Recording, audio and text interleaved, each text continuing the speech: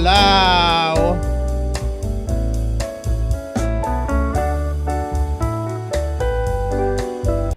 Hello. Everybody press 7 in the chat for me. How are you all doing today? Hi Mallory. Hi Nobody YT channel. Hi Mallory. Hi Stardust. Hi Jaleo. Hi Newplex. Hi FDR Devotee. Hi Mallory. Hi Newplex. Hi the Clean Urine Stash. How are y'all doing today? Hi Dirty Uncle Sal. Why are my earbuds doing this echo thing? Oh shit. Okay, I fixed it. Okay, it's all working. Never mind. All right, how's everybody doing today? Y'all doing good today? I do want to talk about just a couple of preliminary things real quick. Half of y'all, some of y'all, sorry I haven't been streaming lately. I've just been busy doing a lot of just like personal shit. And so I figured I'd go live so that I do something this week. But I just wanted to say I added a donation thing to the top if you want to donate. It's a different link than the one that I usually use on the other channel. So just click that link and use that. And I set up some alerts, and it's Shanny crying if you didn't know. But anyway, that, and I also have a sponsor. So can we get a clap in the chat for the fact that I have a sponsor now?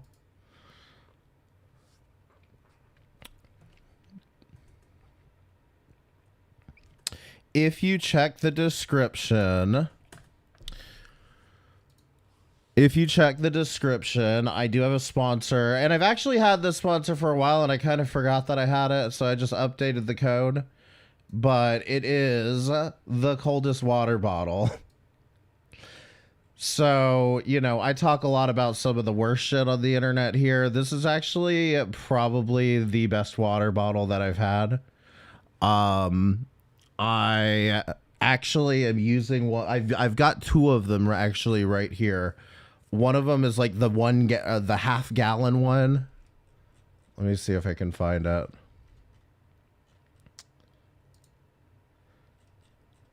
This one. I've got the half-gallon one. And I filled that bitch up 3 days ago. And I just poured some water out of it, and it's still cold. Okay? So this, in my opinion, out of any other water bottle that I've had, this one actually really does keep shit cold. What the F did you do to Feudy Beauty? You'll see.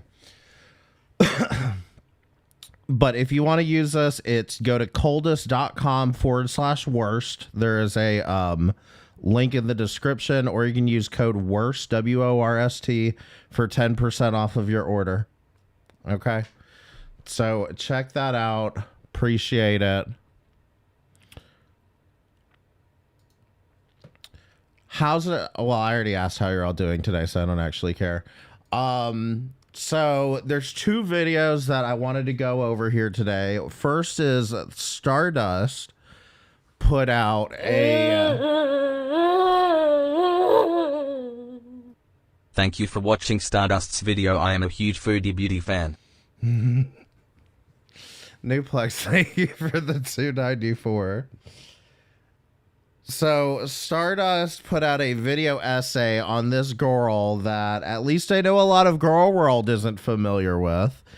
But I figured we'd take a look so that, you know, I could expose her for some of this. Also, I may have written a couple of lines in this video. I may have been helping out Stardust in the background, and I may have written a couple lines for this. So I'll point them out, of course, because I'm conceited like that, and we'll watch through this video. And there's also a video that I found that came out, I think, yesterday about Tipster, and I don't really know much about Tipster, if I gotta be honest. I don't know a whole lot about him. All I know is I do know he gets a bunch of shit, and I figured let's dive down that rabbit hole and see if like Tipster actually deserves all the shit that he gets. Stardust is a famous YouTube streamer that she's been doing video essays here recently. And definitely check out her channel because this video got like 20, I think it's got like 20K views now. Don't know much about Girl World, but I do like saying peace and love and good vibes. You know, Girl World is just like any fat girl you can pick out, pretty much. I just, in my opinion, I mostly see it as just girl on girl crime for the most part. But like, you know, they mostly all just kind of revolve around Amberlynn and Foodie Beauty, you know. Jessica Meska with the peace and love. I haven't watched Jessica Meska in a while. I have been stumbling into Nal's Twitch streams. I didn't know she was on Twitch. But I've been stumbling into her Twitch streams every once in a while. Tipster's kind of trashy. I watched him for a little while, but I do find his fucking soundboard shit to be annoying. The oh shit. Like every 5 fucking minutes. That's why when I started adding those donation alerts or whatever, I was kind of like, oh shit, like I don't want this to get fucking annoying, but I figure y'all are a lot calmer over here. Fat chicks be so toxic though. Well, then get ready to meet Frogan. This title, whoa, this title has changed quite a bit, Stardust. The vile, ghastly Hasanabi mod. So this all kind of comes back to Twitch. If you, I know some of y'all are not Twitch viewers, but and one of the reasons I left Twitch is because there's a lot of politics going on Twitch. And it's a lot. It's a lot to deal with when you have people that aren't being just petty, but they're being petty about things that they think matter. So, you know what I mean? Like, that's why Twitch rules are so wacky, is because, I mean, misgendering someone is basically telling them to harm themselves at this point. You know what I mean? So it's messy. It's real messy. I had to for the views. Yeah, I was gonna say this title is a lot. I assume that's why you did it, but I won't question that one. Petty hose wacky AF. Is that a she Jabba in the background? Somebody posted this on Twitter, didn't they? Somebody posted the she Jabba the Hutt over here. Oh, I can't find it. I saw a bunch of people calling her Jabba the Hutt, but I can't remember. I tweeted somewhere. You retweeted it, I think. So what I did was, because they look so much alike, she really does look a lot like Foodie Beauty. And here's the thing, because they look so much alike, I did an AI face swap. And it's kind of like, what did you do to Chantal, right? You know what I mean? So I just did one of those like AI face swap things or whatever. But there was a stream recently where Foodie Beauty was like outside and she was wearing glasses and she looked just like Frogan, like scary amount look. I was like, oh my God, it's Frogan.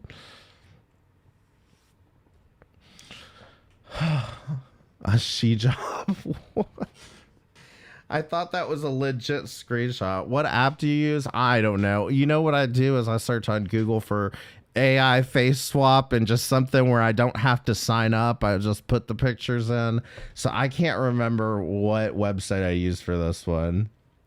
Thank God for Raising Cane's in Kuwait. You know, I really didn't think about that, but like they have Raising Cane's in Kuwait. I don't know who Frogan is. Will I get this? So she's like a politics streamer, and she is kind of like, oh shit. She is kind of like what would happen if Chantal was talking politics. Oh God. Yeah, this was what I was looking for. I legit thought that was Foodie. Yeah, no, it's a fucking face swap. And yeah, I mean, if anything, it made her look better, cleared up her skin a lot. But anyway, I can't tell the difference. I'm telling you, when Chantal puts on glasses, you can't tell. But she's a Twitch politics streamer. She is good friends with Hassan Piker. Do you guys know who Hassan Piker is? Press 1 if you know who Hassan is on Twitch. He's a big lefty like politics streamer. She's his like head moderator, and maybe I shouldn't say head moderator, but she's his moderator, and like they're good friends. And so they have like kind of extremist left views that kind of, especially with this whole Israel-Palestine thing going on, some of that's going to be kind of like discussed in here, just because she has a lot to say about Israel and Palestine. But you'll see. I mean, it's just a lot checks out here. Is she anti-Semitic? I'll let you decide. Yes, she is. So the thing is, like, there's a lot of stuff going on here, but you'll see she kind of checks off all the boxes either way, because she habitually lies and changes stories and just has all this like, all of her stories tend to be her narrative in order to like spin a story however she wants it to be at that time. You'll see. Let's just watch the goddamn video. He's a booty douche that looks like Deaf Poodle. No joke, when I see Deaf Noodles. When I see Deaf Noodles on Twitter and it's that tiny little profile picture, sometimes I'm like, is that Hassan?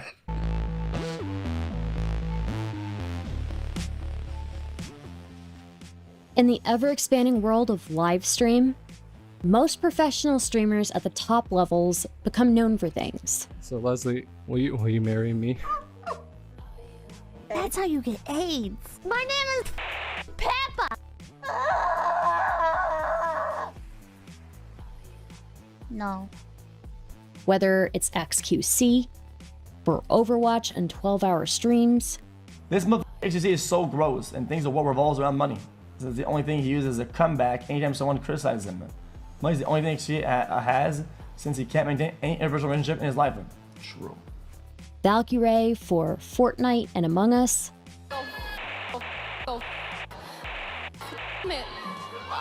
Oh god, okay. Pokimane for League of Legends. I can't compare these. But here's my plan. I'm gonna vote. Is it pronounced Frogan? Frogan? Or DSP for Getting Frogan. Caught. Especially during the pandemic, we saw many content creators blowing up. Everyone was forced to stay at home, inside, and we found some new ways to socialize. Oh. Yeah, Twitch is only bringing their best to the website, let me just tell you. Yeah, Ricada did that shit now. Am I the only one who thinks that he was like scratching his asshole and not jerking off? I understand why it looks like he was jerking off, but it looked more like he was scratching his butthole or something. Am I muted?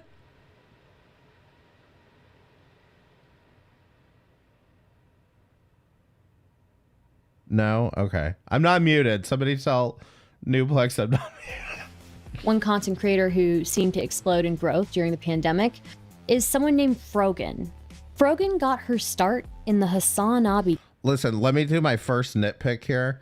This goddamn foam filter shit on her microphone is disgusting. Like, get that shit replaced. This is why everyone's is black, is because that is gross. Are you like deep throating this thing at night, girl? Community. She's half Lebanese and half white. Her mom gave her the name Morgan because me and your dad were in a fight at the time that I was delivering you, so I wanted to give you the whitest name that I could find because it would make him the most mad. Wait, are you serious? Yeah. What? One side of her family is Christian, and one side of her family is Muslim. She seems to identify more with the Muslim side. Put my scarf on when I was 9 fucking years old. So I've been covered head to toe for most of my life. Was there a reason I started at 9? So I went to a private school, and it was a part of the uniform at 3rd grade. But anyways, my dad said that if I put this scarf on, he'd give me a whole new wardrobe, and I never got it, so. She does say that her father was not very religious. Here's the thing though, like, my dad was strict, but he wasn't like, we didn't have to hide shit from him. You know what I mean? He was never religious. He just cared about his reputation. Yeah. Reputation is an interesting thing. Recently, Frogan's gotten into controversy that's tarnished her reputation. Where did this all start? If you look at Frogan's online history, she's been online for quite some time. She was pretty active on Tumblr and Twitter prior to being a streamer, but mostly was obsessed with emo bands. She especially was into Fall Out Boy. Any Fall Out Boy fans in here? Trash, you can get out of my chat. She's half Muslim, half Christian. I'm not sure she's half Christian. I mean, she's half white. I don't know the specifics here. Inshallah, emo haram. Oh my god. She also just seems to fangirl a lot over male celebrities. I mean, I will say she definitely identifies with her Muslim half more. That's and her Lebanese half, I guess. I think like half her family is Christian. Okay, fair. Makes sense given her obsession with emo boy bands. At least the other half of her family isn't Jewish, okay? That she would be a huge fan of Hassan.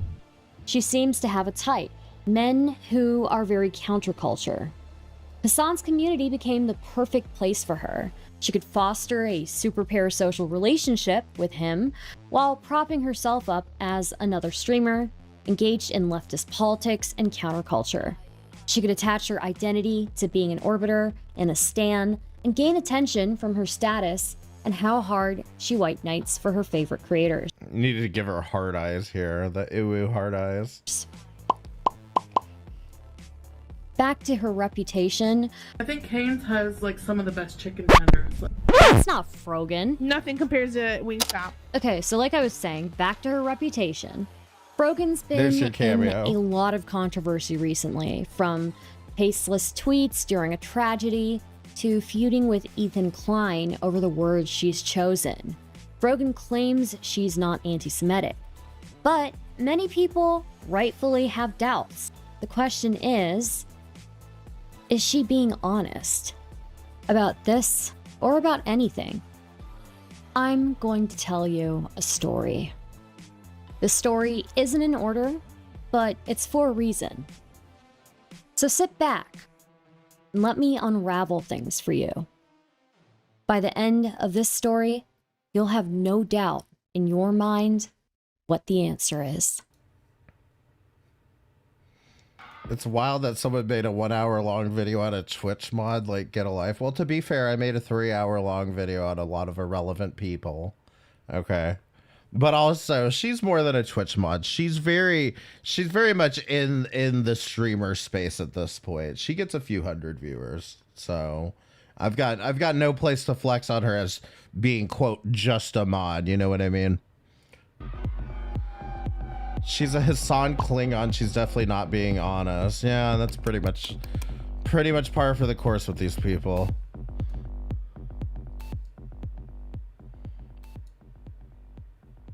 Littered across social media and said in various interviews, you'll find the words public health expert everywhere in relation to Frogan. Uh-oh, fake nurse saga.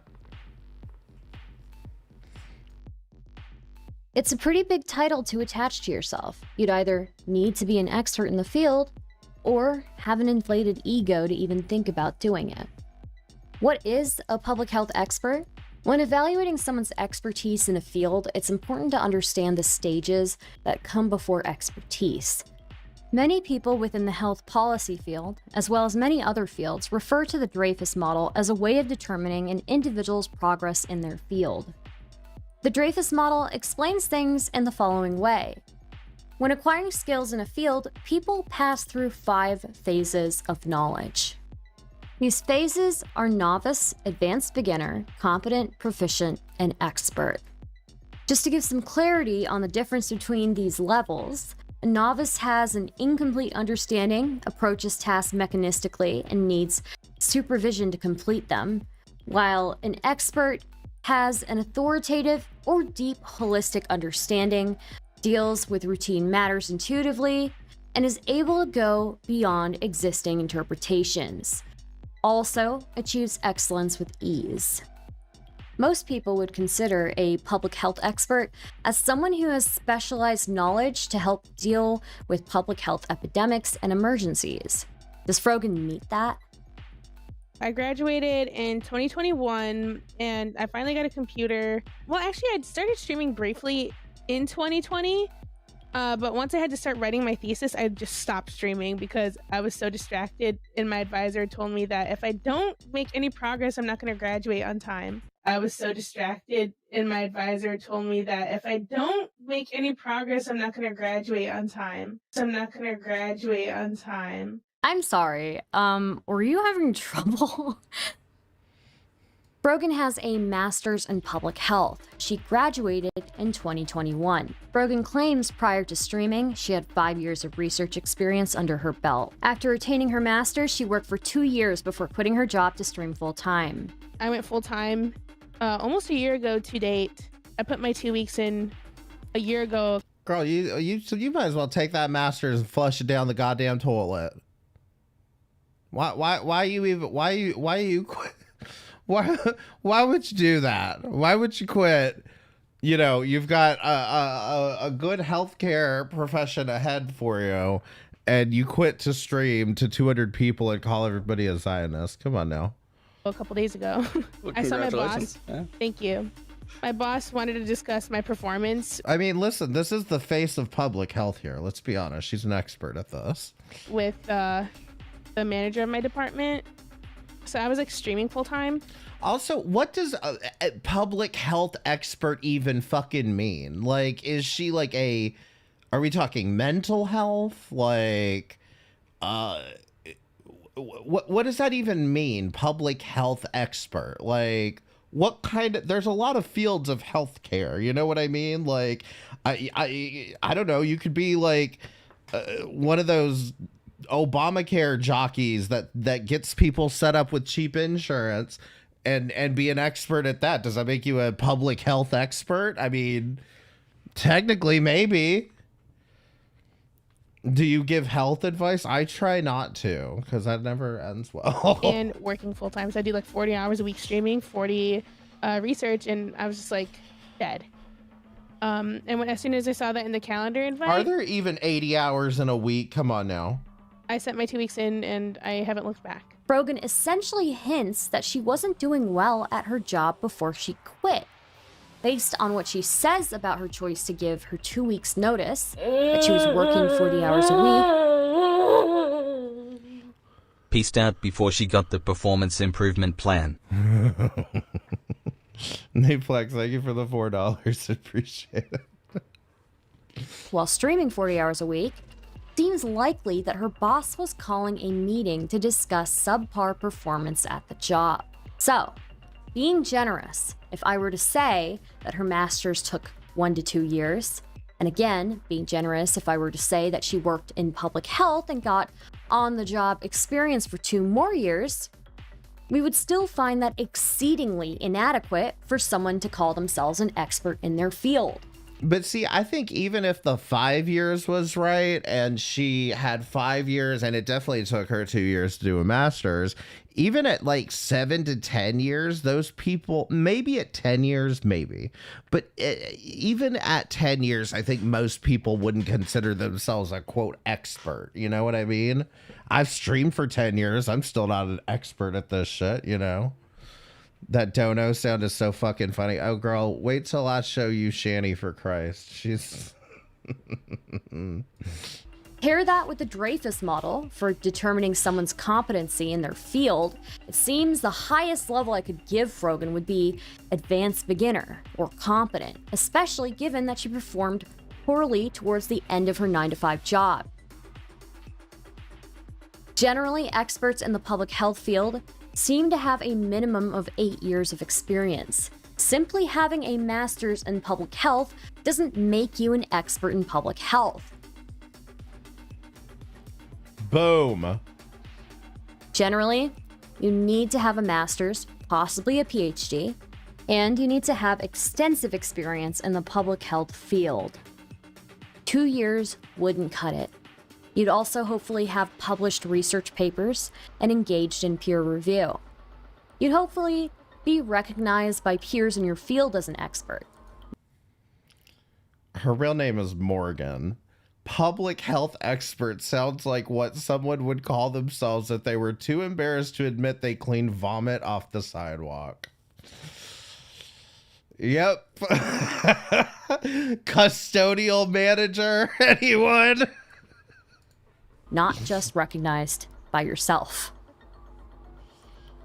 So ask yourself again, is she being honest? No.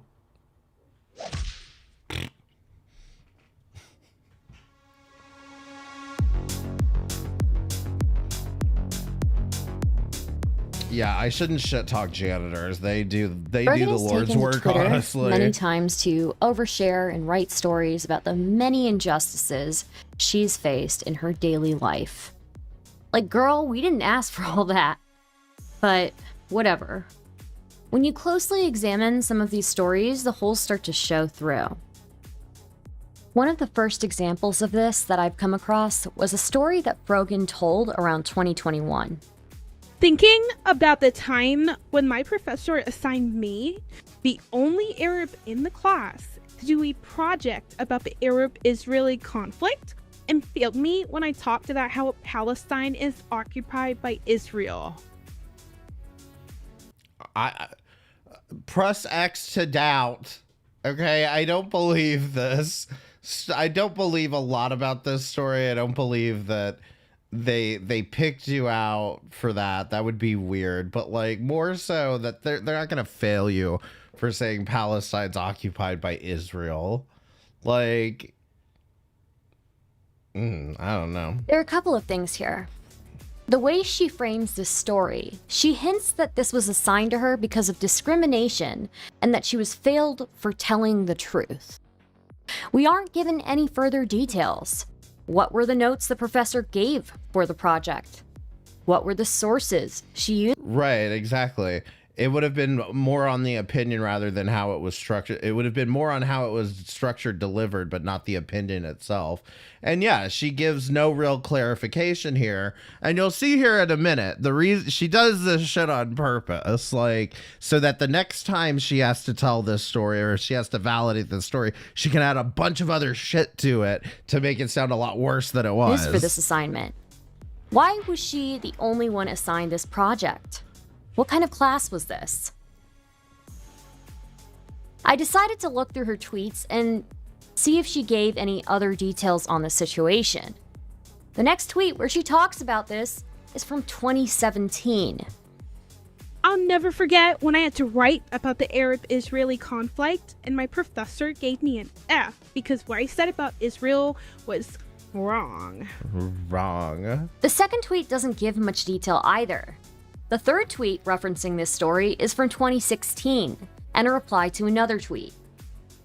This is like when my professor made me write about the Arab-Israeli conflict and gave me a D on the paper. Which is it, Frogan? Is it a D or an F? Is it a D or an F? Your lies are an F, okay? I'll give you that. It wouldn't be a Frogan tweet without some self-victimization peppered in there. Me, the only hijabi in the class. The interesting thing in this tweet is that she still doesn't give any details, but a specific detail is different from what she has said previously. She says that she got a D, not an F. Womp womp.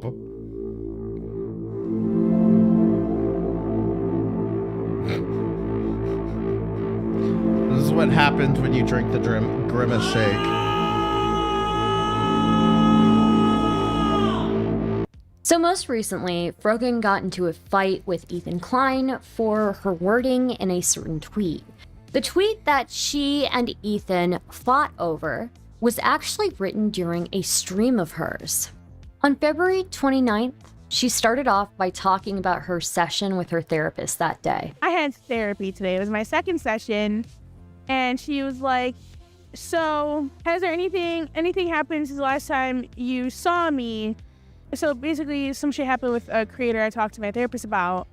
And then I gave her like the rundown of everything that happened like on social media. She was like, yeah, you know, like sometimes we need to filter ourselves. Like we don't need to. I'm gonna say it again. You need a new filter.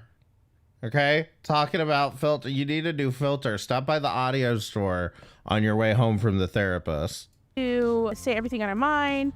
Like, for example, somebody could be wearing the same pair of underwear for a week, and then that doesn't mean they have to go off and tweet about their stinky vagina. Yeah, that was me. I was like, what? I was like, what is happening here? Which, by the way, I think is hilarious. She then goes on to talk about an incident that made her question being with her current therapist. But the thing that, what are those? Kind of set What me are off those? and kind of gave me the it is. So then I brought up Palestine. I was like, I talked political issues. I was talking about Palestine, and then she said the kicker. So this time in particular, I went out of my way to find a woman of color therapist because I thought there'd be some empathy and relation to my experiences as a visual minority. A visible minority. And I started talking about like Palestine and everything, and then she's like, yeah, like as a black woman. Sorry, that's so weird to me, like going and picking your therapist based on skin color. It's odd to me. You know, I kind of get it, but I'm kind of like, girl, it's a little bit much. I don't really care about what's happening in Palestine because in America I could walk outside and get shot for who I am as a black woman, or discriminated against, and I leave my house because I'm a black woman. So to me, Palestine is just another place. I'm like, you know what? She didn't say that. She did not say that. She just said she could relate. And I've kind of given up on therapy. She's completely dismissive of her therapist's words and interprets them in the worst way possible. It could have been just as simple as a therapist saying in an offhand comment that she doesn't know about it. She could have still been willing to listen to Frogan and hear her talk about her feelings, as well as help her with her coping methods. If it truly happened the way she's describing it, she should discontinue seeing that therapist. But I have my doubts because it wouldn't be the first time that she took a therapist's actions or anyone's actions in the worst possible light. And here, Frogan sends the tweet that launched 1,000 ships. Just before we get into this, so like she tweets this particular tweet out that you're seeing on the screen right now, and Stardust was talking about it on her stream, and I was like, let me just take a look. And I went on Twitter and I searched for tweets from Frogan with the word therapist in it or therapy in it, and this girl tweets like at least 2 to 3 times a year, at least. Like that's a very low number. About therapy, I went to therapy for the first time. I did therapist. I went to therapy for the first time. Like, there's no continuity in these stories because I swear I saw at least 2 or 3 tweets of her saying, I went to therapy for the first time. And it's like, why are you so hung up on therapy? Like, maybe, look, therapy isn't for everybody, okay? Therapy is not meant for everyone. Okay, so here's my tweet. Started therapy 5 years after a bad experience with a Zionist therapist. Saw a woman of color therapist assuming relative empathy. Mentioned Palestine, and noob therapist sees it as just another place and not caring or being knowledgeable due to discrimination she faces in America. She receives backlash immediately.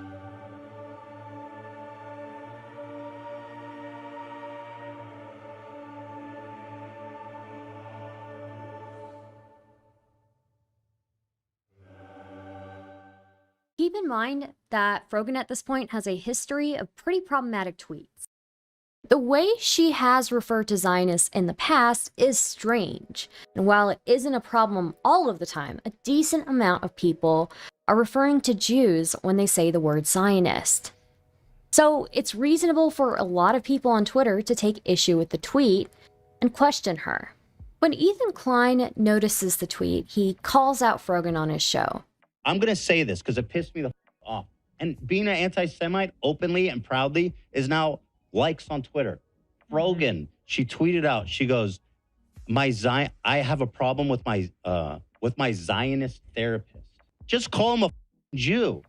I'm sorry, True. but that you can't talk like that about any other minority. I had a problem with my Zionist therapist. What'd you taught your Zionist therapist? Did you get those level of details from them? You had an in-depth conversation about the politics of Zionism with your therapist? No, I know what you mean. You mean Jew. He makes a good point. When is it acceptable to target any group like this? It's hypocritical for Frogan, someone who's very quick to talk about discrimination she faces, to do this. Frogan replies, trying to explain herself.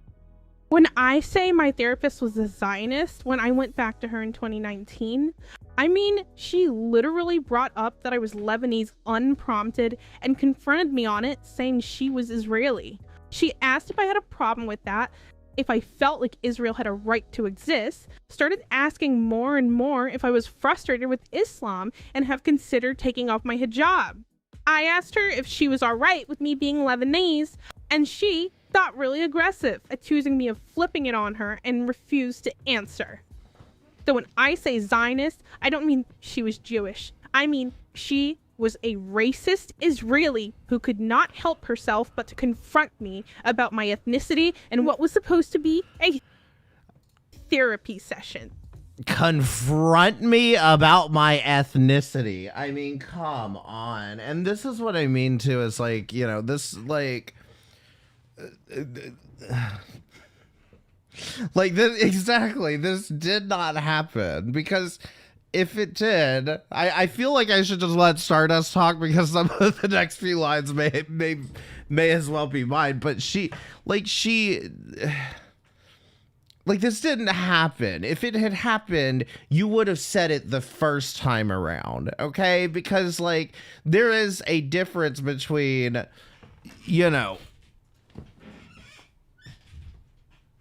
Just let me. So remember that word, play the video. Unprompted. Unprompted. Now, Frogan goes on to elaborate further. She replies to her own tweet saying, Here's me talking about it the day it happened, briefly, 4.5 Right, you need to see the first tweet from 2019. I just went to therapy the first time, and she was like, I'm Israeli. Do you have any issues with me being your therapist?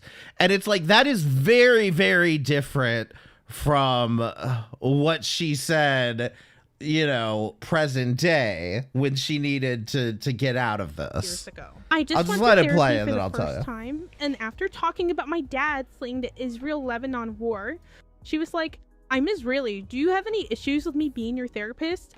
Bruh, I was so taken aback. My mom told me I should switch because that wasn't professional. What are your thoughts on this? Because I'm genuinely so conflicted right now. comparing her original tweet and the story she tweeted at Ethan, the stories are glaringly different. The original claim was that the therapist asked her, "Do you have an issue with me being your therapist?" Which is vastly different from, "She confronted me on being Muslim, asked if Israel had the right to exist, if I was frustrated with Islam, whether I've considered taking off my hijab." Wouldn't all of this have made it into the original tweet if that's what actually happened? It's almost like she's underhandedly saying, "This Israeli Zionist Jew saw my hijab and is trying to brainwash me." Okay, I may have written that part, okay? And this is what I'm saying. So like Stardust had originally presented this section to me, and I told her, I was like, you're not going hard enough in on the disparity between these tweets, which is that, you know, there's just such a huge difference between, and I compared it to something else where it's like, you know, if you're Indian and you're from the part that was Portuguese, colonized by the Portuguese, and then you find out your parents were involved in the resistance movement, and then you find out your therapist is Portuguese, you might be, you know, he might ask you like, "Hey, is this a problem for you? You know, is this an issue?" Like, I just want to let you just, you know, full disclosure so that, you know, we can kind of go from there. And then Frogan approaching Keffel's levels of inconsistency. Oh, absolutely. I would say she's past. I don't know. I guess Keffels did rip off a bunch of people with money. So, but I mean, it just seems to me like and this seems to be a very leftist thing, in my opinion, where they're just throwing out claim after claim and like none of them seem to match up. And it's like, I understand how the story can vary a little bit, but like I said from the get-go, is like when you have people like this and you know that they're grasping for victim straws, like you wouldn't have left that out of the original tweet, because like the original incident, like if that all that had happened, like you would have like, you know, almost a medical malpractice claim. You would have like, you'd be talking to an attorney, okay? Not going to Twitter and being like, oh, I had a bad time with my therapist, don't bump. Like, you would be like talking to an attorney about that. Like, if she was like, have you considered taking off your hijab? Have you considered maybe Israel has a right to exist? Like, no therapist is going to do that. Like, I'm sorry. Like, any therapist that's going to do that, you should have reported them immediately for that, not come back around and embellish the story fucking 3 years later, you know? Like it would have made it into the original tweet. The only explanation for why her story changed so much is that she was traumatized by it so much that she didn't want to tell the whole thing. But we all know if that actually happened, it would have been in the original tweet, because she'd be grasping at any chance to play victim. The story only changed. I may have said that too, but like that was the thing, is like the other thing too is like with actually hold on, let me back up.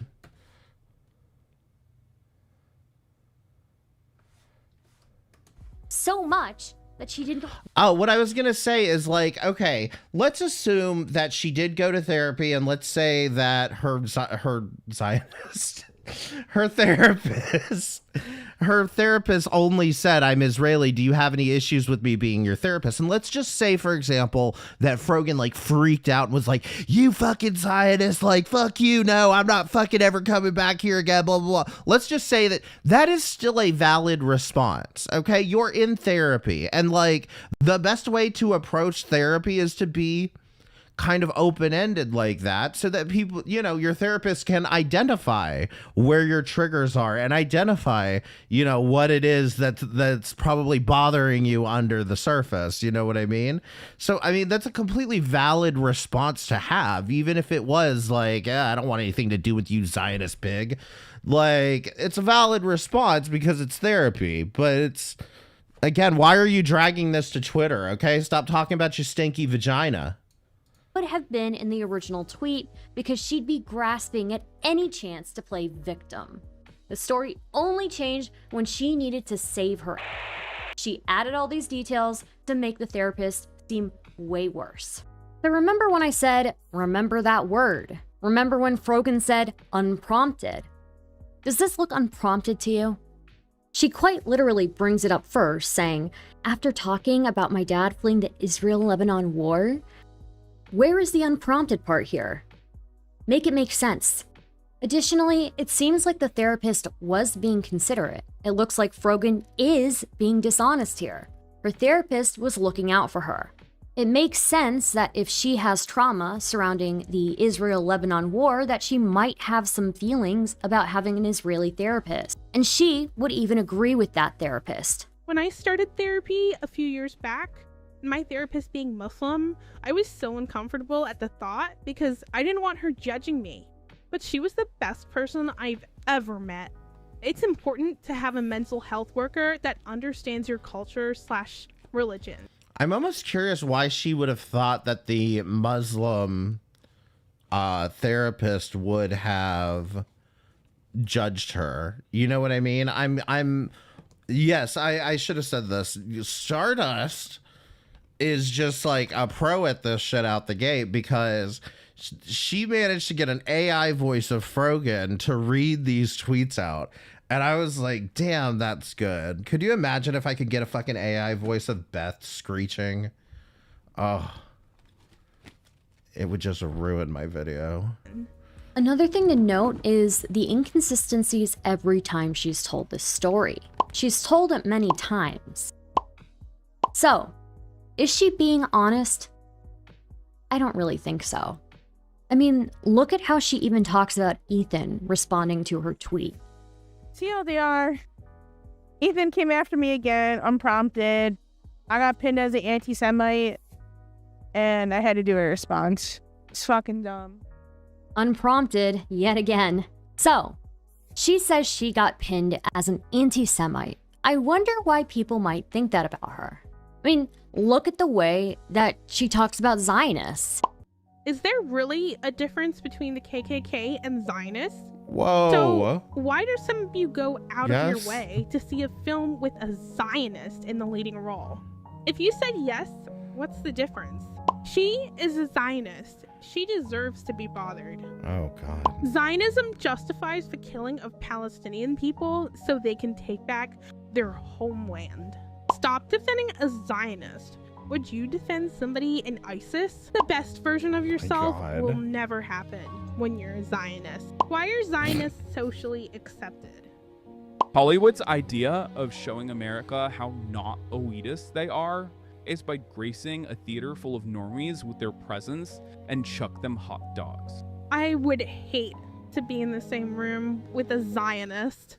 See, and I just I don't understand. I mean, I know what they mean by Zionism, Zionists. It's like we're talking about people who support I guess the state of Israel. I don't really understand this, but I don't know what else you could be talking about, other than Jews. Okay. And this is why I'm kind of looking at this tweet and being is the Zionist in the room with us right now? Really? What does this even mean? Hassan, I don't know the last time I walked down the street and encountered a Zionist because Ethan's exactly right about this. How often are you getting into in-depth conversations about Zionism with these people? You just I would hate to be in the same room as a Zionist. He didn't even specify. Is this a subtweet? Is he referring to somebody specific by gracing a theater full of normies with their presence and chuck them hot dogs? Is this something? I don't know. Maybe I don't get this reference, but it's what the fuck does this have to do with Zionism? is talking about Hollywood and she brings up Zionists. Is she doing the Zionist run Hollywood trope? We know where that came from, right? Right. Blank runs Hollywood. Also, it's a little bit dehumanizing and troubling to see her talk about not wanting to be in the same room with a Zionist. It feels weird. So, with all these tweets, can you blame anyone for thinking she is anti-Semitic or worse? And it turns out her current therapist was right about one thing. She could have avoided this entire fiasco. She was like, yeah, sometimes we need to filter ourselves. We don't need to say everything on our mind. For example, somebody could be wearing the same pair of underwear for a week, and then that doesn't mean they have to go off and tweet about their stinky vagina. Stinky vagina. Stinky vagina. Stinky True. See, that needs to become a thing. It's when you're oversharing on Twitter now, you're tweeting about your stinky vagina. Quit tweeting about your stinky vagina. I need to admit something. When I hear the word Zionist, my mind goes straight to picturing Mormons.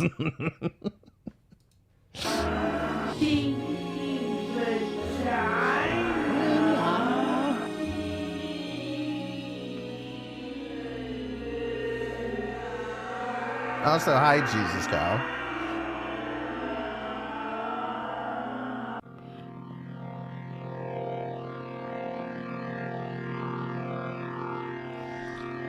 I was thinking Christians when I hear Zionist. Are you thinking of Gentile? Because that's supposed to be Christians, right? That's what Jews call Christians, right?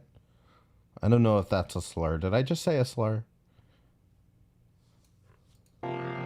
I As we step backwards, we need to address when Ethan and Frogan had their first dust-up. On October 7th, Hamas operatives and other radical Islamist groups in just Gaza non-Jew? launched Okay. a surprise attack on Israel. In the early morning hours, social media was flooded with graphic images and videos. People watched innocent civilians brutalized, lives snuffed out, and the remains of those lives desecrated. It was already a hard sight for any person who came across those images and videos. For someone connected to the conflict, it was probably a living nightmare. But for others, they acted first and thought later.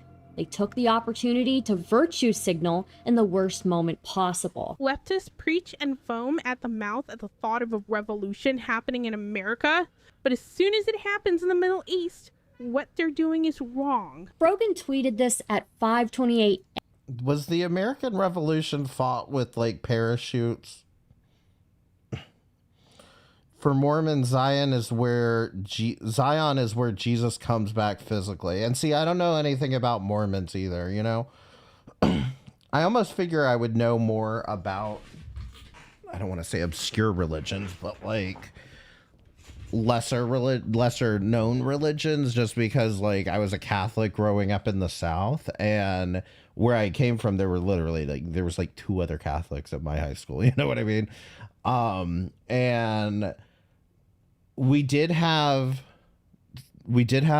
one Mormon kid at my high school, but I had never met a Muslim. I didn't know what Islam was or anything until 9/11 happened. And like, because it was something, you know, that was always discussed in the history books, but I figured it was just like a dead religion that nobody practiced anymore. But I had never like actually like known anything about Islam or anything until 9/11 happened. Just because like we didn't have Muslims in Alabama, you know, like in North Alabama. Zionism means they support the idea of a Jewish nation, so by that definition, a lot of American evangelical Christians are Zionists. See, and that's what I was going to say, is that's what I think he meant when he said Christians, was like, because it is like a popular Republican trope to be like pro Israel, but like, I don't know. I don't think Republicans even know why they support Israel, to be totally honest. I don't think they have any idea. Like, that's my biggest issue with all of this Israel-Palestine shit, is it's like, fucking Reagan in the 80s said, like, we don't understand how politics works in the Middle East, and like, we probably shouldn't be getting involved over there, because it's just like we just don't understand it. Like, it's like Africa. It's like they have more tribalist politics, and I mean, that's fine, but it's just one of those things where it's like, this is why we shouldn't get involved in all of this crap going on across the world, because like, we're not going to solve every other country's problems with each other, you know? Because of campaign money is the reason. And yeah, and I don't even totally understand that. APAC money. Yeah, I just feel like y'all are throwing buzzwords at me that I don't know enough about, you know?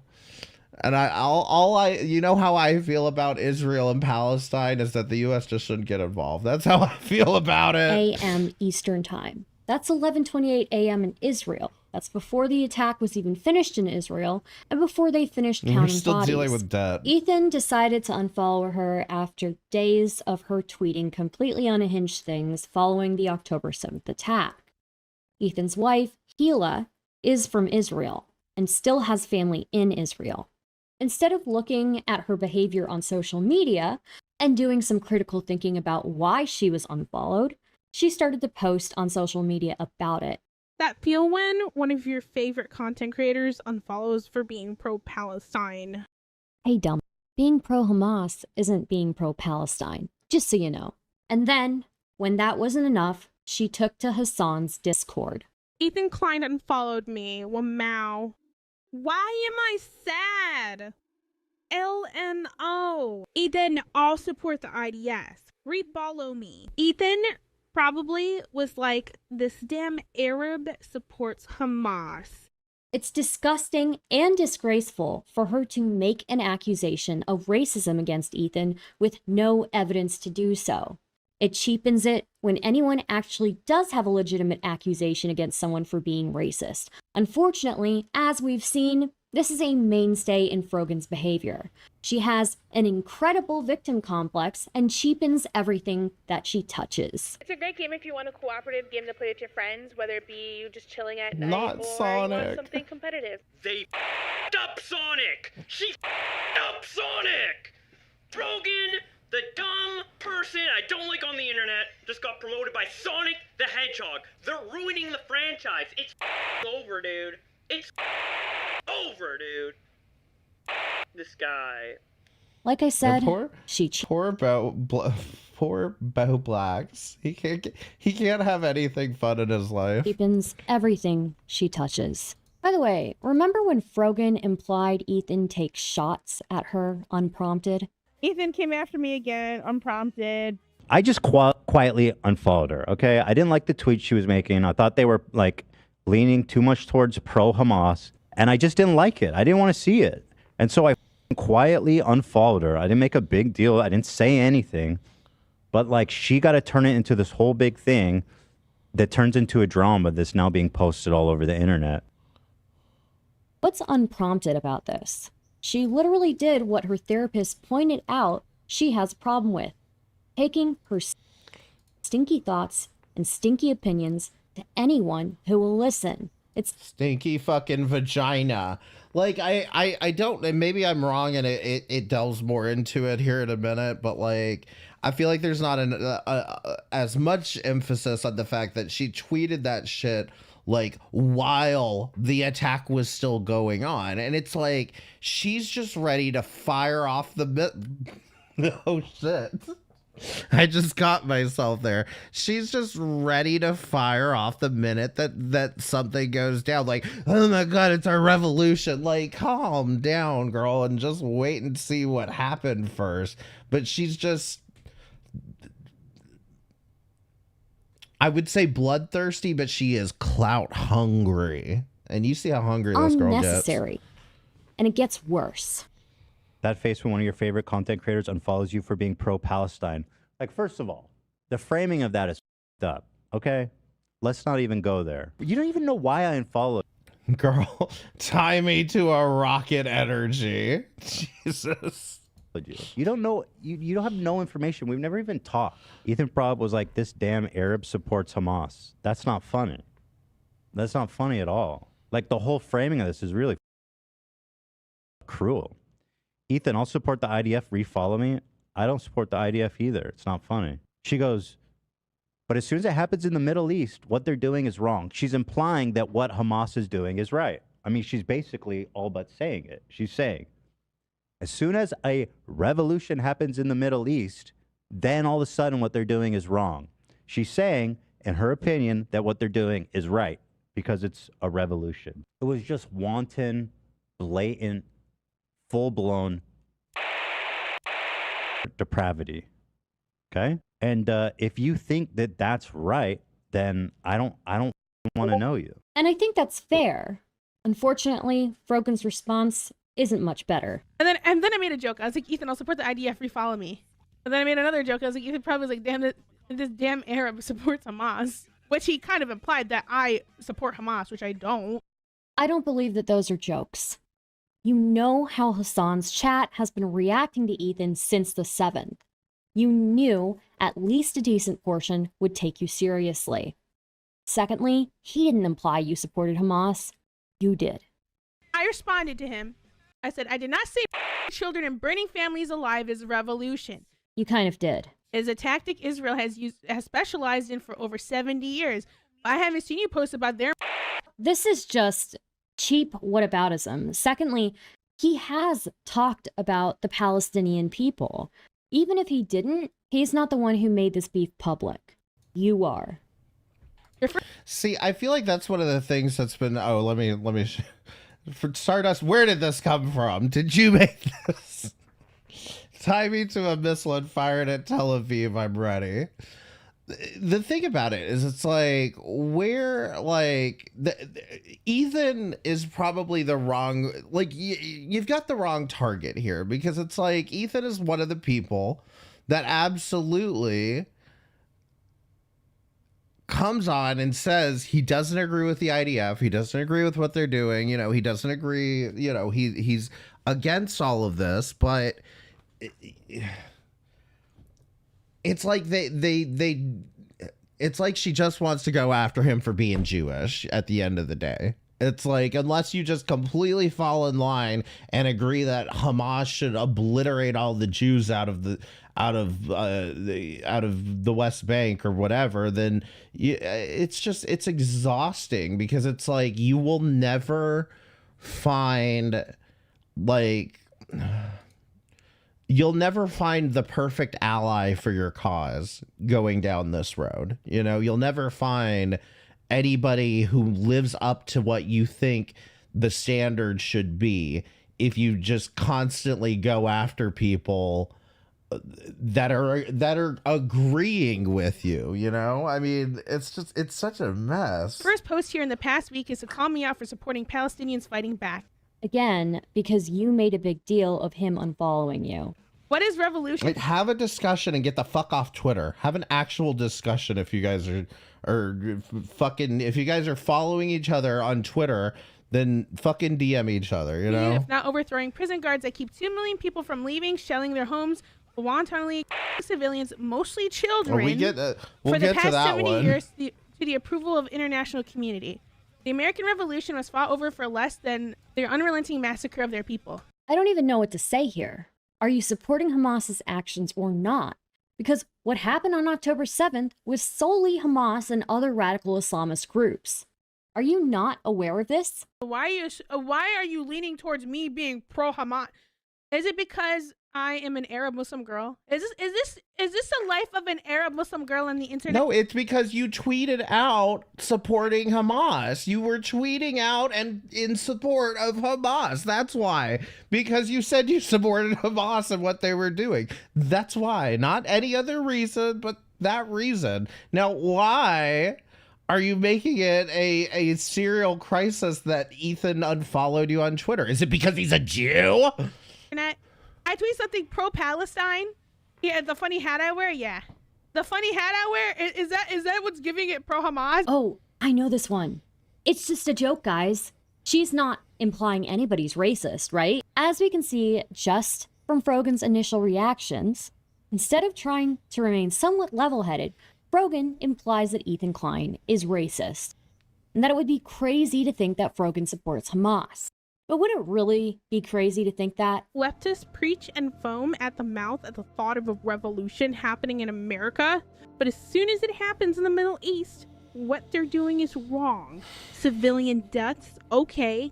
Still, where was this energy for Palestinians for all these years? Next video idea. Now, listen. This being her next... Now, I would find this to be a funny... It's obviously meant to be a joke, in my opinion. But this would actually be a fucking funny joke if this was, like, idea for Mr. Beast channel or something. You know what I mean? Mr. Beast should make this his next video. But, like, to sit here and be like, next video idea... Like, girl, come on. Come on, that seems real pointed that you want to put this shit on your channel, you know? I believe there was a stream like a couple months back that we did covering somebody who did put this kind of crap on their channel. People on Twitter will she got banned for it, Ukraine, but draw the line at Palestine. Where has the empathy been for Palestinians since 1948? Be so real right now, Lamau. As an Arab, the history of the occupation of Palestine was instilled in my upbringing and the first topic I was ever politically aware about. If you are uneducated about a topic, you do not have to speak on everything. Ask questions, listen, and learn. All right, now I have to stop here because our Goral Casey-tron's up here, okay? As someone not educated in the matter, I love that I can look to you for better understanding. Free Palestine. Listen, Casey Tron is so lucky that she has Frogan here, of all people, to educate her on Palestine. And the thing that I find just so funny about this is that this is from October 7th. October 7th. The next day, and she's openly admitting she doesn't know what the fuck all what she's fucking talking about. But by all means, take a peruse on fucking Casey Tron's current Twitter feed, and you'll see that she thinks she's a complete expert on this now. And the way she tweets about this shit now, like as if she knows everything that's fucking going on. But we see here that she apparently knows fucking jack all and is getting all of her information from Frogan, the person who calls everybody within a 10-mile radius a Zionist. Okay, so I can't speak as an Arab, but I can speak as a Muslim. And yes, it's true that a lot of us grow up learning about Palestine, learning about Israel, learning about that conflict. That does not mean that you excuse terrible crimes against humanity. This is not a team sport. These are lives. With all of this back and forth, of course we would see this drama bleed over, right into the podcast that Hassan and Ethan host together, Leftovers. In the last episode of Leftovers, Ethan and Hassan talk on stream about the Israel-Palestine conflict. Ethan brings up Twitter to critique the actions of Frogan and people like Frogan in a roundabout way. I don't think people who say I support Palestine are pro-Hamas. That's insane. Okay. It's like the opposite of everything I've ever said. Okay. There is something I noticed that rubbed me wrong, which was that as the news was breaking, as people were still calling in saying, I'm in my safe house, I hear the terrorists outside my neighbors. People are on Twitter or whatever, or activists, whoever, saying, let's go Palestine. Go Palestine. So how am I? It's the timing, Hassan. It's important. Like, we got to make this huge distinction. When people are saying go Palestine as they're terrorist people, that to me, I don't know who else they're cheering on other than a lot of these streams, as much as I do want to make fun of, Kazuplex said I learned Ethan's actual positions from this video. A lot of these streams where I do kind of want to dunk on them, both for crying like little babies, over a situation, again, that's like fucking, 5,000 miles away. But anyway, they are good in exactly what you're saying, which is that both of them, at least, well, Ethan was willing to like lay out his cards on the table and say, like, I understand where you guys are coming from. I get this. I watched these Palestinian kids dying and it breaks my heart. But like, that doesn't exclude the fact that like that doesn't make it okay for Hamas to parachute in and kill a bunch of people. That's not what a revolution, especially in 2024, should look like, October 7th wouldn't have happened if Israel didn't run an apartheid and brutalize the Palestinian civilians for decades, but that doesn't mean you can appear to cheer on death either way. Exactly. I mean, and that's the thing. And that's why, like I said, I don't know enough about it. And I have a lot of empathy for the Palestinian resistance, but at the same time, it's like, you definitely don't handle it that way, and it's funny because I have been trying to learn a bit about like Portuguese history and whatever. And, they talk about the Carnation Revolution, which I think happened in the 60s.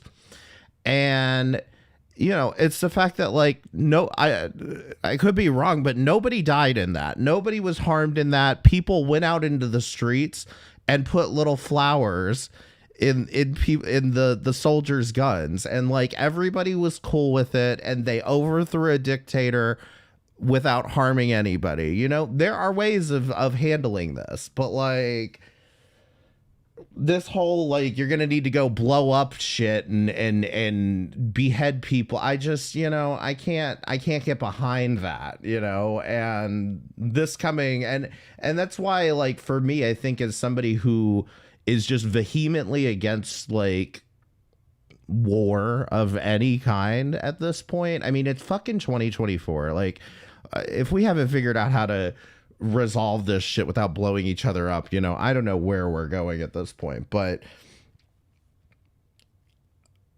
even I, as somebody who's vehemently against war, and have a lot of trouble reconciling what's going on in the Middle East and like who's right, who's wrong kind of thing, you know.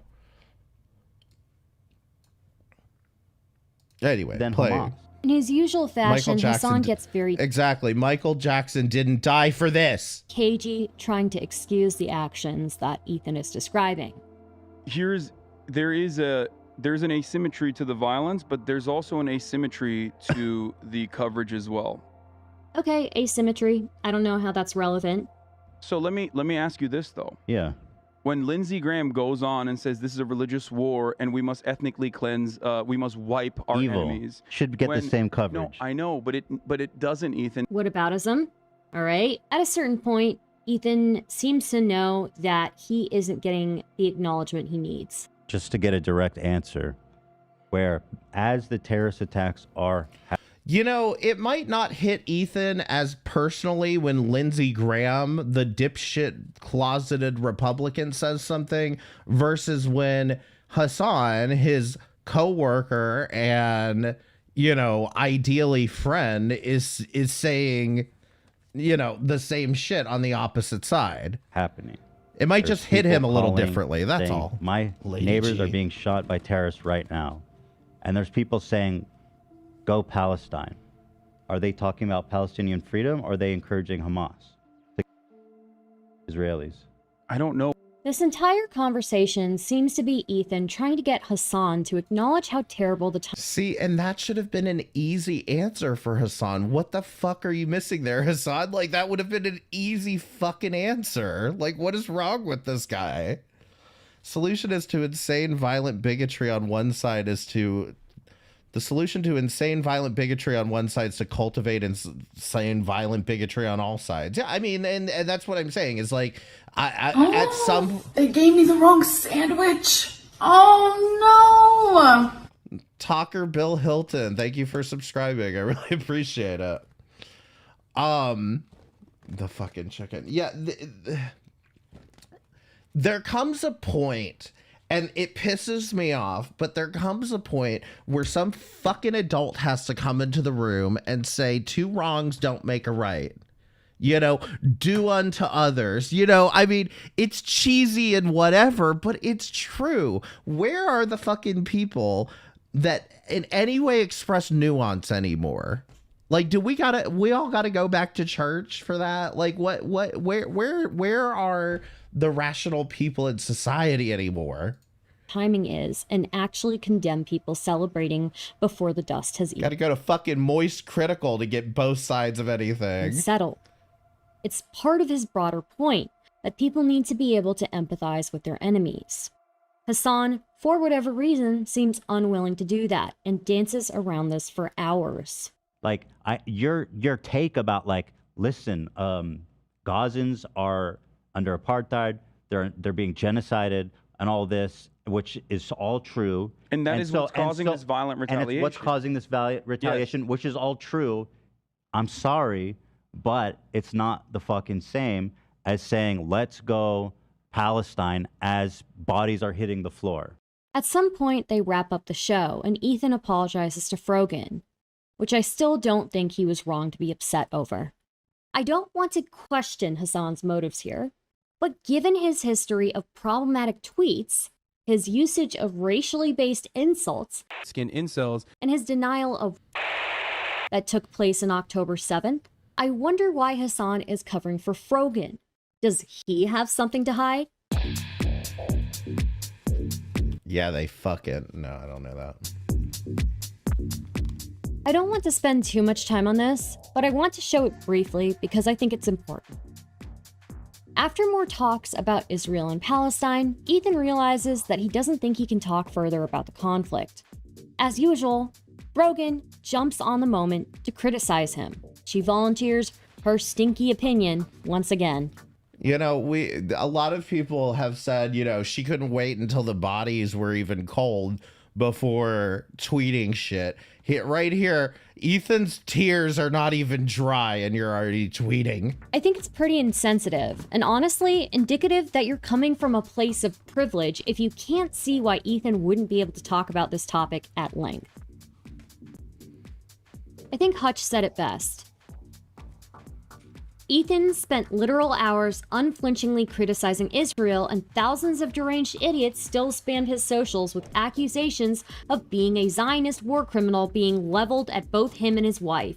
Can you not understand why he would want to avoid the topic for now?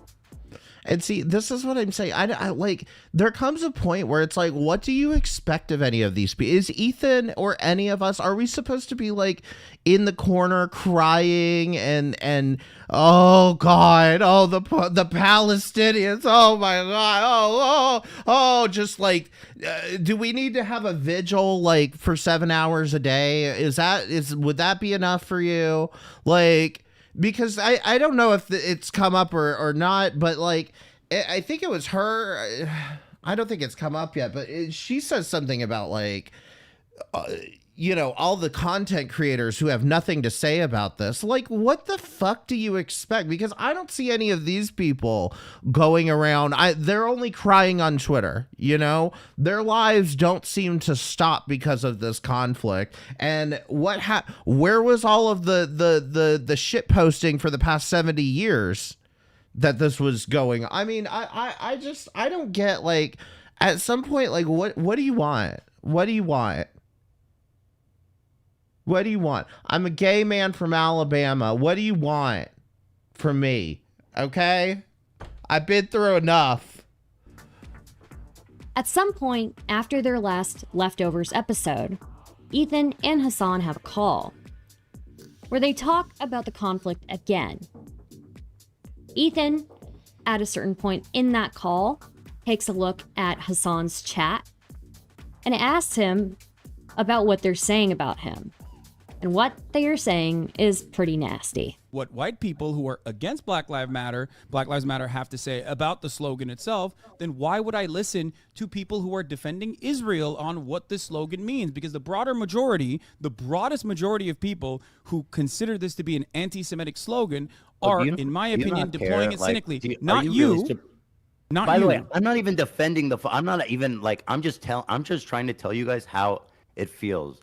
And I'm shocked that you don't care that people in your chat are saying, who the is this child cold, arrogant, Ethan, I love you, but there's only so much I can do. How can you be surprised when your Discord is literally full of Ethan, I love you. Ethan, if he moderated his chat, then he would have less viewers, okay? He's not going to moderate his chat. What do you think he is, a sensible content creator? Yeah, but there's only so much I can do if you're making that argument. You know that, right? Like, at a certain point, you're an adult, and the words that you're saying are going to be perceived by people in a certain way. I can't constantly tell my community to shut the fuck up, like, right, well, which I have, listen, and I think they should, but at the end of the day, it's because I know you personally, and I think your heart is in the right place, but they don't know, so it's hard for people to view what you're saying beyond your words. I'm just telling you the perspective. You disagree, that's it.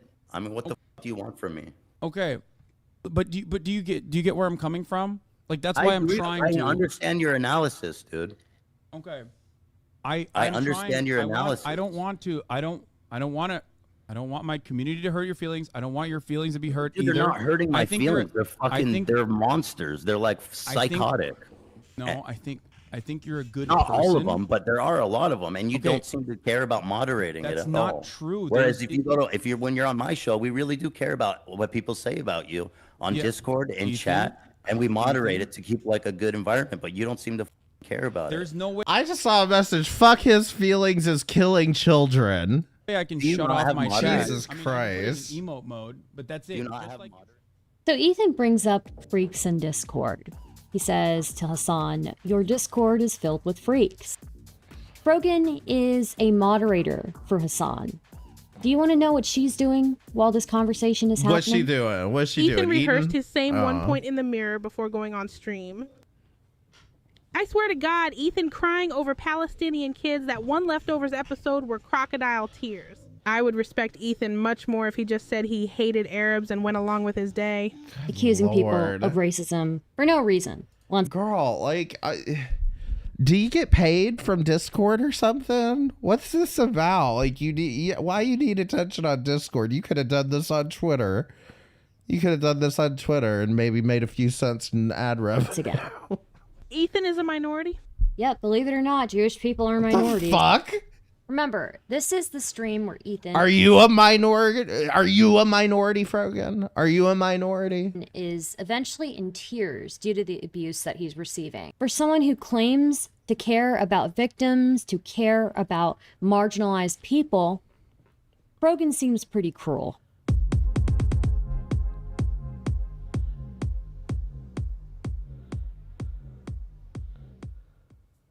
Most recently in Frogan history, she got into heat because she criticized Ludwig. What did she criticize Ludwig over, you ask? Donating to a Palestinian charity. I find ultimately, like, if I were to do a charity thing where the charity thing relies on your donations, it should be something where, like, 95% of people feel good and are down for it. And, like, ultimately, regardless of what you think, that is not the situation here.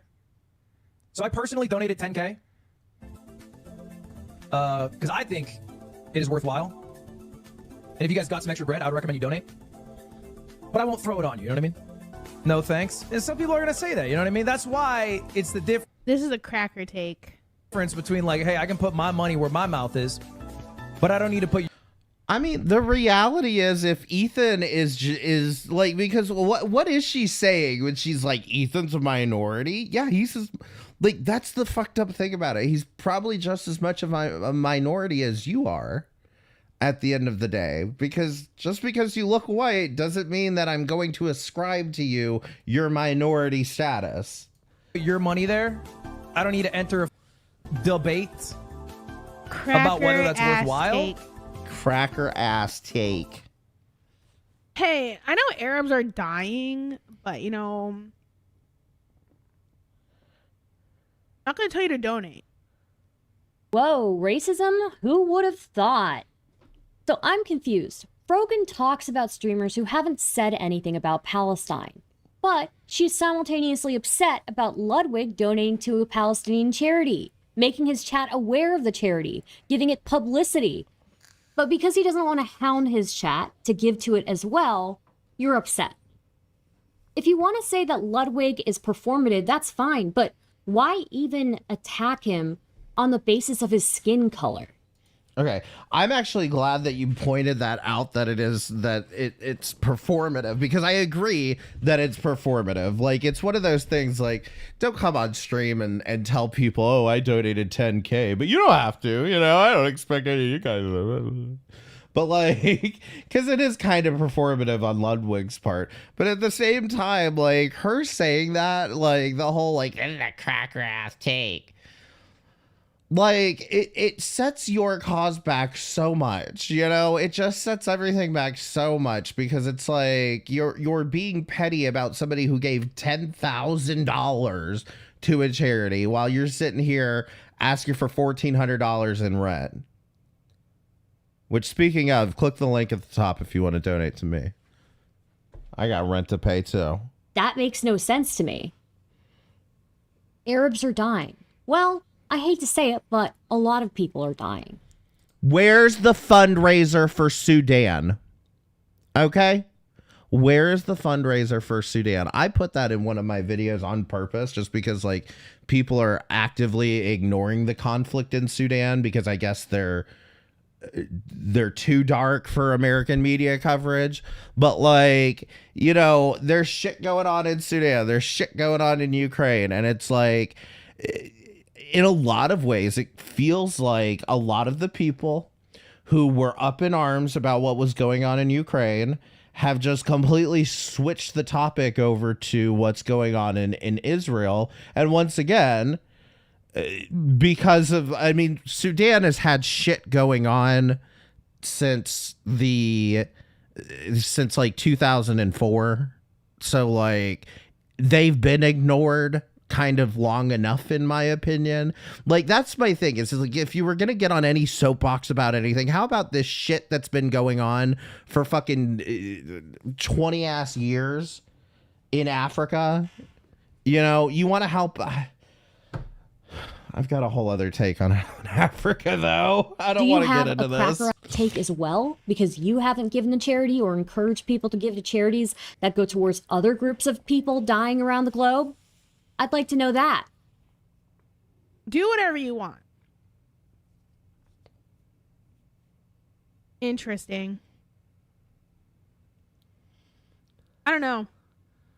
Like I said, thinking about it, like, stinky vagina. Not gonna do charity for Palestine because some of my chatters might be Zionist. Sorry. you think of the Twitch streamers that haven't said shit about Palestine. Think about the Twitch streamers that haven't, or like streamers in general. We're gonna go to YouTube as well. YouTube and Twitch streamers that haven't said shit about Palestine. Yeah. What about it? Until engagement was threatened. Ooh. You know? Ooh. Is this why I'm not getting any likes on Twitter now?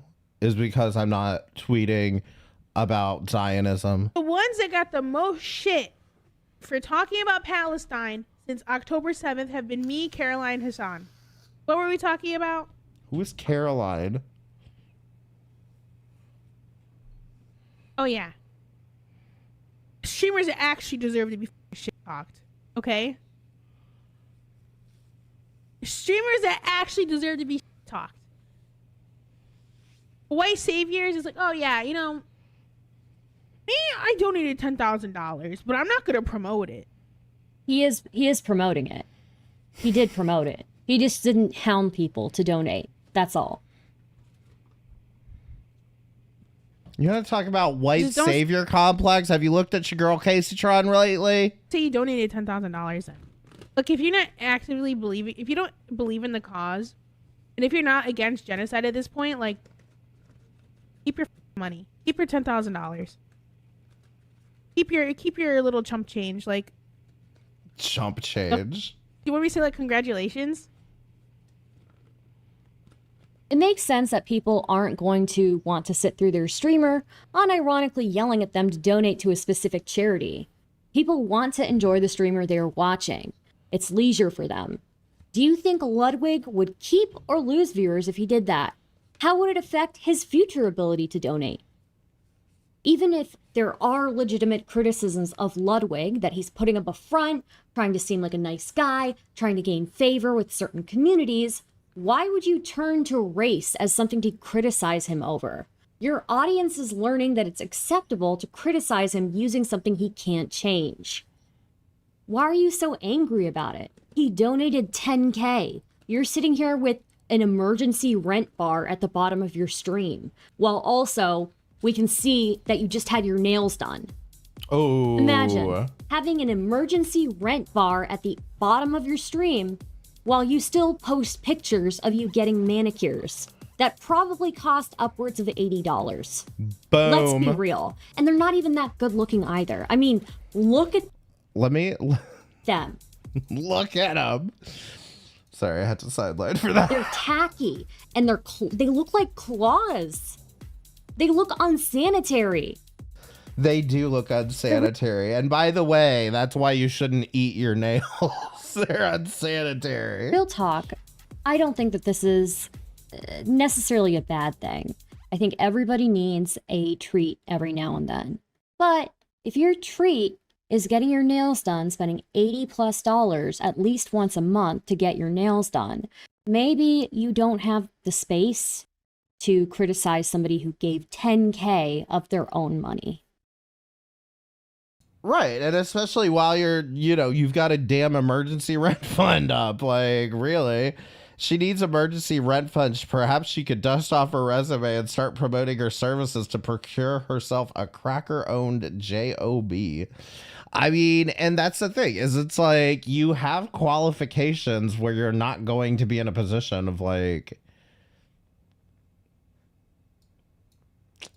needing... Oh, shit. Did my stream go down? Everyone press 1 if I'm still live.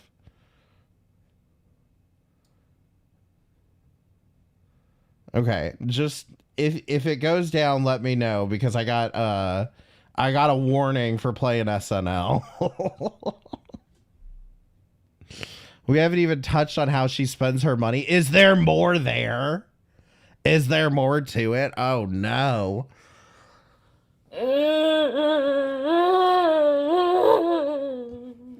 For the emergency manipity. The emergency Manny Petty. Thank you so much, Newplex. If you want to donate, click the link up here. It's a different link than what some of y'all are used to. I didn't get into it on this, but maybe another video. I mean, there's always room for a part 2. I saw somebody in the comment was saying, I can't wait for part 2. Even the public health expert job sector must be hurting. And yeah, that's the point. I mean, you've got the qualifications to be a public health expert, don't you? Don't you, Frogan?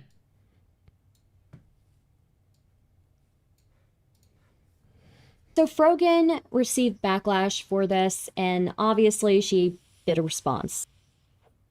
You can't be racist to white people. Oh.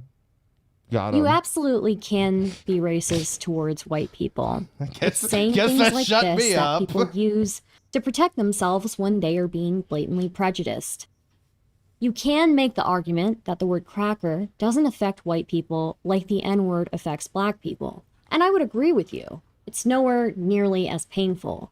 But to claim it's not racism at all, it's just wrong. Even if I'm so glad you included this, because I was thinking about it earlier. I was like, is cracker... Oh my god, Stardust, thank you for the $30. We. I was thinking about the fact that, thank you so much. I was thinking about the fact that, like, you know, where the term cracker really originates from, it being like, you know, it's the crack the whip. The crackers are the people that are cracking the whip, which, I mean, it, in my opinion, is a pejorative in the sense that, you know, even back in the days when slavery was legal, like, not all white people were crackers.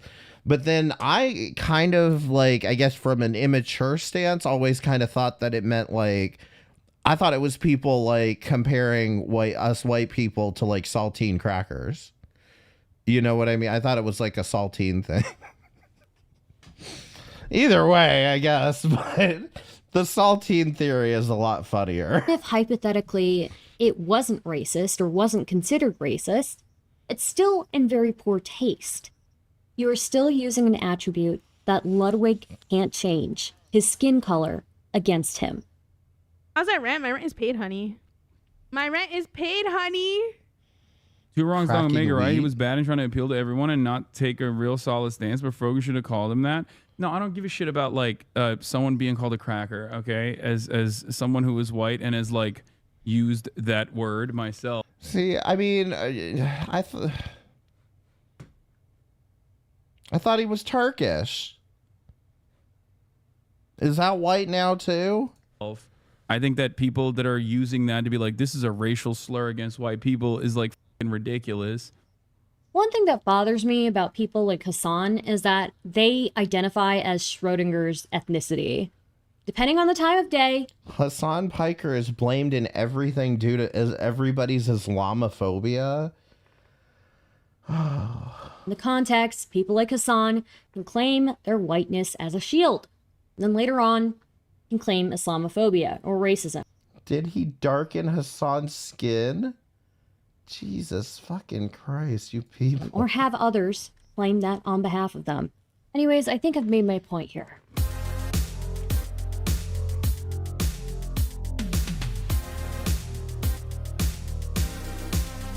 If everything I've shown you so far isn't enough to convince you that Frogan is an idiot and is incredibly dishonest, please take a look at the following. So are they going to eliminate themselves? Very cool Oh my joke, God. perpetuating a conspiracy theory that Israel attacked themselves on October 7th. Free him. Never mind. Why were you tweeting free him in the first place? I thought you guys might like this one. Fucking, it says free him about Daniel Larson because Daniel Larson made the hilarious joke to bomb the White House. And then somebody in the replies had to be like, no, he likes CP, keep him locked up. Like, this is the thing. It's like, why are you so quick to be like, oh my God, somebody threatened to bomb the White House? He's my new hero. Like, are you serious right now? The fuck's wrong with you? From one Muslim girl to another, maybe don't tweet stuff like this when you have pictures like this floating around. And okay, now this one, by the way, tweet stuff like this when you have pictures like this floating. Because a lot of people were confused by this one. She's holding like an assault rifle. It may or may not be a real gun, but she's holding a gun here because she's militant, inshallah.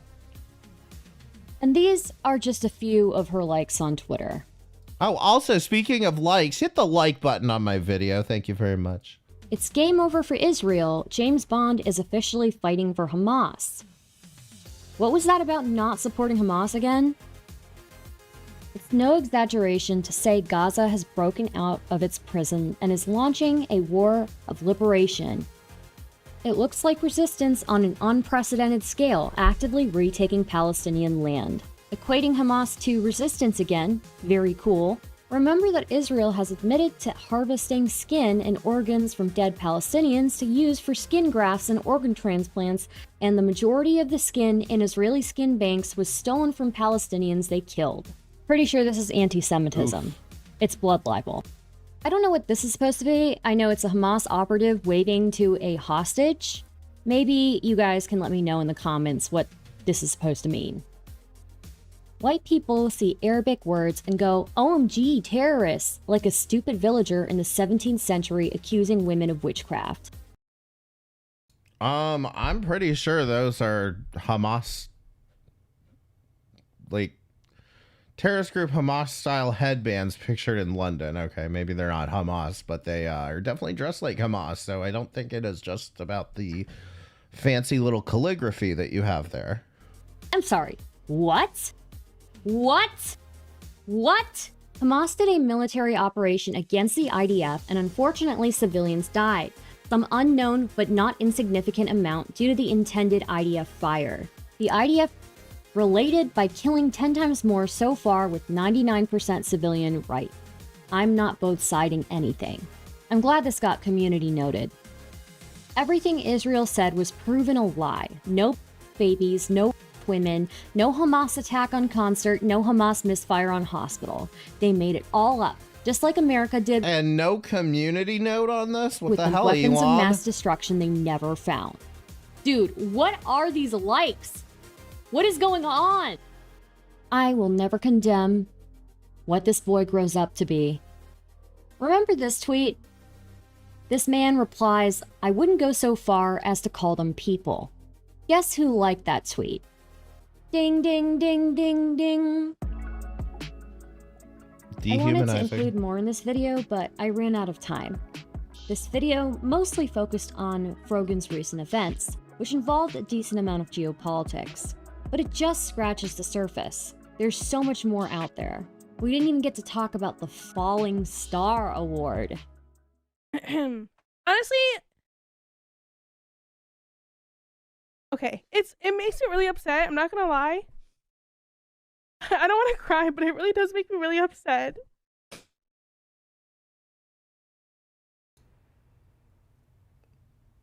Y'all want to talk about this one?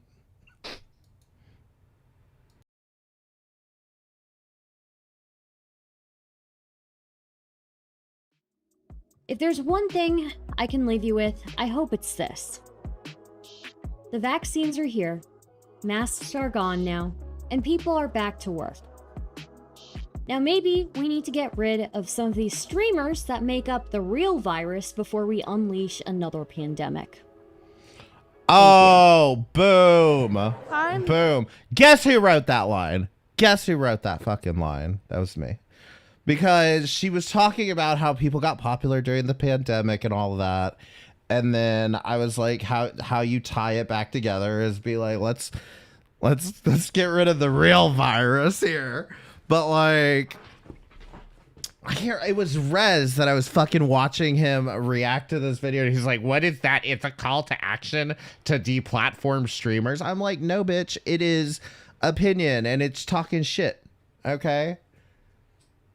We should get rid of these bullshit ass streamers. They're shitting up the fucking platform. It is a very mic drop moment.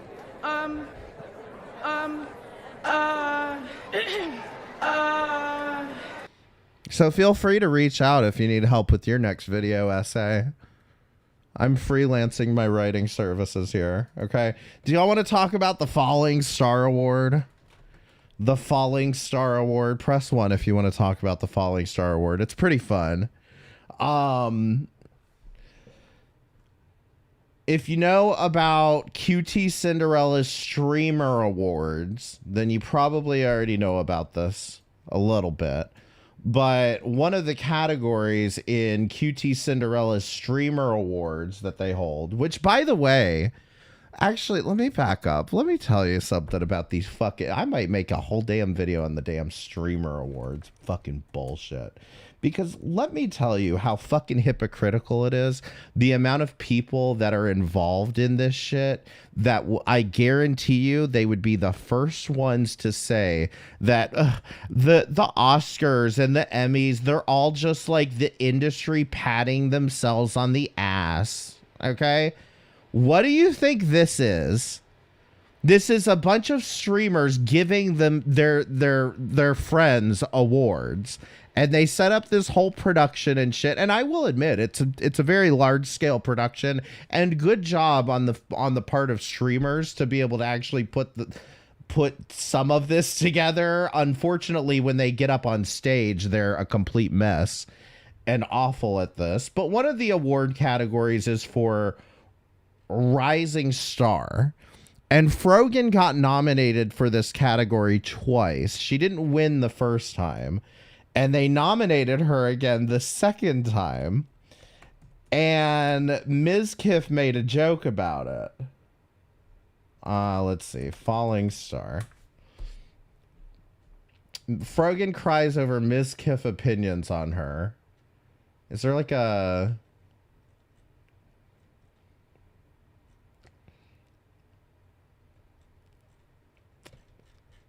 I think this will be the best copy of this. Yeah, this is the one I'm looking for. Hopefully, nobody hates me after these nominations that I make. Ms. Kiff, that is not the reason people hate you. Okay, we have a lot better reasons to hate you to hate you than just this.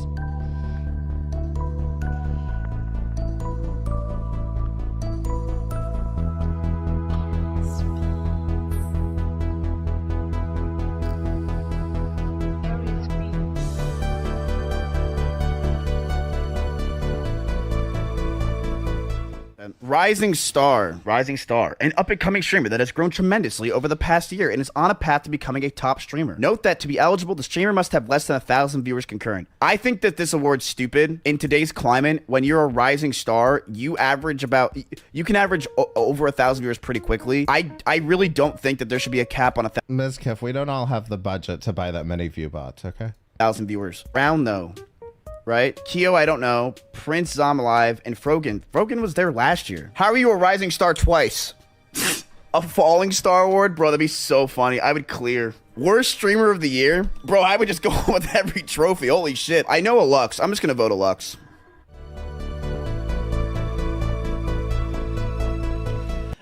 Listen, I will agree with him on this. Like, you don't want to be nominated for a Rising Star Award 2 years in a row because you're not very, like, if the qualification is you need to be under 1,000 viewers, then there's a reason you didn't win the first year, and that you're nominated the second year and you're still not over 1,000 viewers means that you're probably stagnating somewhere.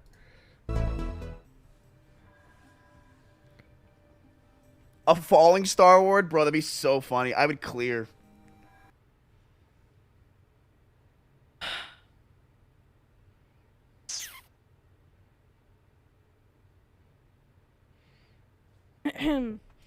Browse on him, match the frog girls. Listen, there's a running meme on Twitch that the two of them are twins because they actually look very much alike in the face. See, okay, it makes me really upset. I'm not gonna lie. I don't want to cry, but it really does make me really upset.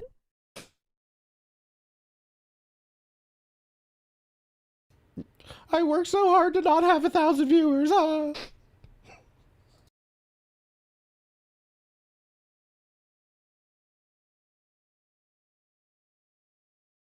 Listen, I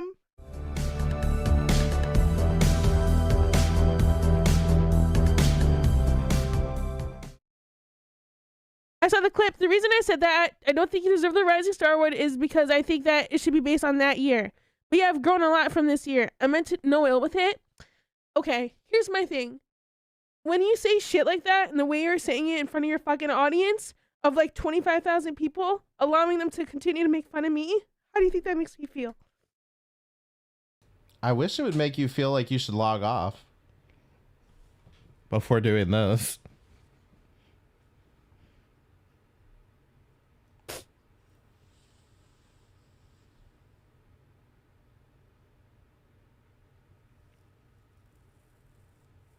It's all fun and games. You're getting all the Kick W's, Omega Lols, Frogan Falling Star. I didn't even know this was a fucking thing until somebody tweeted it to me. I mean, it just sucks because it's like, you know, it's not like it's like some small streamer shit talking me or whatever, or like somebody, well, it was stationary bike. It's like somebody with like a platform, a huge fucking platform, not only shitting on me, but making fun of me and opening his chat up to do so.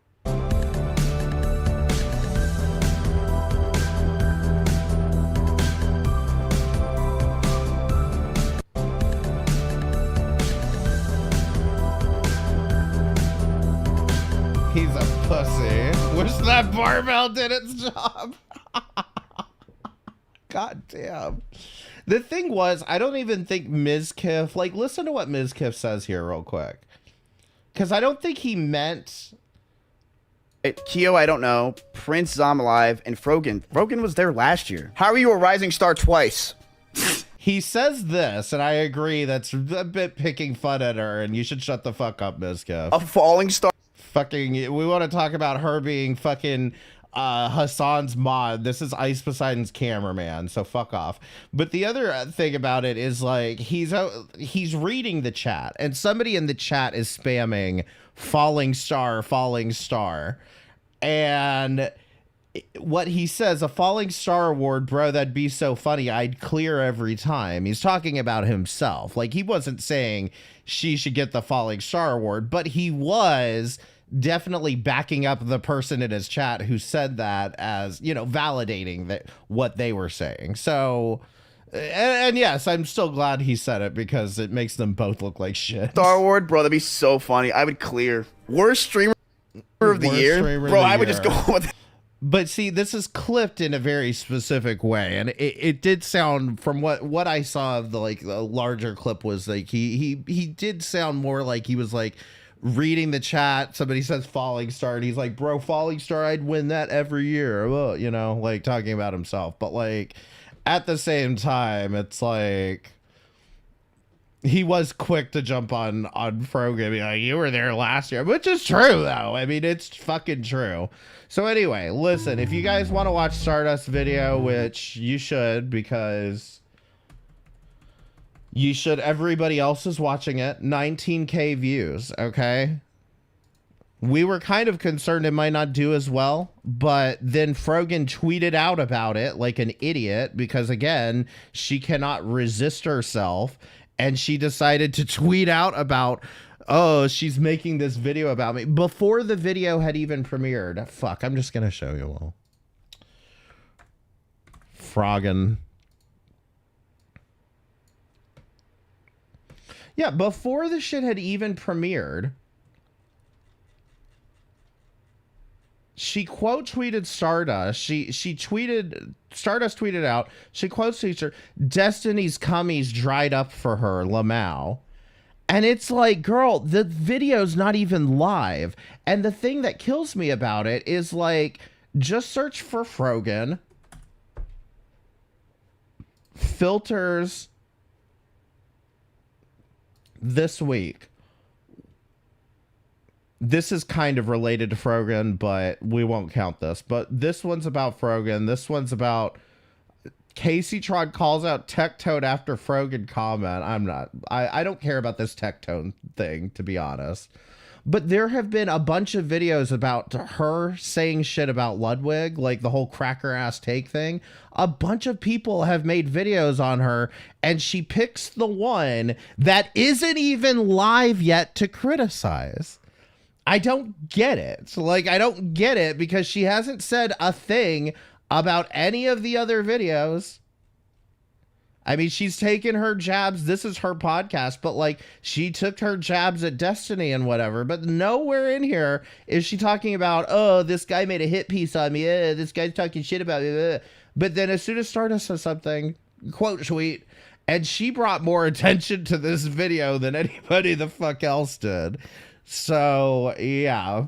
You've been up my ass for years now, Lamau. Since you started orbiting Destiny in 2021, you are not a nice person like you're trying to portray yourself, Lamau.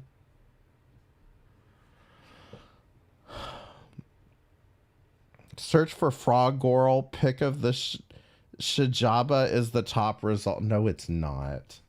What, on Google?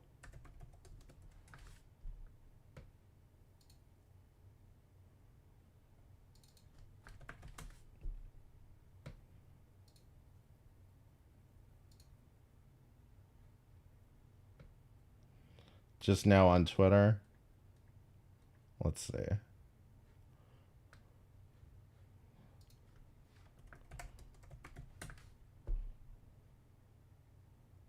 Oh my God. No more searching. No more searching. What is this? Ludwig is gone and he's never coming.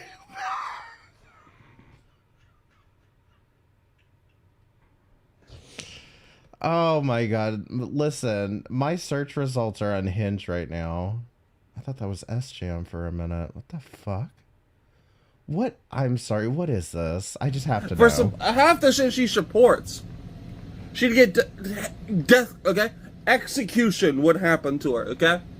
Go to Saudi Arabia and stand up for gays. Go do it.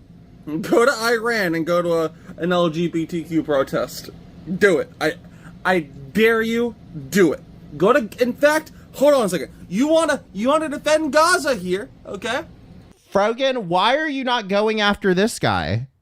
Is it because Stardust is an Indian woman? Is that why? Go start a Queers for Palestine protest in Gaza. Go do it. Go to West Bank. West Bank, go do that in West Bank. Notice she doesn't want to go after any of the white men. She just wants to go after the women. Tectone, what did he even say? I don't want to get into a damn rabbit hole. Why is this 8 minutes long? Did she really go on for 8 minutes? First up in the news, we have Casey Tron and Tectone. Now in a recent stream, Tectone gave his take on the Frogan drama, where Ludwig donated a 10k to the Palestinian charity, but we didn't promote it, and then Frogan called out Ludwig. So this is what ends up happening on Twitch, is you have one person says something about someone, and then everyone else reacts to the clip, so that it ends up being a reaction to a reaction to a reaction. It's real messy. She's blaming me for comments that she'll likely get from Tectone. Saying that Ludwig did a C-word take. Now if you guys missed the full coverage, the link is in the description. Here is Tectone sharing his thoughts on the drama. What is the point? Like, the only point of this is to farm outrage. Good God. Jabba the Hutt just causing issues for no reason. Oh, that's what it was. He called her Jabba the Hutt. Jesus Christ. Good God, fatty. Going on the internet causing problems rather than going to Total Gym. Get a grip, you disgusting piece of shit. After this clip hit Reddit, Casey Tron then tweeted out, can someone please explain? He must be a Zionist. Explain to me why men who look like this speak on any woman's appearance. The livestream failed thread that's 100% being brigaded by Destiny's cult and has countless users breaking the subreddit rule. You know, another thing that I feel like is not getting discussed much with Casey Tron is what her actual problem is with Destiny, and I think I know what it is, and I might just have to dive down that rabbit hole one day. In a tweet, Caseytron is sharing Tectone's take that we just watched, and after Caseytron posted this tweet, Tectone fired back sharing an image of Caseytron. What you guys thoughts on Tectone's take and Caseytron calling out Destiny, Tectone and Asmongold? Comment below. XQC thinks her son has become radicalized. They saw an opportunity. The videos are biased AF. Ask Hassan instead. Brother, don't be honest with you, dude. Don't be ask Hassan for a lot of shit. Brother, recently Hassan's thing have been radicalized, brother. Dude. This comes from the bottom of my heart, okay? Dude, I ain't mind Hassan. You guys know that 100%. But recently, like, just his takes are like fundamentally radicalized, and I think it's just, I don't know, dude. Like, I'm not even like trying to preach to the choir, like trying to make some, like, it's like destructive. Okay, it's insane. I can't with the XQC. Stop it. Miskiff learns a hard truth. Jake Hudson, thank you for the raid. I appreciate it. Everyone say hey to Jake Hudson. Doesn't take it well. You could hold me down and you could grab me for sure, but if it's just punching, you wouldn't even be able to land one.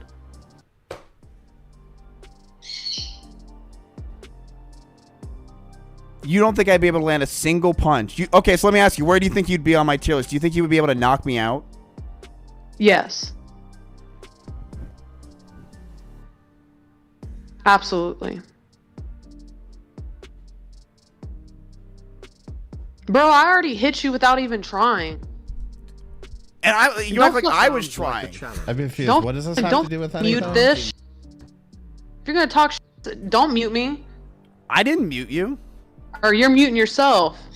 Hello? I'm talking right now. Hello? I'm not muted. I already hit you once, and that was me just around. Right. But, like, did that really hurt me? No. Like, I was fine. Oh, okay. Alright. Certified a survivor moment. That's it. Guys, we need to go back. Wait, are we on to something else now? Okay. This must just be like a bunch of different things. I'm confused. Where was the part where... Oh, it was just the tweets? Bitch, oh my god, what clickbait? Miskiff learns a hard truth. What clickbait? I thought that... First up in the news. Because he was showing this, that there was some video or some stream that she did. Whatever. Listen, do y'all want to talk about Tipster? Do we have another like fucking 2 hours out of you people to talk about Tipster? Because this video came up on my feed today. Tipster, commentary's most infamous liar, and it is an hour and 22 minutes long. He will say he's a former commentary channel. I don't know what, I really, that's fucking Diorio. They're all so fat. I don't know, like, exactly what is going on. I know that there's, like, more or less a small group of commentary YouTubers, and that Tipster was a part of it, and that they all kind of shut him out, like, I want to say recently, but probably like a year or two ago. But the thing is, like, when it comes to a lot of these things, I just stay out of it because it all seems like personal. It doesn't really seem like anybody's like going over the line or anything. It's just you have like, you know, Turkey Tom, like, for example, calling him fat a bunch or whatever. And like, for me, I don't feel like I know the backstory well enough, and I'm hoping that this video will give me some more back history, you know. And does Tipster deserve all of the shit that he gets? Because yeah, he's kind of loony now with the way that he's like sniffing up Keffel's ass. But like, at the same time, like, is this like a political thing? or like, did he do something? Did he do something that's going to make me say that he's as much of a cow as well, he's a cow. Okay, I'll give him that. But like, did he do something that would make me like inordinately mad enough to like actually go after him? Probably not that far, but I believe there's got to be something that I'm missing here. He used to claim he was a journalist at some point, and he was a commentary bro until he was being gross in DMs with girls in his Discord. And see, this is where I think it lies, is about him being weird on... I know he was being weird on Twitter. Like, for example, like, I have a lot of, like, female streamers that I follow and follow me back that I'm friends with just because, you know, newsflash, gay man, I just tend to get along with females. But the thing about it is, like, I would notice that he was always following, like Alicia, he was always following, or Stardust, he'd be following, you know, like pretty much any female that I was following. I was like, oh, okay, tipster. But like, you know, you don't want to jump to conclusions on that. But at the same time, like, do you know who Tiny Dancer is? No. You think she's brought up in this? The emotionally fat really gets ya. But yeah, like, we'll watch this and see what we find from this. But like, in general, like, I know he's annoying. That's what I know from watching him, because I was watching him for a short period, and then the drama started up and I wasn't really clear on what was going on, and I just kind of organically stopped watching him because it started to turn into a thing where like all he was talking about was like trans stuff and whatever. And it's not like, you know, I'm like anti-trans or anything. It's just like, it's hard for me. It's the topic that becomes hard for me to relate. And some of his takes were kind of dumb on this shit. His decline started with her, kinda. All right, let's watch this. Also, if you want to donate, click the link in the pin message.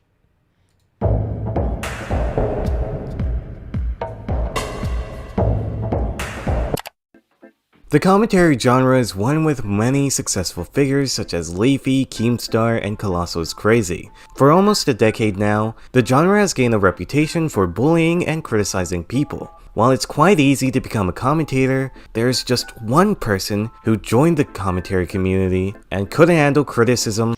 Is that why the name sounded familiar? Is Tiny Dancer somebody that goes around Girl World? I noticed Vidal was in Stardust chat the other day.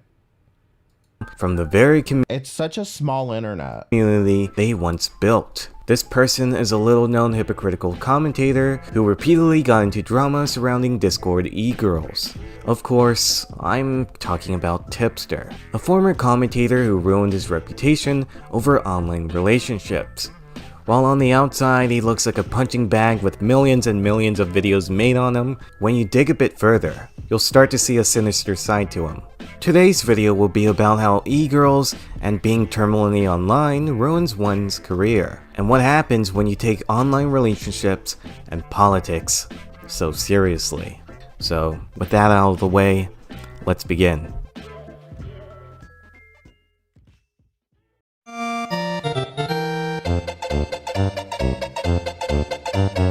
Okay, let's start at the very beginning.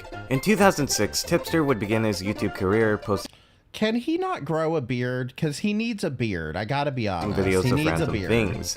I can't tell you exactly what, since there's no real archive of his channel then.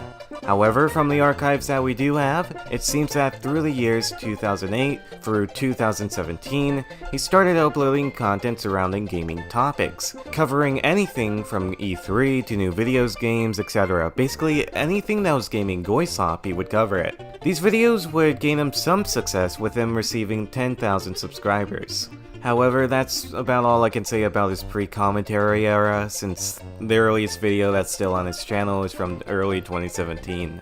Despite making gaming videos for about 10 years at this point, in 2019, Tipster transitioned his content from gaming news to commentary videos, as the genre was growing in popularity. I had to read that out loud. Mexican stash syndrome. popularity, with channels like Kavos and Drama Alert exploding in views covering internet drama. These videos would be kinda middle of the road, not gonna lie, but they would further— I want to say one other thing too, by the way. When you have somebody like Keemstar, for example, yelling about what a loser Tipster is and whatever, when it's Keemstar, I do kind of come back to like, am I really listening to your dumbass Keemstar? Like, I don't know that I want your take on anything.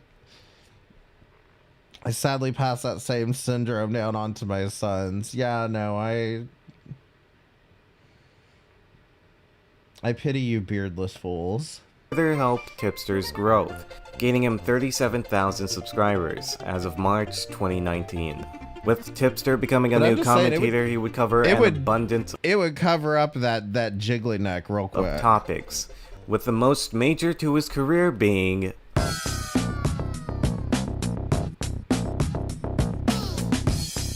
Is this horror? To keep this brief, in 2019, Susie Lou flagged down a gaming YouTuber for using a clip from her channel. She then spurred on Twitter and made a video saying that she was going to flag down anyone who covered this story, lying about the situation too. If you know anything about the commentary community, you probably know how this one ends. Commentators invite her on stream, where she eventually revealed that she flagged a bunch of people, and revealed that she was also a liar. So, how does Tipster play a role in this? Well, despite being a small commentator at the time, Tipster played a pivotal role in Susie Lou's demise, even though he quite literally didn't do anything. Let me explain. Tipster would upload a few videos about this situation, and a few days after Susie Lou's response, Tipster would cover this on livestream with a lawyer to determine whether or not if Susie Lou's flagging was correct or even lawful. The lawyer basically said that the gaming YouTuber used the clip in fair use because he changed the content of it. The stream was pretty alright, with Tipster making a few good parroted takes. Despite this, the stream was taken down for bullying and I'm sorry, Tipster got a lawyer to come on stream just to be like, yeah, like, come on. Like, was that a real lawyer? And even if it was, like, a real lawyer shouldn't be giving you legal advice over fucking a YouTube live stream. Like, especially if, like, the lawyer hadn't seen it. The lawyer would have had to already see the content to make a judgment on that. Harassment, even though there was virtually no bullying in the stream. But last year, she flagged down an interview I did with a lawyer. An interview with a lawyer is harassment. Explain how that makes sense to anyone. How me conducting an interview with a lawyer is harassment. It makes no sense. Seeing this, the commentary community would come in and support Tipster. On an Augie RFC stream with Keemstar, Nicholas Iorio, and Boblax, they would talk about Tipster's livestream being taken down, with him even joining in to give his side. They all came to the conclusion that Susie flagged him because he made videos on her. It was only a working theory though, because they couldn't even confirm this. Later in the stream, however, Susie Lou and her boyfriend would come on, and the commentators wanted to see her flag history, but she repeatedly refused. She eventually gave in, and little to say their suspicions were right. No. You gotta see video. We can't see that. We need the screen share. We need the screen share. Whoa! Hold on. Lots of GG reloaded though. Look on the right-hand side. You can scroll down. This is not a good look, Susie. Wait a minute! It's all the stuff talking about the story. Wait a minute! Yeah, wait a minute! Susie, no! Oof. I mean, she more than likely just searched for her name and started, like, just taking down anything that had her name or face in it, which, I don't know, man. It's over. It's all over from here. Even if they don't show it, like, I'm convinced that I'm somewhere on that Game list over. where Like, people act like a lot of, like, here's the thing. Jack fucking Scalfati fucking ruined my chance at getting monetized after that last video that I put out because he had to take one of my fucking streams down, but that's not important. My point is that, like, a lot of these people, I feel like they act like these copyright claims are like you just murdered a small child. Like, I feel like a lot of the times, like, people take this way out of hand, like, where they're just like, oh, fuck, like, Like, you're going to jail, you dirty copyright striker. I hope one of you guys takes this and makes a video on it and gets 1 million views. This is game over right They here. lied to us. They lied to us, bro. King God. It's game over. I'm so glad I was here for this. I'm so glad I was here for this. This video is kind of loud. Susie Liu was proven to be a malicious flagger and liar, trying to get rid of videos that were critical of her. Liar! Although not doing much, Tipster was the major piece in the puzzle to reveal this. His stream getting taken down was enough information to take Susie Liu down.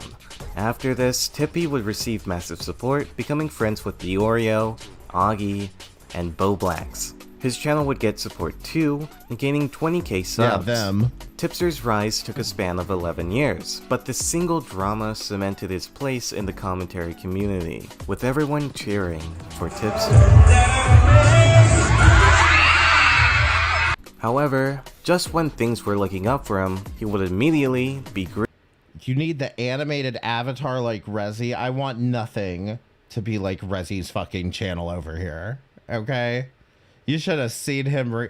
I got so damn frustrated watching him react to that to Stardust video. I swear, I thought I was gonna, like, I had to stop myself. I was like, I said one thing and then I was like, you know what? Just don't react to his reaction because you're just gonna get pissed off trying to argue with that idiot. She was actively striking people who talked about her and the crap she got into for streaming specific anime from the Japanese company. Who, Susie Liu?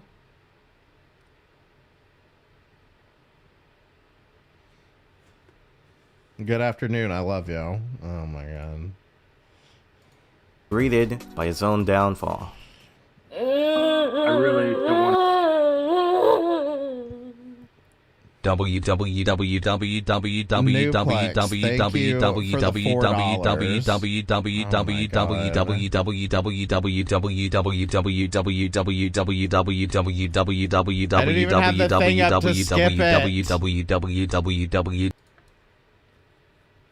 Oh, okay. Thank you for the $4. Appreciate it. to record this video, but I know that I have to. This is my final video, and this is the end of my life. For those who don't know, Apollo Legend was a What? controversial YouTuber in the speedrunning community. After making videos calling Dark Viper a scumbag and a bad speedrunner, he received many hate comments. Wait, what? What? Why? Hold on, just a second. Hold on. Did this guy kill himself? Like, I don't know if I should have just not said that, but like, did this guy do himself in? Because like, I hear all the time about like Dark Viper and him like complaining about reactions and then writing these like fucking 20-page novels, and like everybody makes fun of him for that. But I feel like this is something that I did not know about Dark Viper. Did he effectively make someone oof himself? Oof. And dislikes, with even his own audience turning against him. This affected his psyche, and on December 30th, 2020, he uploaded his final video. After years of dealing with mental Like, I feel like we're gonna gloss over the whole Dark Viper made someone not want to be around anymore. Like, illness, he decided to commit suicide. His troubled past alongside his Oh my controversy had God. affected him so much that he decided that was it. This came as a shock to many in the commentary crowd, as it was sudden, and one of the first people to even cover this story was Tipster. Minutes after the video was uploaded, Tipster put out a tweet saying that Apollo Legend was dead, tagging a bunch of creators under that tweet. While many would take this tweet as news, Tipster would get a lot of heat from Keemstar for reporting on his death so soon. You may be wondering why. Wait. Isn't it normal for people to report on others' deaths? exactly. What? What the fuck? Why? Is Keemstar just jealous that he didn't get to say it first? Like, what the fuck? While you would be right, it's about context. In the description of Apollo's Thank you to Dark Viper and Easy Escape for giving me the final push that I need. I feel like we're glossing over this so badly. There has to be like a video of somebody saying something about this. Is insane. This is insane because I've never heard about this. And we're over here being like, well, Tipster tweeted about it too. Oh my God. I just feel like YouTubers just have their priorities all over the fucking place these days. Final video, you would think his friends were being nice to him. Two of these friends being Keemstar and Tipster. Being one of Apollo's friends, Keemstar criticized Tipster for reporting on his unconfirmed death, instead of calling him to check if he was even still alive. I don't want to hear the excuses. Apollo puts out a letter, and your brain doesn't think, I should probably try to get a hold of Apollo, I should try to get a hold of his friends, I should call the police. Your brain doesn't go there. You know what you do? You start making community posts. Apollo is dead. Rest. Because you want to break the story. Because you want clout. Because you want fucking attention. And then... Oh my God, Keemstar, what the hell is wrong with you? What is honestly wrong with you? Because like, why are you so mad about this? Like, because the only possibility I can come up with why you're so mad about this is because you didn't get to say it first. And as far as like calling him whatever, do you know that they were that good of friends that they had each other's numbers and shit? Like, maybe he did call. Like, what the fuck? And I'm on Twitter when I find out, and I'm just trying to like get a hold of everyone to try to get in contact with him, and I'm getting spammed with, it's too late, Tipster already reported he's dead. There it is. There it is, Keemstar. Oh, too late. Tip's already reported on it. Like, this is what it is. You're mad over this stupid tweet, and you're having another cow fit. Get help, Keemstar. Jesus fucking Christ. Keemstar's like in his 50s now, bro. Go care about your kid or something instead of being upset over this, Lamau. I mean, what the fuck? This is the weirdest hill to die on. It's too late. It's too late. And everyone's spamming, it's too late. It's too late. Yep, that's exactly what it is. That's exactly what it was. You're mad because, oh God, you fucking If it is idiot. too late now. What if those crucial moments where you're breaking the story that he passed away, there was an opportunity in there to somehow get a hold of him? Maybe he was still on the bridge when you're tweeting about it. Tipster, did you ever think about that? Fuck you. While I don't agree with Keemstar calling him a clout goblin at this time, I do agree with his position. At the time of the video's release, it was unconfirmed whether or not this guy was even dead. It was just a suicide note. Tipster claiming he died. Alright, fine. I'll give you just that position alone, that maybe he should have called first, but if he had the number. I don't know that he had the number. This isn't being established here, I don't think. But if he had the number, maybe he should have called first. But again, don't sit here and act like Keemstar's not mad about the fucking tweets. He's mad that people are saying, Tipster, you covered it, man.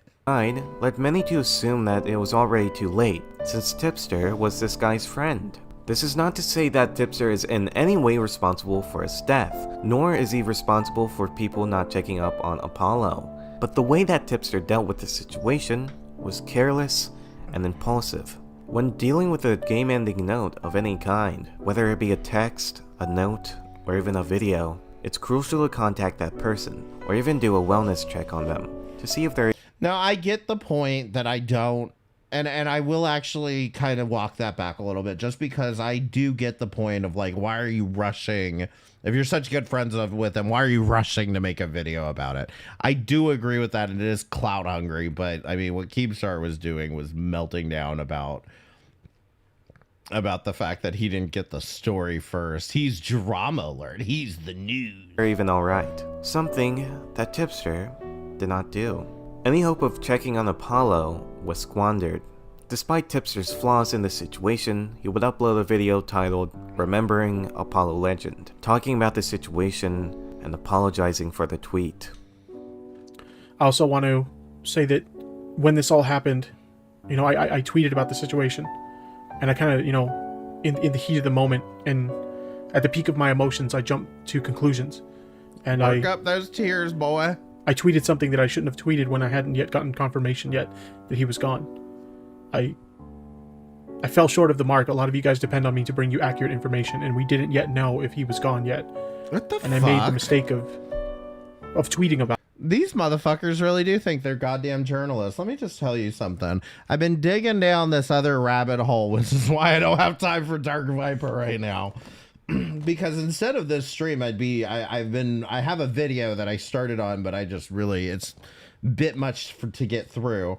But it has to do with Gypsy Rose Blanchard, and the thing about it is, like, I stumbled down this whole rabbit hole with her, and like this whole crazy shit going on around Gypsy Rose Blanchard.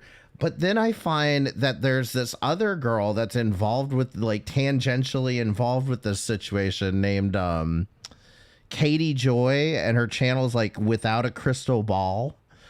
And I heard that she's fake journalist too. Like, she thinks her fucking commentary channel is journalism too, and apparently gets sued all the time for slander. So it's like, these people are insane. Gypsy Rose, the possum. Stop. You already know what my take's going to be on Gypsy Rose, okay? It's like, y'all need to back the fuck up. Because that girl has been through enough. 20 years... I'm sorry, 10 years of actual prison, and then 20 years of being imprisoned by her mother. Like, I get why that girl's acting out. You want the tea on Katie Joy? If it's about Gypsy Rose, maybe. Like, okay, so I'll just tell you right now, it's about Fancy, because she's the real Looney Tune in that story. And I have a feel, it is my theory that all of the negativity that's driven around about Gypsy Rose comes from Fancy. Oh, Fancy, yeah. I had a feeling you might know who Fancy was. I don't know these terms like slay or mother. Oh my god. I love that video, because I follow Allison Burke on Twitter, and she posted that, and I was like, oh god, that's gonna get everybody riled up. But it was like, it was a funny joke. I mean, about that before we knew for sure. And I'm sorry for that. I should not have done that. You guys depend on me to deliver accurate information to you guys, and I didn't do that this time, and I'm sorry. During and after this drama, Tipster didn't receive any backlash, as the community protected him when all this happened. Despite Tipster's actions, I think the way he responded was very professional, taking accountability for his actions. So why is this the start of his downfall? Well, it's because the situation plays a pivotal role in every drama that follows after. The mishandling of the story was the seed to his downfall. Not trying to play internet therapist here, but after the Apollo situation, it was very noticeable that Tipster took online relationships more seriously, and he began to build parasocial relationships with his fans from the Your Boy Tippy Discord server, particularly ones of the opposite sex. That's right, the e-girl saga didn't just happen randomly like people would like you to believe. It was because of Tipster's one slip-up. So this begs the question, how seriously did Tipster take these relationships? Well, let's see. Uh-oh.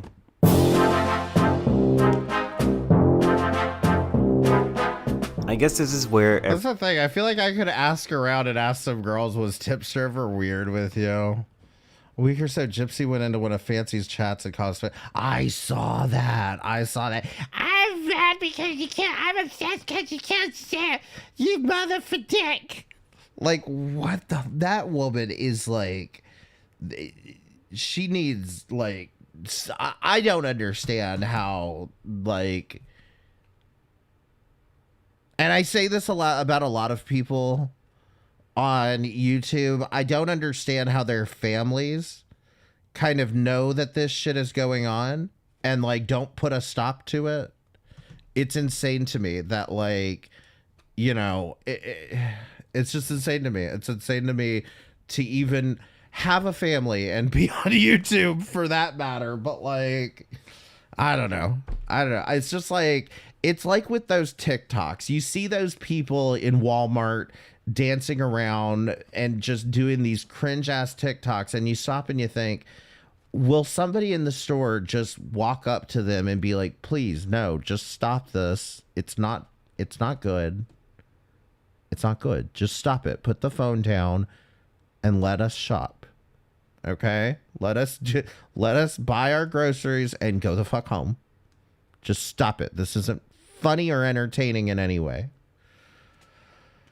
I don't understand the obsession and hate for others that women like that have and cultivate for so long. Yeah, that's the other thing is like she's been doing she has made a career out of that shit. It's crazy, like fancy, crazy. I thought Pretty Little Lies was crazy. That bitch, oh shit. Every tipster video begins. We finally gotten into the meat and potatoes of the story, the e-girl saga. A saga that spans through the years 2019 all the way down through 2023. In these years, Tipster interacted with his fans, mainly the ones who were female. These interactions would be anything from slight flirting or straight up asking girls if they wanted the jiggly jiggly. There was no middle ground in this. You either got harassed online by Tipster, or you're just an undesirable. Oh my god, Jesus Cow, thank you for the $100. I really appreciate it. Thank you so much. Can we get some heart spam in the chat for Jesus Cow? I don't feel bad about buying pee videos from girls on Twitter. Okay, well, thank you. There's no middle ground, okay? He either wants you or he doesn't. I'm going to read some of these tweets so you get a general idea of what I mean. And since that's what everyone does with every tipster video, so unoriginal, I know. You're not an e-girl, you're an e, and you're my e, not at Omegons. Oops, you liked my tweet again. Guess we have to do it again. You dirty lol. Oh okay, this one is from one Twitter user saying, "Thank God I'm a lesbian. Good luck, ladies." Tipster replies with, "Why do all the hot ones not like it?" Oh no! Bobby Nick, thank you for subscribing. I appreciate it. Okay, so like, here's the other thing. Is like, why is he posting these publicly? Like, I understand if you got in her DMs. Why is he posting this shit publicly where he's like, you're my little e-whore? Good luck, ladies. Tipster replies with, "Why do all the hot ones not like dick?" Hashtag feels bad, man. I have no knowledge of any of this. This one is of Tipster replying to a Facebook prompt. What can you say during but also at a family dinner? Sweet. Sal, do you think his wife is fake? I feel like she's been proven to be real, isn't she? It's so sweet and juicy. This isn't that bad. And juicy. Drooling emoji. That's AIDS. W Rizzo, for real. It's cringe. Keep in mind while tweeting this, he was married and was nearing his 40s. There were tweets of him showing off his Riz daily. So you know, everyone in the community clowned on him for it. Hold on, what was this is 1 hour. Riz daily. So you know, everyone in the community clowned on him for it. There would be multiple are they separated accounts that went like on fully with this now? bit, and posted crust Tipster would say. Some examples of this would be banished Germo and Would I block an e-girl for reminding me I have a wife? Like, there's something to this where it feels like he's like trying to flex, like, I get all these women, but then he does it in this really cringe way, and it's like, oh Lord, what exactly, what is the joke here? I think he's generally older than most of commentary. The tipstering was hilarious. All the tipster accounts, what? Crust Tipster would say. Some examples of this would be banished Germo and banished Tomo. It got to the point where you couldn't even tell which account was actually Tipster. It was all equally as crusty. After a while, in 2020... Wait, I'm confused. He was using like different Twitter accounts? Tipster. It was all equally as crusty. Wait a minute. Is this Instagram or something? I'm so confused now. Where was he posting these? Examples of this would be Banished Germo. Banished Germo. Now, I gotta be honest, why does this look like it was all formed from AI? Like, you see all the graphical glitches in the screenshot? Like, why does it look like AI made this? Y'all don't know how to inspect Element? And Banished Tomo. It got to the point where you couldn't even tell which account was actually Tipster. It was all equally as That's a TikTok account, Banished Journal. Okay. crusty. After a while, in 2022, Tipster would claim that these tweets were only jokes. But as we'll soon see, his relationships with e-girls weren't just memes. It's time to go down the degeneracy rabbit hole. Makes it look fake even though those tweets and account are real. Oh boy. AP over 9K. Where do I even begin?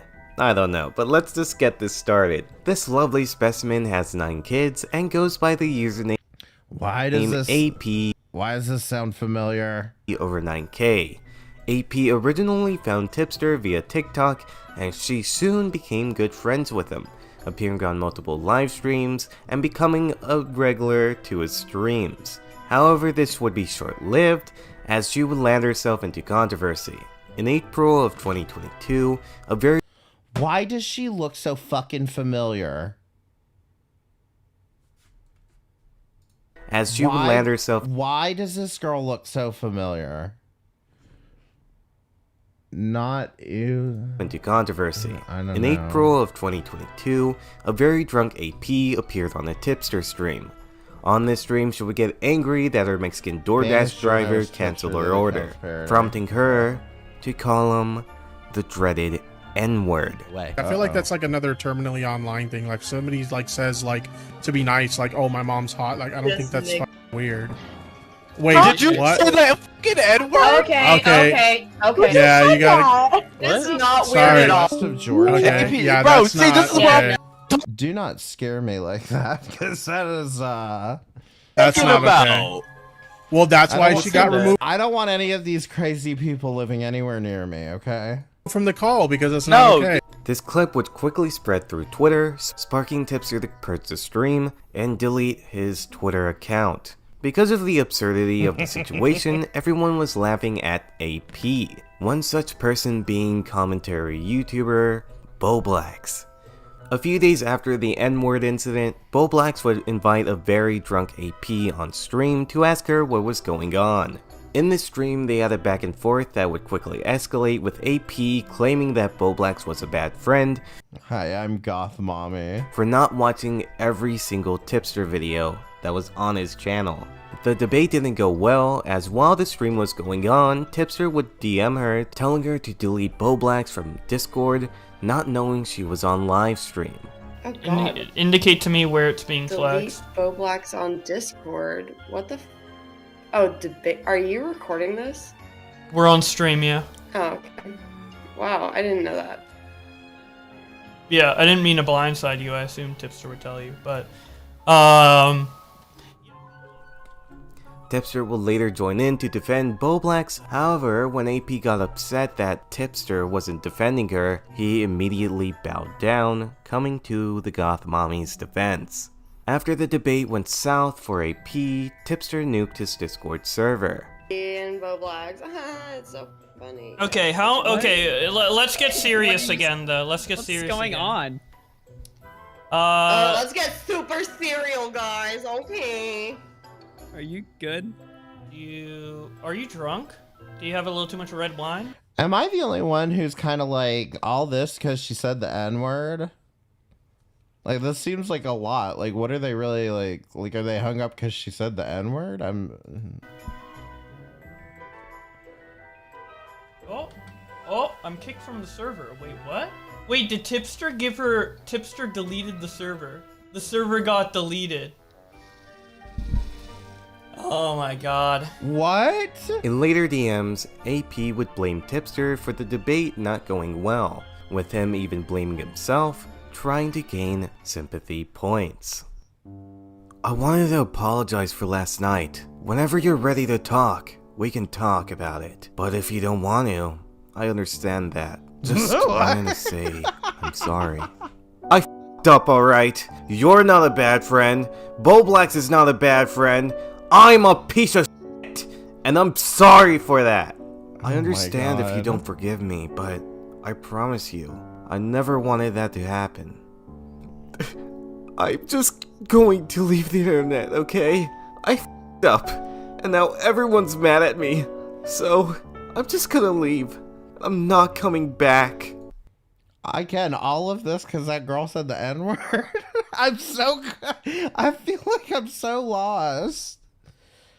He was trying to get those bitches so hard. Yeah, jeez, A few days later, Tipster would make his return online, reactivating his Twitter account.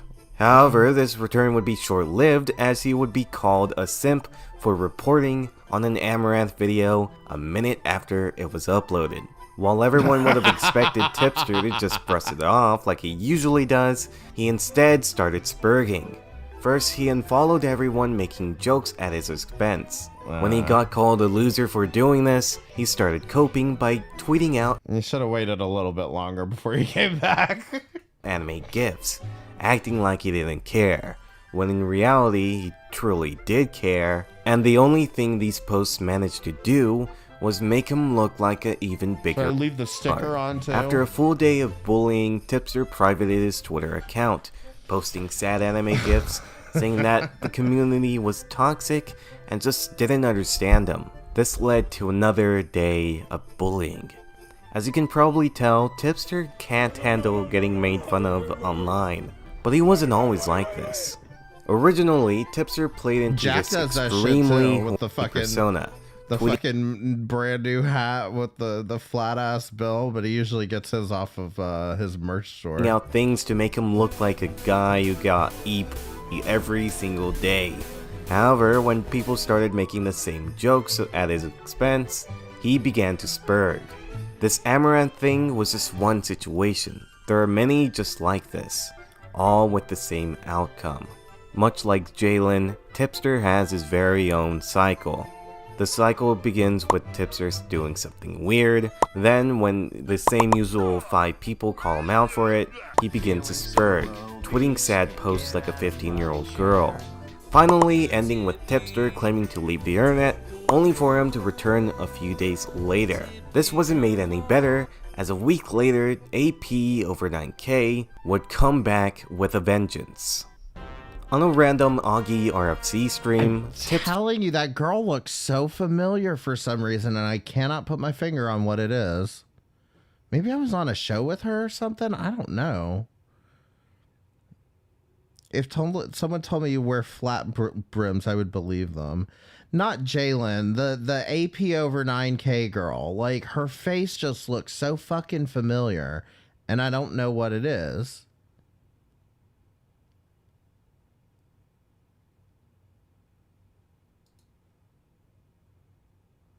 She's been around. That's all I can think is maybe I was on one of those claw shows with her, but like she just looks so fucking familiar. There's something about those.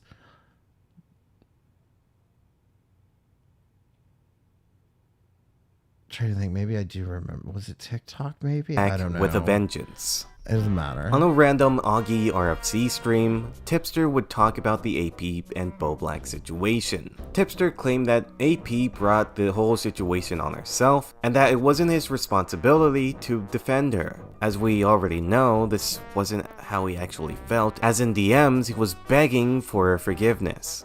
Unfortunately for Tippy, she would leak all his DMs on Twitter, releasing a tweet clarifying why.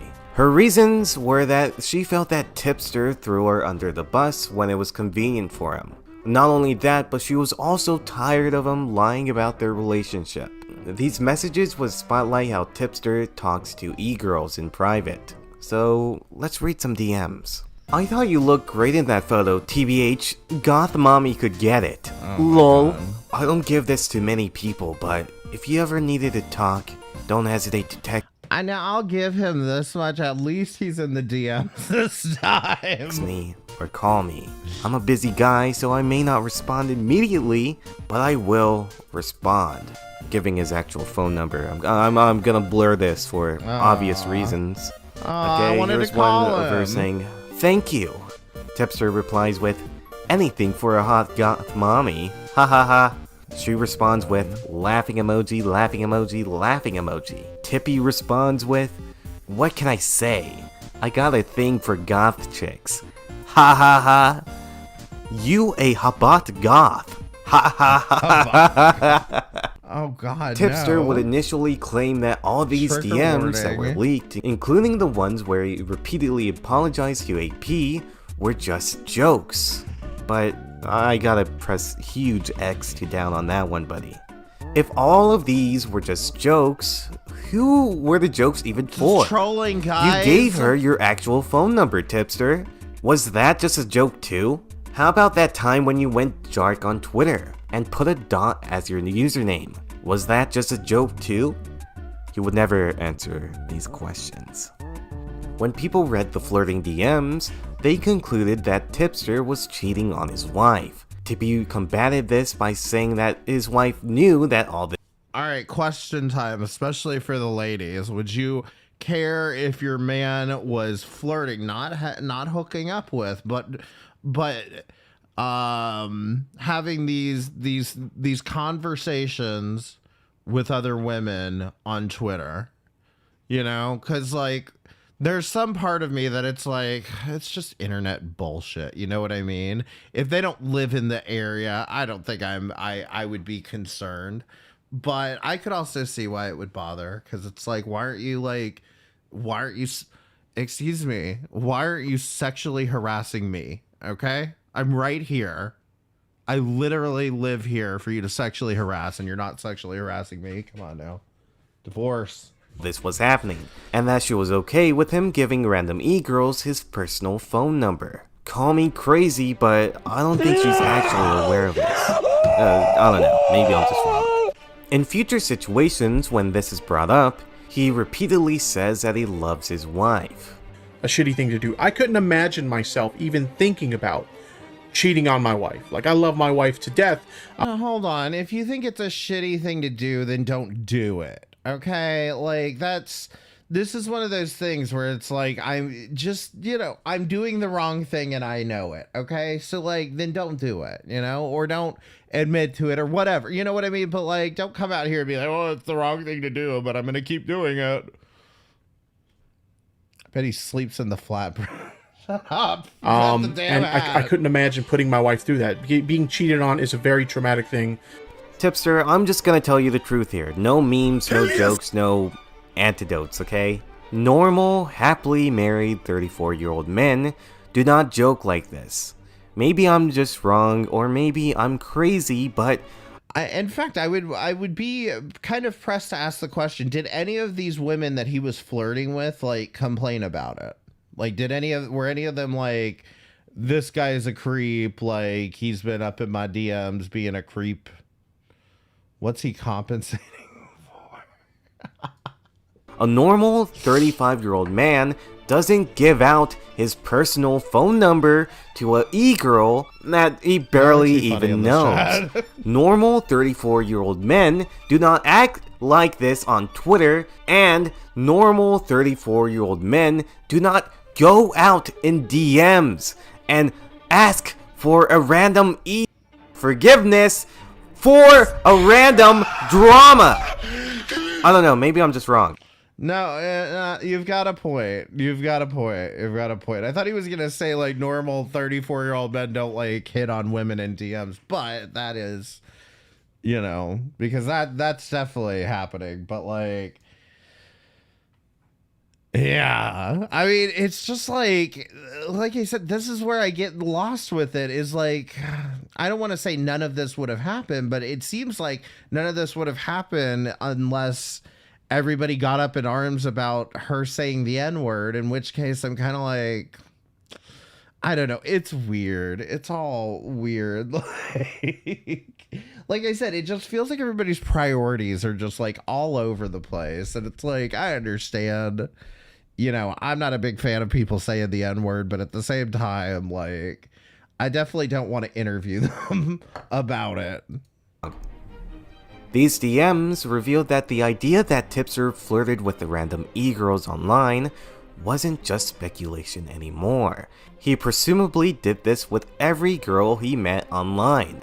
In any case, this just makes me wonder, who actually wants Tipster's tip? And why do they want the jiggly jiggly? These DMs also reveal how he truly felt about the commentary community. As you could probably already tell, or even know, Tippy feels like the community just didn't understand him, because he was repeatedly bullied. One thing that we didn't discuss was his want to leave the community. In DMs, it would seem that despite participating in the commentary community as a whole, having friends who did the same thing, he thought the community was toxic and evil. Keep in mind, when he's talking about the community, he really means the same three Spurgs on Twitter. These leaks would further ruin his reputation, with many seeing him as a joke, while leaving some seeing him as a huge snake. Despite being the sole reason Tipster is now seen as a simp, AP and Tipster would apologize to one another, rekindling their friendship, appearing on podcasts saying that the whole situation was just funny in the end, and that they resolved things. However, this reconnection was swiftly ended after Tipster disavowed AP for telling her kid to call a local commentary Spurg the dreaded N-word. I need you to say one thing. Say Spondyle is a... Do it. No. Girl, Do it. what? No. Spondyle is a... No. Have your phone back if you say Spondyle is a... No, you didn't. Wait, say it in here. Right here. Spondyle is a... That's what I thought. Yeah, call CPS. That's funny, because a lot of people have tried, but it doesn't work, does it? This whole e-girl situation proved... I mean, I know CPS wouldn't do anything about that, but it still kind of makes you a gross-ass fucking bitch. And who is... Did she... Spondyle? I know David Sponheim. That over time, Tipster began to spurg and cope about everyone being mean to him. At first he defended himself, but after a while, he bent his knee to a schizo e-girl who was willing to break his trust. From there, he started to blame himself for things, saying that he was a bad person. And when everyone made fun of him, he acted like a 15-year-old autistic kid, getting bullied. While you may feel bad for him, you gotta remember, he is nearing 40 and is actively putting himself in these situations, trusting a girl he knew for 6 months with personal problems. He chose not to give AP any pushback or even blocking her. Instead, he chose to bow down to her and not defend his friends in private.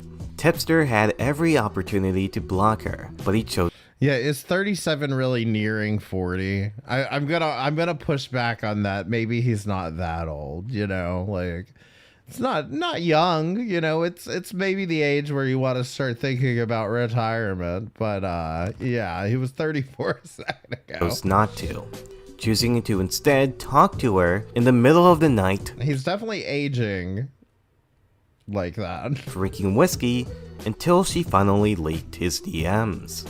Tipster knew about her schizo behavior, but still put himself in this situation. With his career slowly crumbling more and more, people would come out about Tipster's degeneracy. It would turn out Tipster has a past of following e-girls in the hopes of them following him back. In some cases, when they didn't follow Tipster, he unfollowed them, then blocked them, then unblocked them, then followed them again, repeating the cycle over and over again until they finally followed him. One such example would be when he tried this tactic with Paige the Panda for some reason. Shit, does that With work? everything covered, you probably see him. Does that work if I just follow people and then if they don't follow me back, just unfollow and follow them again? I should try that sometime. As a bit creepy or possibly a victim, but not really a bad guy. He's just like severely at this point, right? I would have said that Tipster was just a lovable oaf who did things with good intentions. However, this next case would expose Tipster for being an actual scumbag.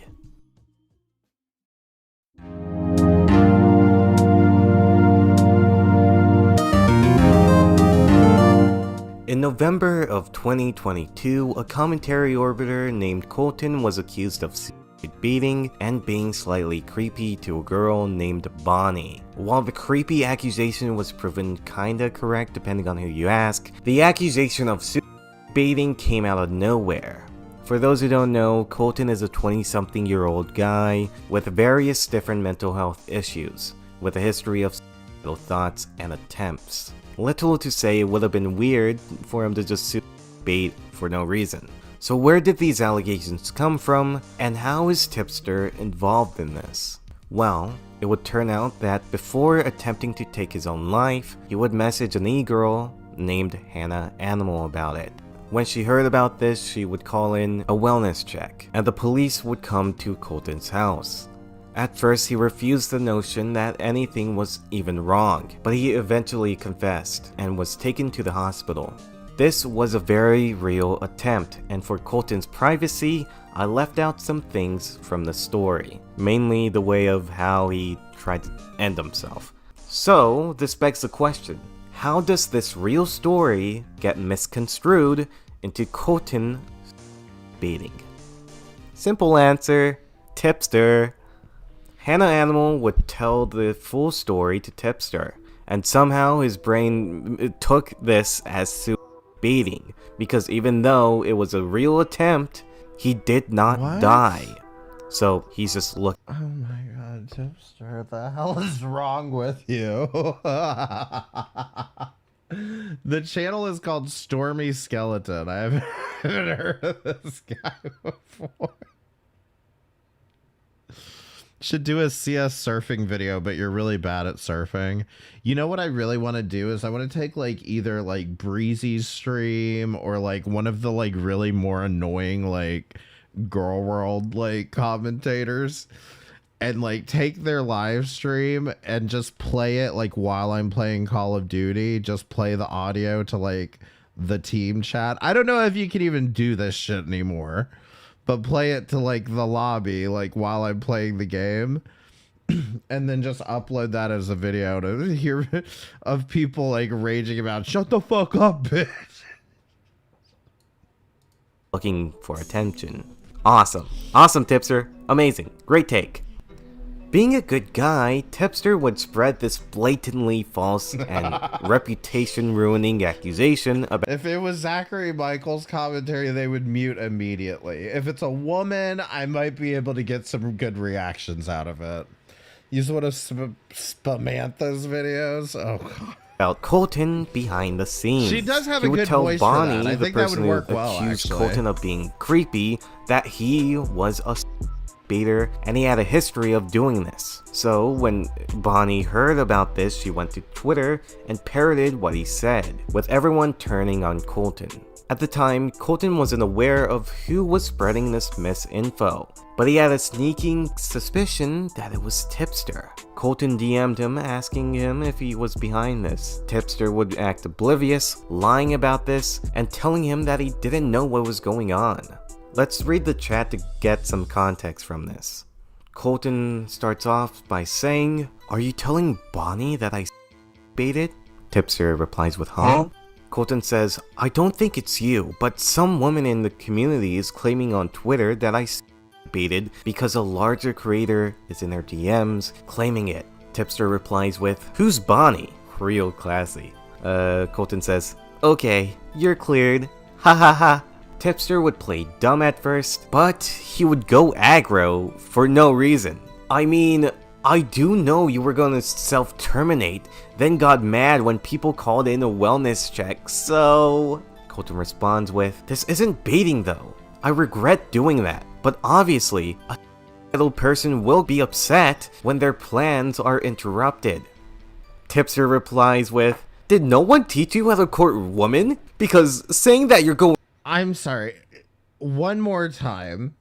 This guy was in the hospital, right? For a suicide attempt. Press 1 if that is accurate. Because here's the thing I think that bothers me the most about this is like I know my response would be, I'm not going to DM with this person. I'm not going to try to interview them or get into it at all. Like, dare I say, I don't want this to sound glorifying, but like, it's kind of a private, personal matter when that happens, no matter how much attention seeking the person's going through. But it's like, I would not even get into these DMs. And this is like the problem is like, you're doing too much here, Tipster. Like, why the fuck are you trying to argue down somebody who just tried to off themselves? Are you trying to make it happen again? I mean, what the hell is wrong with you?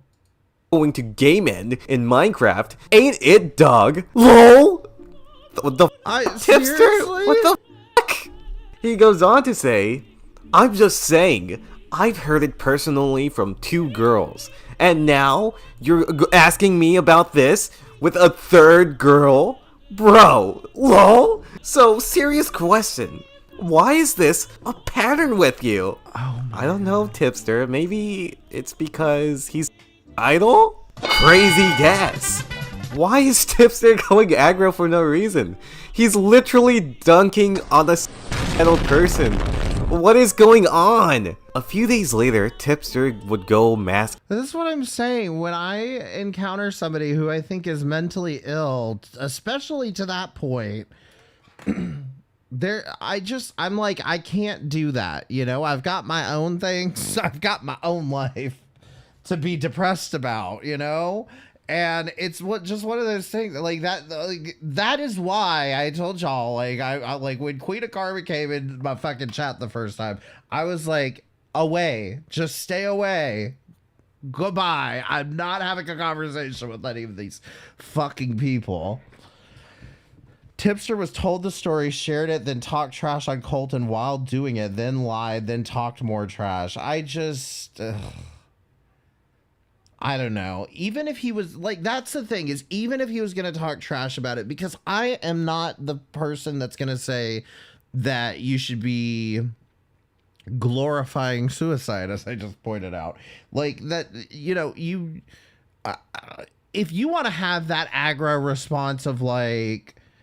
you know, you're being selfish, whatever, I can empathize with that position. I got no problems with that. But like when you're actively engaging with somebody like that, you're sending the wrong fucking message. You're giving them more of a reason to do that instead of ignoring them and them realizing that, you know, if I want to keep anybody in my life, maybe I shouldn't be doing this, you know? And then Tipster got bullied for being a dick. I'm well, good, you know. Honestly, after Colton finally found out he was behind this, Colton replies with an image of Tipster confessing, saying, "You did this?" Tipster replies with, "I understand if you're upset with me, and that's valid, but I wasn't going to let you do that to another one of my friends. You had already done it to 2 of my friends before, and I did not want it." What does it even mean? What is it? Your friends? Tipster, get off the goddamn internet. To happen Fuck. again. Colton replies with, "As long as you know, you completely raped your credibility by gaslighting me." Tipster replies with, "You're just pissed cause I was right about what I told her, and now everyone knows you have a pattern of doing this. You're not a kid anymore. Now grow some balls and own up to your shit. I'm not here to baby you. I'm here to give it to you real."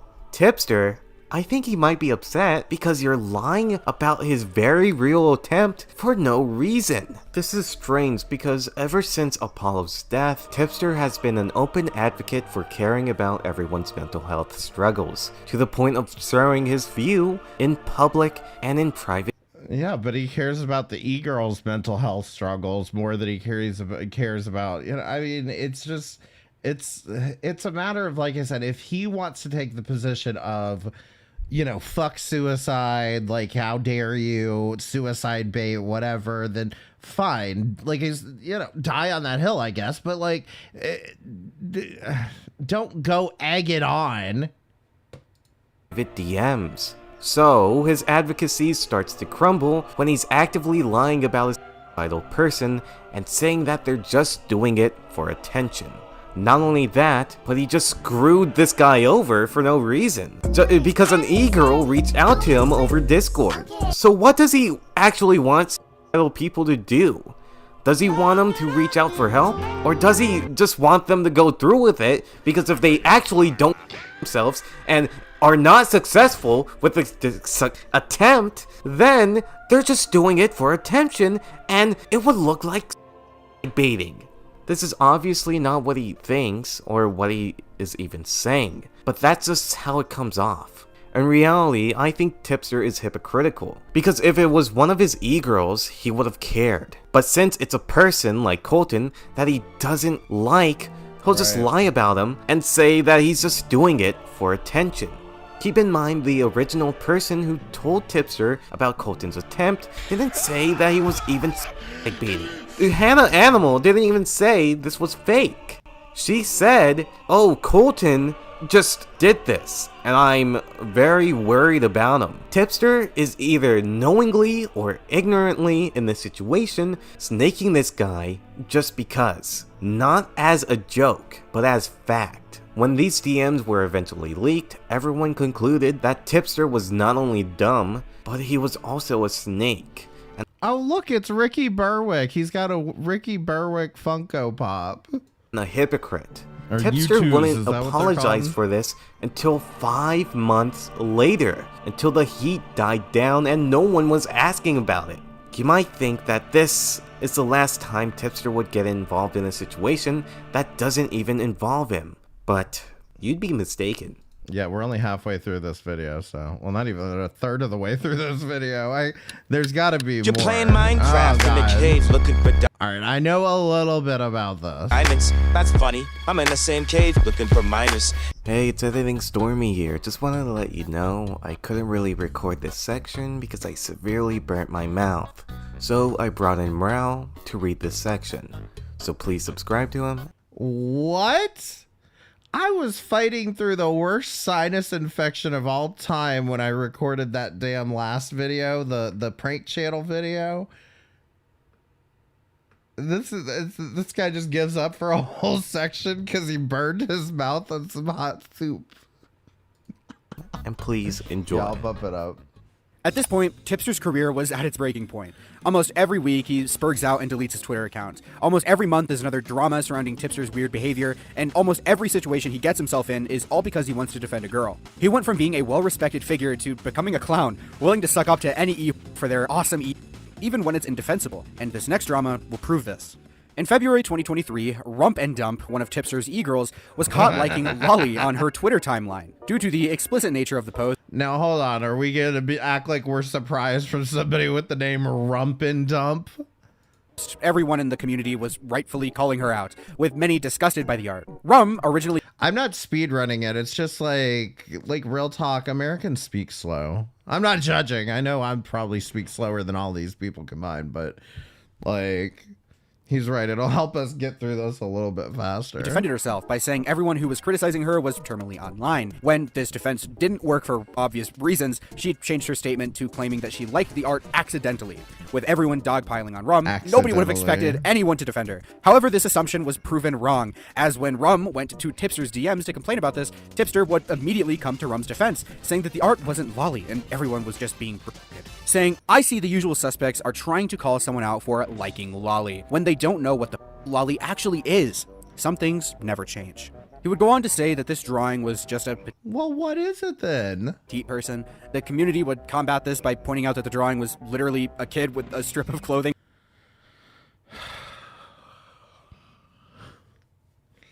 Can we just establish a baseline that if you are masturbating to animations, that maybe it might be worth mentioning that in a therapy session? Like, can we just establish that baseline of just like animated in general, you shouldn't be jerking off to it? I understand, you know, some people can make some pretty attractive animated characters, but yeah, I don't jerk off to it.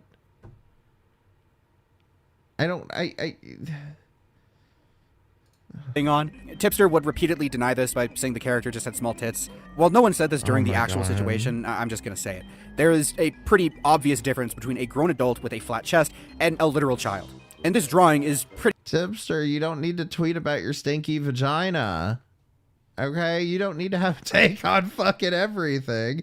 Especially not this. And it's like, I went and looked at it. Oh, fucking congratulations. The fuck's wrong with you? Pretty obviously of a kid. Why are you defending this? This situation would get to a point where even Mr. Girl, the person whose whole identity is being weighed in on it.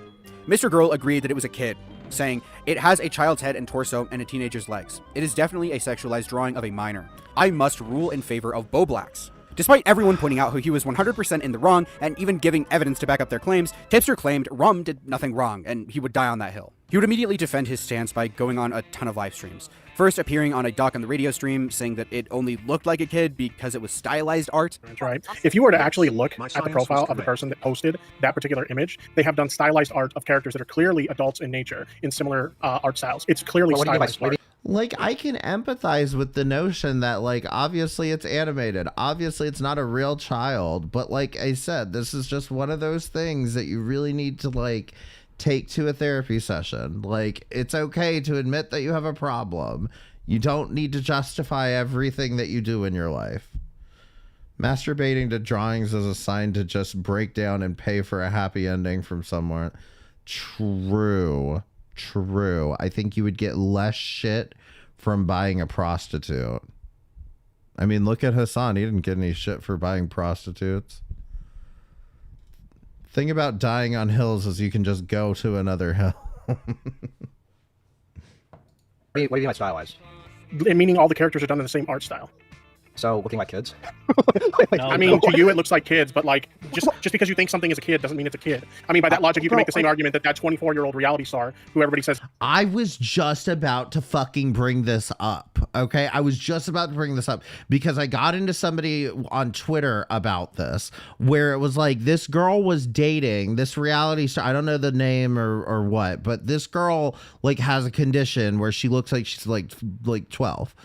And she was dating some guy, and people were like, oh, she needs to be, or that guy needs to be locked up. He needs to be in prison, whatever. And it's like, are you really going to just tell this girl, like, what is she supposed to do? Date children? You know, like, are you really just going to tell this girl, like, I'm sorry, but like, because of your condition, there's no way for you to have a healthy relationship with anybody because anybody who would want to have a relationship with you has to be a pedophile. You know what I mean? It's just a lot to lay on somebody who has a condition like this, you know? It's just like, it's a lot. And it disappoints me that people don't have a little bit more empathy for the person that they seem to be perceiving as a victim in this situation. This looks like a kid is a kid. Okay, well, we're talking about a drawing. I want to make that clear. Right, exactly. Also, yeah. Tipster is knowingly lying. This artist has drawn adults and kids on their Twitter in the past. The art that Rum liked looked nothing like a stylized adult. Bringing up some reality TV star doesn't remove the fact that the artist intended this drawing to be a kid. When the argument was proven wrong, Tipster would go on the Keemstar show to backpedal his argument, saying the art was just creepy and weird, but he never really specified why. Well, hold up though, Tipster, because you're saying that you think that the picture is creepy and unsettling. You're saying that. You're agreeing that. So if it wasn't, yeah, because it's not art that I find particularly interesting. Okay, but why this particular piece is not something that I find interesting. You could say it's bad art or it's not a well-drawn piece. But what makes you say that it's creepy and it's unsettling? Right? You're saying the words creepy and unsettling. So what is leading you to come to that conclusion? Because again, it's not a piece that I'm fond of. I don't like this particular art piece. So are you not fond of it because of the way it's drawn? Like what makes you? Yeah, I'm just not a fan of that particular art piece. Tipster, are you saying that this picture is creepy? Yeah, I think it's a little weird, sure. But again, like if we come down to the question of like, is this lolly? Like, I don't think so. I think it's weird. But sure, why? Wait. You're saying it's weird. But why is it weird? I feel like we're just going in circles. No, I want to know. I just want a better explanation. I want to know why it's weird. Come on, dude, Tipster, if I were to look at a guy, right? If I were to go to the police, right, and I'll say, okay, yo, this guy right here, he is creepy and he's unsettling, right? And they ask me why, I'd be like, because maybe he tried touching me in a weird way, or maybe he said some really weird thing to me. I wouldn't say just because he's creepy. That's what you're saying. You're basically saying it's creepy just because it's creepy. No, just be honest. Just be honest. It's creepy and unsettling. I am being honest with you. I've been honest this whole time. There's a reason my position on this stance here hasn't changed, because I am being honest. Why can't you just admit, though, that the reason why it's creepy and unsettling is because it looks like a child? Like, that's the only bridge that we're failing to connect here. It's creepy and unsettling to you because it looks like a lewd child. That's what it looks like. You're literally saying that. If it didn't look like that, then it wouldn't be creepy or unsettling to you at all. Like, you're literally admitting to it without admitting to it. I don't know. I just feel like we're going around in circles here because I've given my position on this. Tipster never really said why it was weird. He just said it's weird because it is, okay? After enough people owned him, Tipster would... Yeah, that's the thing. It's weird because you think it's weird because you think it looks like a child too, and you just don't want to, like, admit that one half of it. Why is he so insistent on dying on this hill? I don't know. Stardust, are you still there? Did he defend food shops for her little lolly incident? Because I know he's done this more than once. Would make his final statement on the entire situation in the form of a video titled My Response to the Drama. He would start off this video by saying that everybody in the community was too retarded to deem that the image was lolly. Now, if you want to make a criticism that my argument was a dumb argument to make, fair enough. In hindsight, I wouldn't... Hypocrite. He can't win here, okay? Even disagree with you, mainly because of the way this community acts when it comes to this subject. But in my opinion, my biggest mistake was trying to have this conversation in this community, because they too aren't equipped to tackle this conversation properly. But unfortunately, this community doesn't have the intellectual capacity to have these kinds of conversations. Instead, people are more preoccupied with finding the next big story and firing up live streams to make snap judgments instead of actually trying to understand where I was coming from. And again, I really want to hit home the point that these people often have no idea what they are talking about when it comes to this topic. Just as an example, as part of this conversation, the topic of chibi art came up, and Doc on the radio, who was chiming in on all of this, didn't even know what chibi art was. Even worse, the people claiming to be experts who claimed to know what it was weren't even giving an accurate interpretation of what it is. I mean, the bar is so low in regards to what... Tipster, no one needed to be an anime expert to see that the image was of a child. That's the thing, is it's like... Who cares? Like, just tell these people that they need to go to therapy too. It's not Tipster that would difficult. rebuttal this, claiming that the community missed one crucial detail. But we were basically able to find translated tweets of the artist referring to it as a young boy. Which is also kind of funny in its own way because everyone was arguing about how it looked like a little girl, and it was actually a boy. Now, don't get me wrong, it's still inappropriate, but this... Oh my god. I mean, unironically, he went like he really did climb that fucking hill. Because, I mean, how much research did he do just to back up this argument that he doesn't even fucking agree with? This is why I was asking the questions I was asking. We knew all about the characters that was depicted in this image, and yet judgment calls were being made about it. And I was just looking for a bit of clarification, just to be sure. And Tipster, just because it was Shotokan and not lolly doesn't mean it suddenly redeemed your arguments and your friend. Just because the community got one fact wrong, it's still equally as bad. Tipster wasn't even asking for clarification. He made distinctive statements that it wasn't of a child, and just immediately jumped in and still defended his friend when it was Shota. So what is this image of, Tipster? Is it lolly, Shota, or a grown woman? This is a question that we're never going to get an answer to.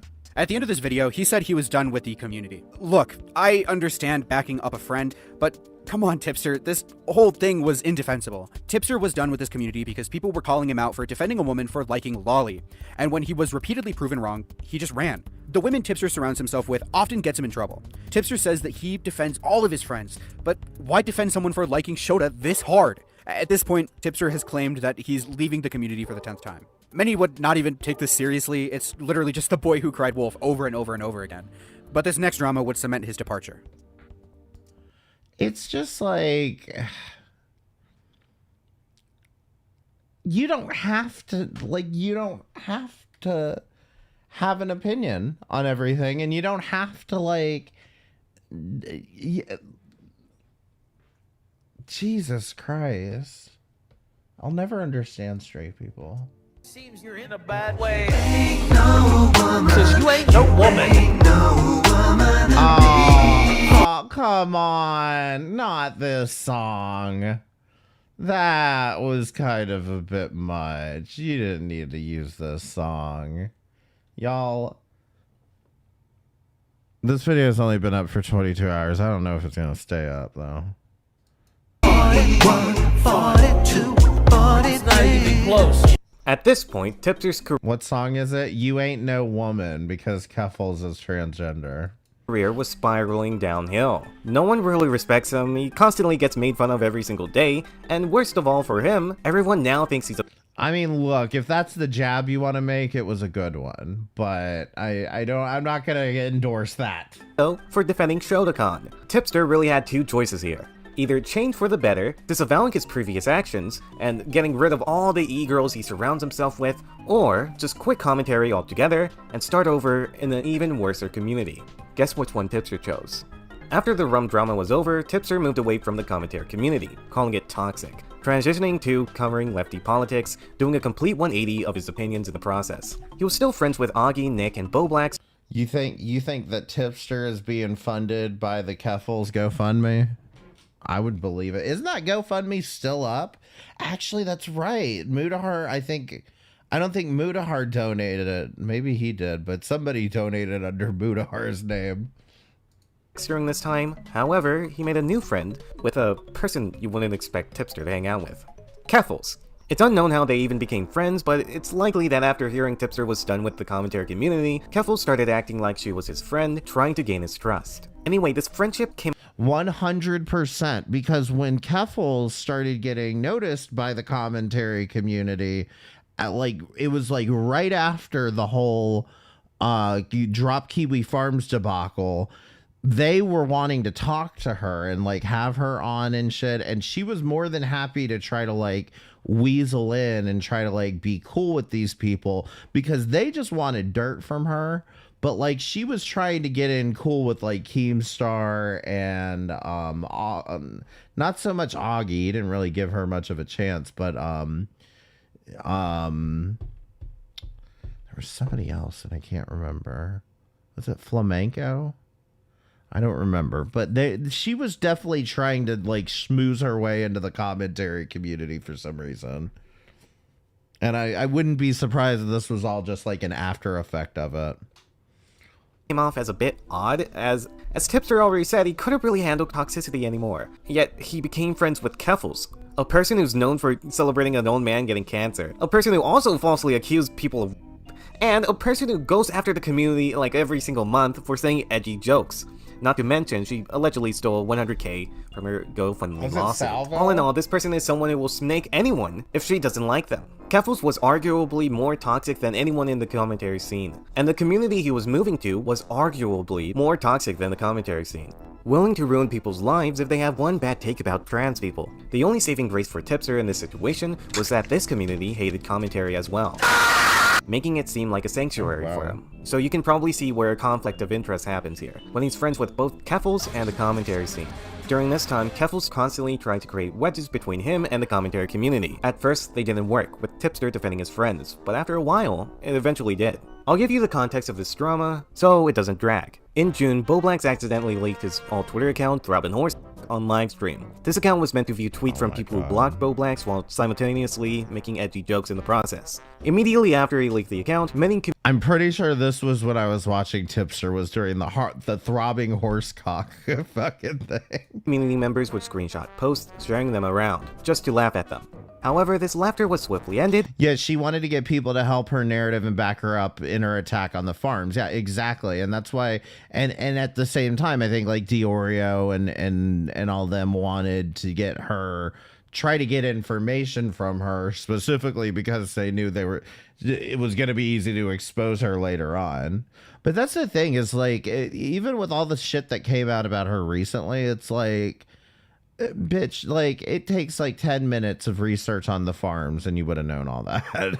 Like, as when Keffels saw this, she said Boblax hated all trans people and that he harassed her, screenshotting a tweet of Throbbing saying he would put 9 inches into Keffels even though he didn't really see her as a woman. While this was transphobic, it was obviously meant as a joke. Also, anyone who knows Bobby automatically knows that he's a lefty that supports trans rights. Putting a tweet out claiming that he's transphobic is not only slanderous, but it's also not true. While Keffels knew this, she just wanted to launch an attack on the commentary community because they were critical of her in the past, and also this was the only way to even do that. Commentators would point out that she was being hypocritical since Keffels sent Boblax a video of her bouncing tits in private several months prior. And according to her logic, her tweets of fetishizing mentally challenged people would be considered... Okay, the bouncing tits thing I feel like is very out of context because like she was clothed when she was showing her bouncing tits. So it wasn't like, you know, like she was showing off her bare tits or anything. Ableist and sexual harassment. All this to say she had no room to talk. Anyway, because of this situation, Bo Black's DM Tipster telling him that his friend Keffels was calling him a fake trans activist. While running to Tipster is kinda, not gonna lie, Bo Black's had to in this situation, as during this time, Keffels had a huge online following, and she could ruin his YouTube career, having Destiny banned on Twitch a year ago. Little to say, she had a lot of power in the online space. Tipster responded by immediately defending Keffels, claiming that she was just trolling him. To that I have to ask, what part of this was trolling? When Bo Black saw this response, he would take to Twitter to show that Tipster yet again defended an online woman he barely knew for 6 months, rather than his male friends that he knew longer. When Bobby leaked his DMs, Tipster got upset because he never asked Bo Blacks to release his private DMs. I just don't understand why you're leaking my DMs when you're in an argument with Keffels. If you like have a problem with Keffels, that's cool, dude. But like that's between you two. What's the problem? Like, why are you leaking my? Because you said that Keffels has changed, and you said that Keffels was just trolling and doesn't actually think I'm like transphobic or whatever. Yeah, on that and then she specific jumps day, she jumps on the opportunity to get a 4-year-old tweet on a parody account what does where that have to nothing do I say with is me, serious. bro? What does that have to do with me? Why are you leaking my in regards to a conversation on a completely different day? This is fair, I guess, but that's until you realize Tipster is the same person who leaked a private call with John Swan for clout. I said even the hypocrisy, he's right on that take, but at the same time, it's like, why did you need to like rush into into his DMs to defend her? So he had no room to talk. Later in the day, Tipster fired up a stream confronting Bo Blacks, with Keffels later. In fact, that's what I remembered about this, was that it was so like strange to me, because I was like, yeah, like I remember watching some of this when it was going on and being like, yeah, he's like, no, he shouldn't be leaking out DMs, and it doesn't really have that much to do with you, but like, you know, like, why are you simping for her? And additionally, why does it matter? It's not like he posted something that incriminating about you. Joining in. This stream isn't worth talking about, but I'll give you some cliff notes so you'll better understand the next situation. In this stream, Tipster would immediately defend Keffels by asking what was she. In fact, you want me to leak Stardust DMs?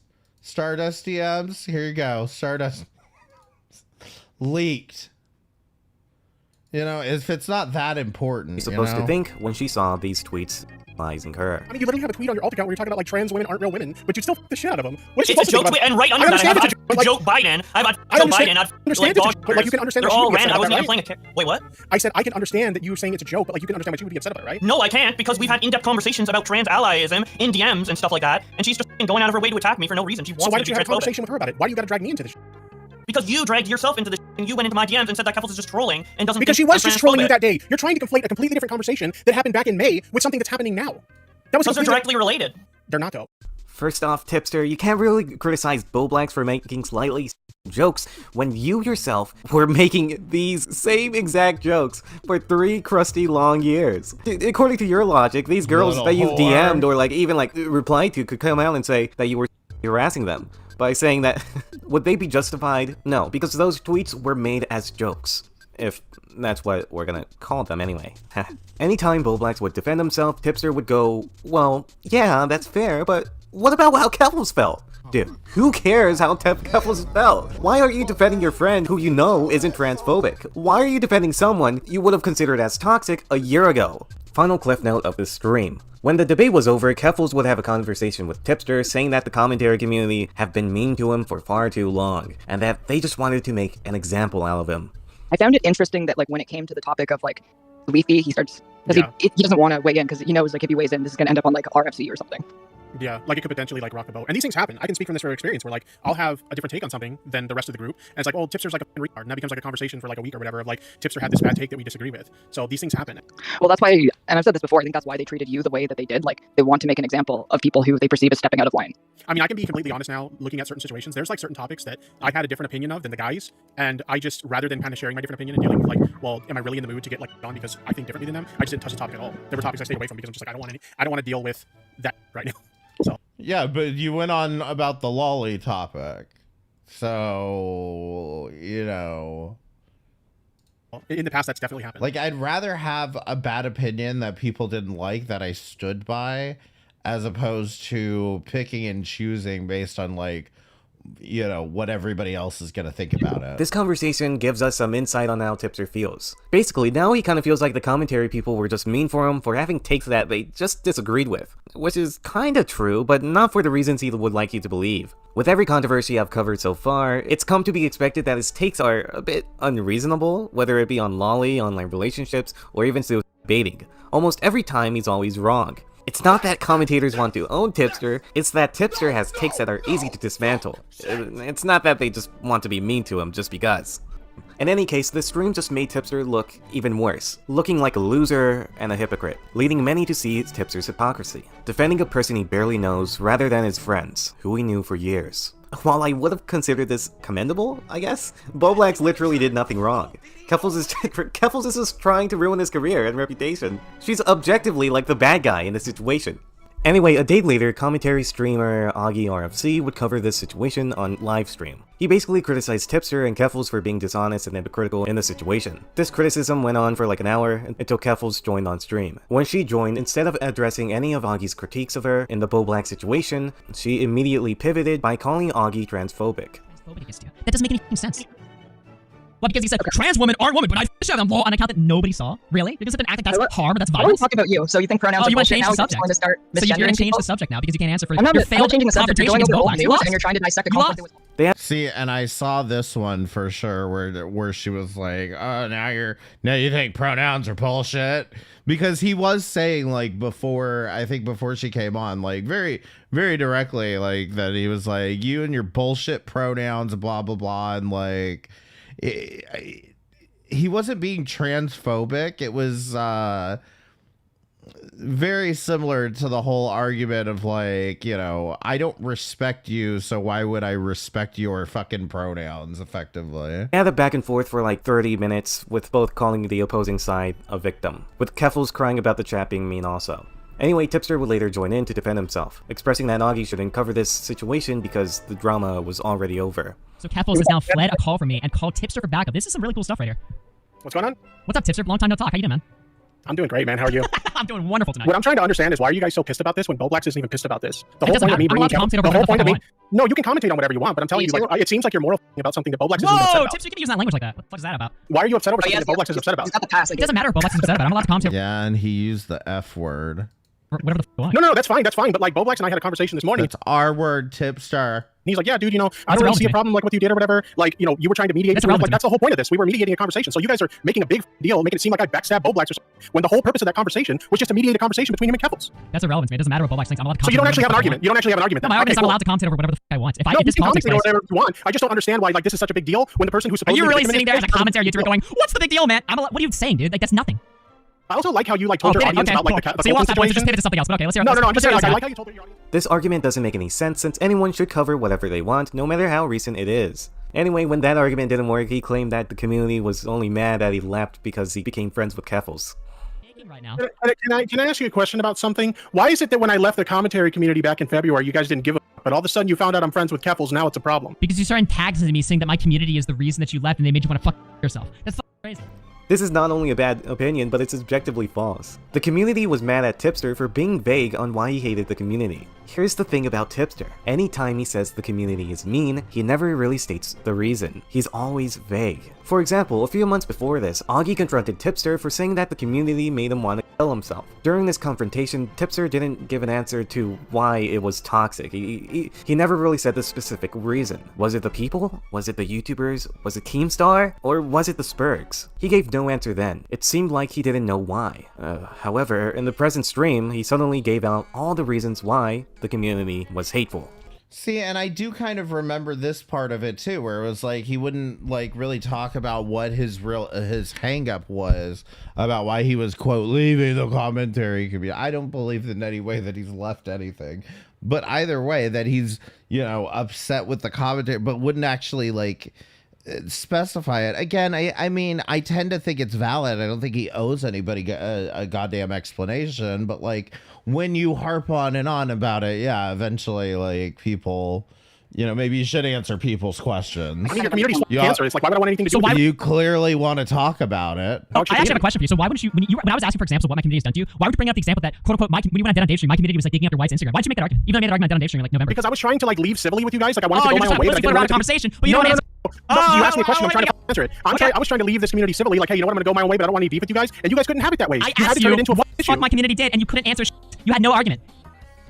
Well, your community's been calling me like a file ever since you covered the lollipop That's shit. right. Your community's been talking about how I cheated on my wife because you told your community big X's out. Tipster said he's not cheating on his wife. You talk to random women on Twitter when you're a married man. Do you not understand that? You literally message women. That people's relationships have different boundaries and shit? Like I understand like maybe if you were in a marriage, like that would be like the boundary, but like my wife doesn't care about any of that. Is that they don't let their fucking married husband flirt with other women at the middle of the night on Discord all night long. That's your boundary when you get married, whenever the fuck you lose your virginity and get married, then that's fair. But like my marriage is different. Are you mad? Why do you give a fuck about what happens in my marriage? I don't give a fuck. It's funny.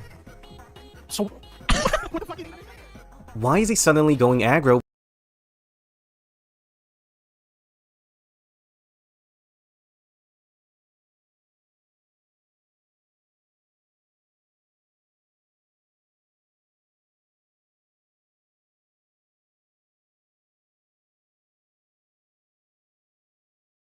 When no one understands why he left? Why is he suddenly surprised when the community asks him about it? And why is he suddenly...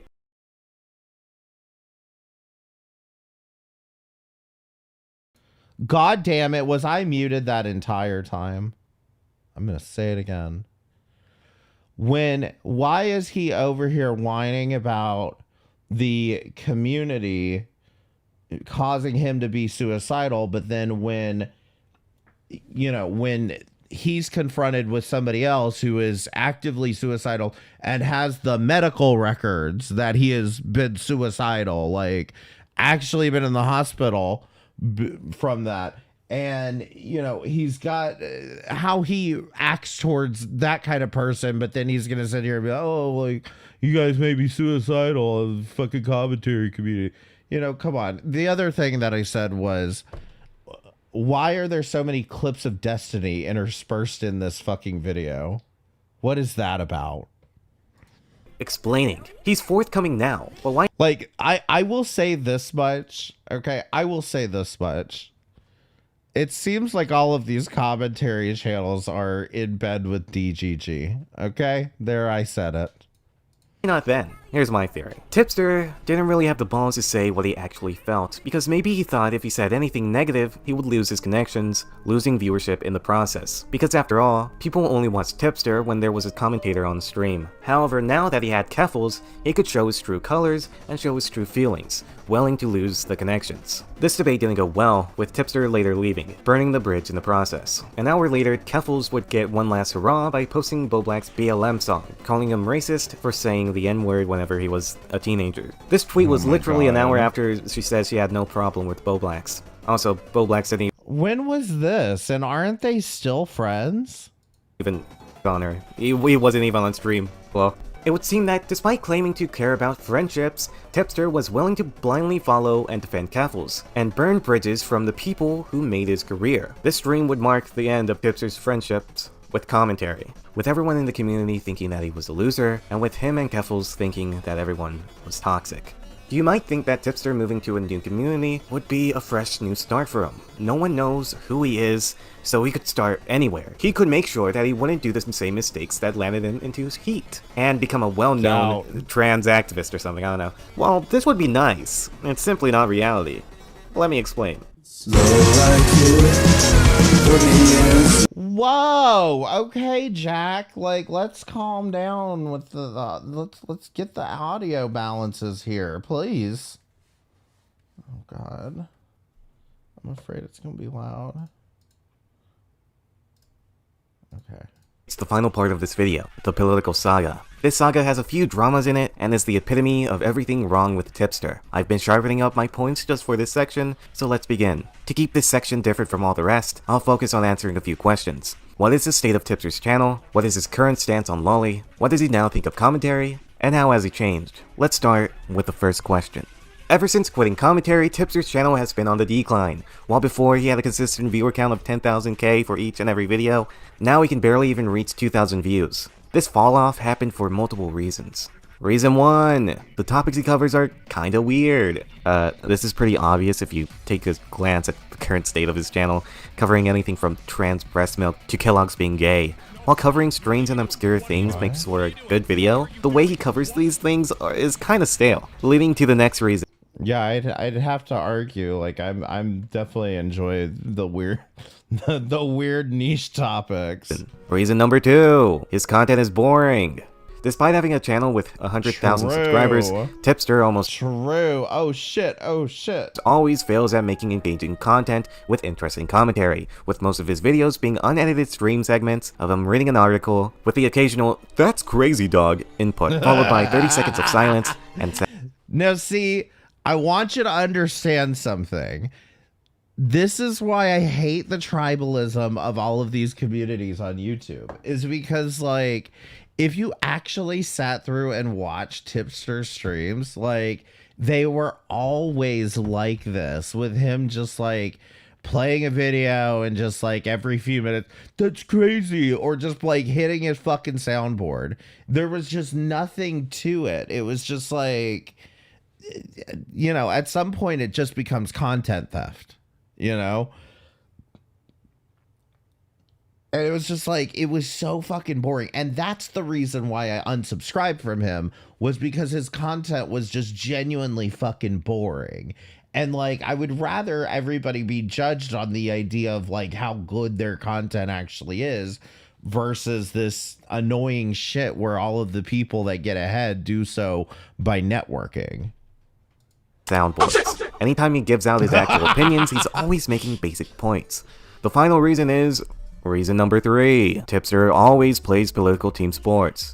Yeah, this is pretty much to be expected. No, it wasn't even the lolly thing. It was just like every time I would watch him, he would just like, it was just him watching a video, barely saying anything and hitting the soundboard constantly. It was so fucking boring. I was like, why did I subscribe to this guy in the first place? And it was because I think he was still friends with some of those commentary channels, like at the time when I originally like subscribed to him. And then actually, I think I subscribed to him because of something he tweeted on Alicia's Twitter one time. I think that's why.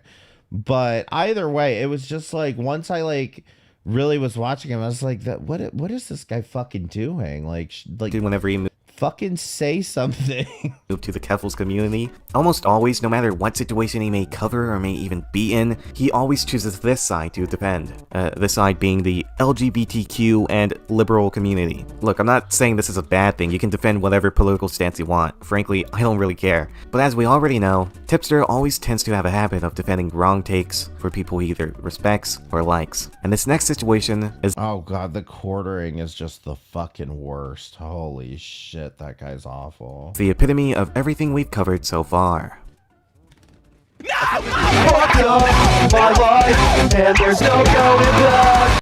In February 2024, a full year after the Rum Drama, political streamer Vosh accidentally opened his File Explorer on livestream. While in certain cases this wouldn't be notable, certain images in his files raised a few eyebrows. It would turn out that in Vosh's files would be numerous graphic images, with one picture being of lolicon art involving a horse. All of this would be found next to his tax folder.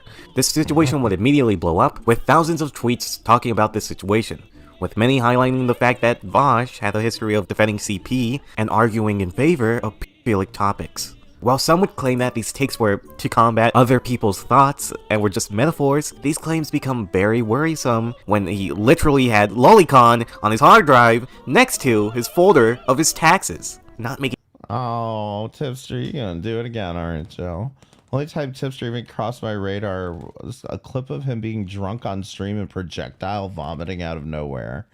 I need to see this. And that was, I think, another reason, was like, I get really exacerbated with alcoholics, especially alcoholics on the internet. Like, there's so many people that, like, I don't even know how much they're actually alcoholics as much as they're like, I'm not entertaining unless I'm drunk on stream. And it's like, maybe you're just not entertaining. The quartering got his start by being assaulted by a lunatic in Ohio at a nerd convention. That's right. It was one of those those fucking tournaments, right? Like a fucking Smash Brothers tournament or some shit. Making any legally slanderous claims here, but I can't really call him what I think he is, but it starts with P and ends with O. Anyway, even though I think this, there would be of course multiple sides to this discourse. Starting off with a group that liked Lolicon but hated Vosh. These guys basically said that even though they hated Vosh, they didn't think he did anything wrong. So your flamencos and your Revses Desus. There would be the normals who were just like me and you, viewer. People who thought he was a pedo, who got exposed for being a degenerate. And then there was the lefty debate community, people who loved Vosh, and blindlessly defended him, and even straight up denied he did anything wrong. This is the camp Tipster and Keffels were in. But let's not focus on them for now. Let's talk about commentary's favorite, Ethan Klein, and his opinions on this situation.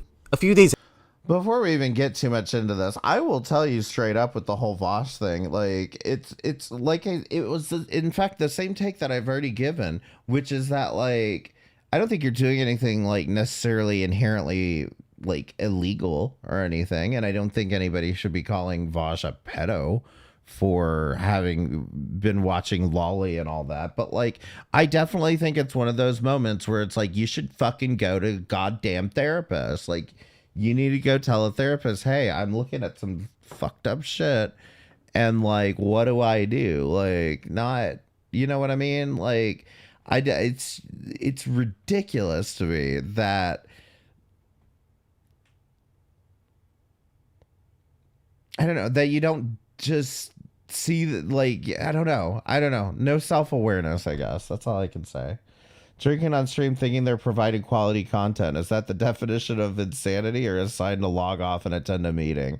Oh, believe me, I've had that question, I've had that conversation with far too many live streamers in my history. Like, I mean, even good friends of mine that I had to just be like, listen, I ain't doing this with your ass, because you're not capable of even having a conversation with me without being drunk. So I don't know, like, there's nothing I can tell you that's going to stick. After the Lolicon horse leak, Ethan Klein would cover this whole fiasco on the H3H3 podcast. This episode of the podcast was basically Ethan and crew going over Vosh's takes, such as him saying that a relationship between an adult and a child is good, and him saying that he's never heard a valid argument against EP since there's little African slaves dying just to harvest cobalt for your phone. You basically get the point. Ethan points out that it's kinda a strange coincidence that Vosh is a CP debater who happens to have Lolly that he presumably jacked off to. To sum up the stream, it was basically content nuke Vosh. The podcast just showed how weird he was. For example, Tacoma wept. This podcast would of course upset a lot of Vosh fans, as Ethan basically dismantled his main talking points. The fans would claim that Ethan took everything out of context. While most people who cover Vosh take these clips out of context, this argument didn't work, as Ethan watched the clips in full, pausing to give his opinions. To coincide, the quote, out of context argument would be another claim, claiming that Ethan was slandering Vosh by calling him a pedo. This argument is again wrong, as the clips that Ethan watched showed very clearly that Vosh defended arguments. The last argument that the fans used, as well as Keffels and Tipster, was the argument of bad faith. Hours after the Ethan stream, Tipster would tweet out, genuinely disappointed seeing what at H3H3 Productions did to @Vosh earlier tonight. You'd think after everything Hassan's community as well as others in the past have done to misrepresent Ethan, he wouldn't be so quick to do the same. Yet here we are. He even used the same out-of-context clips alt-writers have used to defame Vosh time and time again. Tipster, what the hell is wrong with you, man? Like, you don't have any... Like, how many times do you need to get, like, shit on for this? And you're still over here being like, oh, well, I can't believe you guys are using right-wing tropes on him. Oh... Again, whatever this was intended to be, there is one thing for sure. This was not the move, and it was an extremely bad faith misrepresentation of Vosh. Now, this tweet was tweeted out at nighttime, so, you know, Tipster does what any normal person does and goes to sleep, expecting full support from this banger and expecting Ethan to change his ways. However, when he woke up, he opened up his phone, and come to find out, Ethan did the exact opposite of what Tippy expected. On Instagram, Ethan Klein would post a series of stories making fun of Vosh defenders. Now, obviously, there were a few notable figures like Keffels and a few people with larger platforms in there, but surprisingly, he would find Tipster's tweet and make fun of him with a rendition of one of Tippy's infamous quotes. Love you, my horse. Nope. Tipster, seeing this, would respond with ironically bad faith by saying Ethan Klein was calling him a p because he couldn't handle the tip. A day later, Tipster would make a response stream covering the Vosh drama, addressing Ethan Klein's Instagram story, and defending both Vosh and Keffels from the evil Tipster would start off this stream by clarifying that it was the 1-year anniversary to the day he accidentally defended Lolly, claiming that nobody knows what Lolly is yet again. Ready to talk about today? Yeah, to some extent, I feel like if his wife did know about all the bullshit, like that he's like tweeting and doing all this shit, that at some point she's probably like, oh God, whatever. At least he's not taking it out on me. Topic with you guys. It's a very contentious topic to say the least. And I think the thing that I hate the most about this topic is it's almost 1 year to the day that I had a fight with the YouTube commentary people revolving around a similar topic. And I hate this particular topic because it just brings out like the biggest amount of brain rot amongst everybody on the internet. Like nobody could actually think about situations in terms. I hate this topic that I'm going to die about. Like I hate this hill I'm gonna die on. Or anything like that. They lose their minds and they can't have a rational thought when it comes to this stuff. So it's really annoying to have a conversation revolving around the subject. Literally, like the 19th will be 1 year since the last time my community had to deal with this particular subject, and it's annoying. Okay, it's genuinely annoying. But in any case. Needless to say, this wasn't a good start. Anyway, let's take a look at Tippy's first defense. Tipster first defended Vosh by saying that people should have just laughed it off. The way this drama started is easily one of the stupidest things ever, because it should be the kind of thing that, you know, it happens to streamers sometimes. You just kind of laugh about it for a few days, you know, the streamer themselves, they kind of shrug it off, haha, funny, you know, have your... I do actually agree with this take. I do agree with this take, because it does seem like one of those things, I don't know if I've said this with DSP, was like with the whole jerking off thing. I mean, you can just laugh at it and like move on. And I don't think this is that much different, but like when you have somebody with fucking CP in there, like, yeah, that's not something to necessarily just laugh at and move on, you know? And then when it comes to this, yeah, it's a little bit more of a gray area, but I think you can laugh at it and tell Vosh that he needs to get some serious fucking help. Your laughs, whatever, and then you just move on. And somehow, some way, people have managed to take a situation that should have just been a funny moment in streaming history and then just moved on. And they've managed to turn that into Vosh's, and it's just like, it's nuts, okay? So let's get to the start of how this drama started. I'm gonna show you guys a clip of a moment that happened on a Vosh stream, and I gotta be honest, every time I see this clip, this moment is hilarious to me, especially the way it ends. It ends so abruptly, and it's just really funny, okay? It's just really funny. Well, the kind of structure that I'm referring to. Oh, oh my God. The way he screams at the end. What? Let's watch this. Oh, yeah, the scream. Oh shit! Oh shit! The end is the funniest thing ever. I can't stop watching this clip because it's so funny. Did you catch that? Notice how he doesn't give you the context of what this image was. And notice how he just claims that this was just a joke that was really, really funny. Sounds very similar to a few situations we might know. I could name some, but I really can't put my finger on it. Let's just ignore that for now, okay? Anyway, let's hear Tipster's insight of what Vosh should have done. Here. Okay. If you're gonna watch, if I can give advice to any other content creators here, okay? At the very least, if you're going to look at on a computer, don't do it on your stream computer, okay? And the clip we just saw with Vosh is the reason why. Like, I'm the type of person that after what happened to DSP, I don't care if my computer is off and this camera is off and all of that shit, okay? I don't care. I do not jerk off in this room, okay? Because the last thing I want is to have a DSP moment and become like a living meme like that guy as a result of it, okay? So, absolutely not. So, yeah, Vosh, I think you could have avoided... Tipster, are you telling him how to get away with it? All the drama that you're currently in right now if you would just watch on your phone like a normal person. Maybe next time you will watch on your phone. No, wrong. It would be normal for him to go to a therapist and tell them. Then you won't have to worry about this issue ever again. So, this take is awesome. Not only does he still not address that it was lolly bestiality, but he also told his thousands of fans that could be watching the stream that he doesn't jerk off in his dream room of his parents' house. During the making of this video, I couldn't really think of any way that Vosh could have defended himself, except for this one. This one was very, very interesting. It was the smartest take, in my opinion, during the writing of the script. However, but according to the Harvard professors that I've hired for this video, Vosh could have easily avoided this by simply not looking at a horse having sex with a kid. I'm not gonna be bad faith here, but this clip could have easily suggested that Tipster looks at Lolly on his phone, and that's the only reason why he's just not caught with it. His last defense for Vosh is a somewhat similar defense we've heard before. But in any case, nobody wants to like look at these situations and have like a rational conversation about it. They instantly just want to label people like that, which is absolutely insane, okay? This is why like I don't have any interest in when you're talking about like, you know, anime or I personally don't get off to that.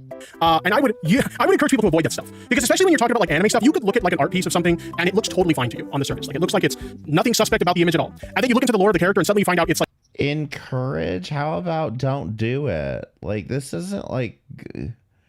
16-year-old girl or something. And it's like, what the okay? And I could see like a situation happening like that to someone where they would download an image like that and not even realize that it's of an underage character, and then they find out it's an underage character. Well, like, I didn't know that, and they just delete it and I'm sorry, they would download the character and suddenly find out it's like a 16-year-old girl or something. And it's like, what the okay? And I could see like a situation happening like that to someone where they would download an image like that and not even realize that it's of an underage character, and then they find out it's an underage character. Well, like, I didn't know that, and they just delete it and move on with their lives. That's probably what should happen.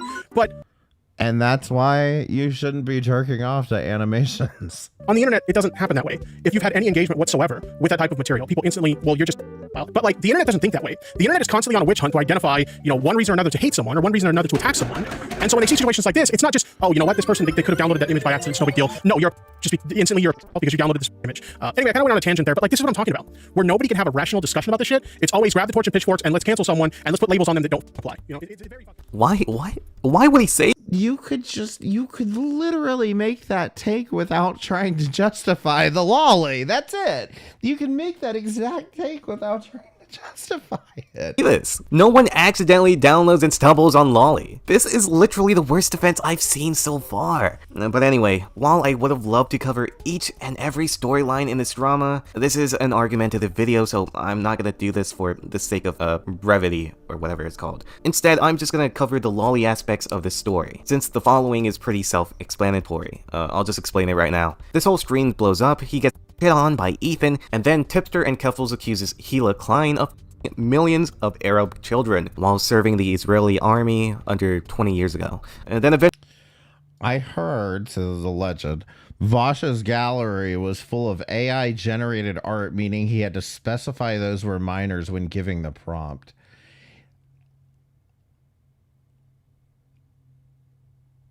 Definitely it looked like from... I feel like I saw the image in question and it was AI. I can't remember where I saw it though. It definitely wasn't intentional. I think it was somebody on Twitter had like reposted it and been like, this is what was in Vosh's folder. And I'm like, why are you retweeting this? But like, it definitely did look like AI. But I don't know can you really say it with any certainty that the AI wouldn't... I would hope the AI wouldn't generate it without unprompted. I would hope it wouldn't generate that without, what is AI? Stop jerking off to drawings. I heard Vosh's... No, I read that. Didn't Josh Duggar also accidentally download horrific CP? It's always an accident, I just... Eventually, Tipster later apologizes, and then finally, Vosh defends himself by saying that the lolly horse stuff was what he thought was a short stack goblin. Now then, where were we? Oh yeah, Tipster's stance on Lolicon. Now while Tipster would like you to believe that he's never defended Lolicon and never supported the consumption of Lolicon, his actions tell a completely different story. Until now, we've covered 2 lolly dramas, where maybe Tipster could get a pass since he could play it up as defending a friend or someone he is inspired by. And the Vosh clip is blurred in many archives, so I wouldn't put it past him if he just didn't do enough research. But with all that aside, there's another lolly situation we didn't talk about, where he knowingly decided to defend a lolicon. Let's talk about Chris Tyson. Cakes, bitch, you're just a pawn. Certified trans ally, certified lolicon. Wop, wop, wop, wop, wop, knock 'em up. Wop, wop, wop, wop, wop, I'ma do my stuff. We'll take it back to a year, May 17th, 2023. Okay, if this has to do with Chris Tyson, I have no idea then. Because, what...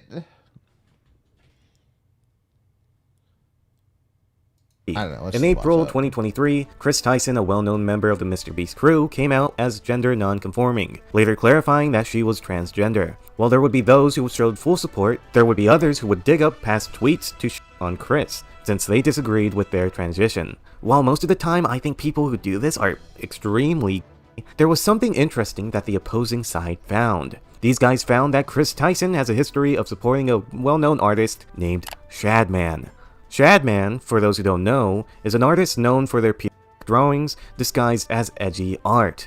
He's probably most well known for drawing art of real minors such as Keemstar's then at the time 7-year-old daughter, Lieutenant Corbus, a preteen, and a fully the drawing of 12-year-old actor Daphne Keane.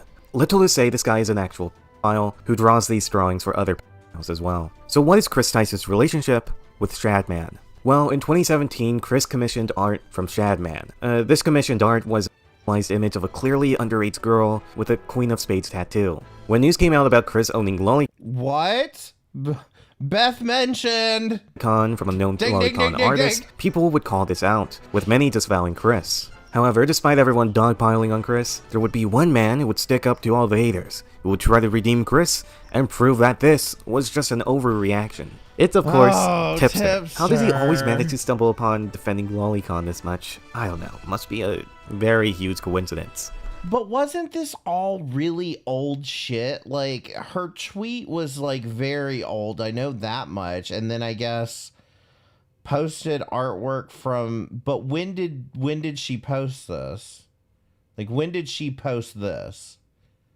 Is the question. Chris owning Lolicon from a known Lolicon artist, people would call this out. If she posted this in 2016, 2018, then Tipster, you have no business defending this in 2023.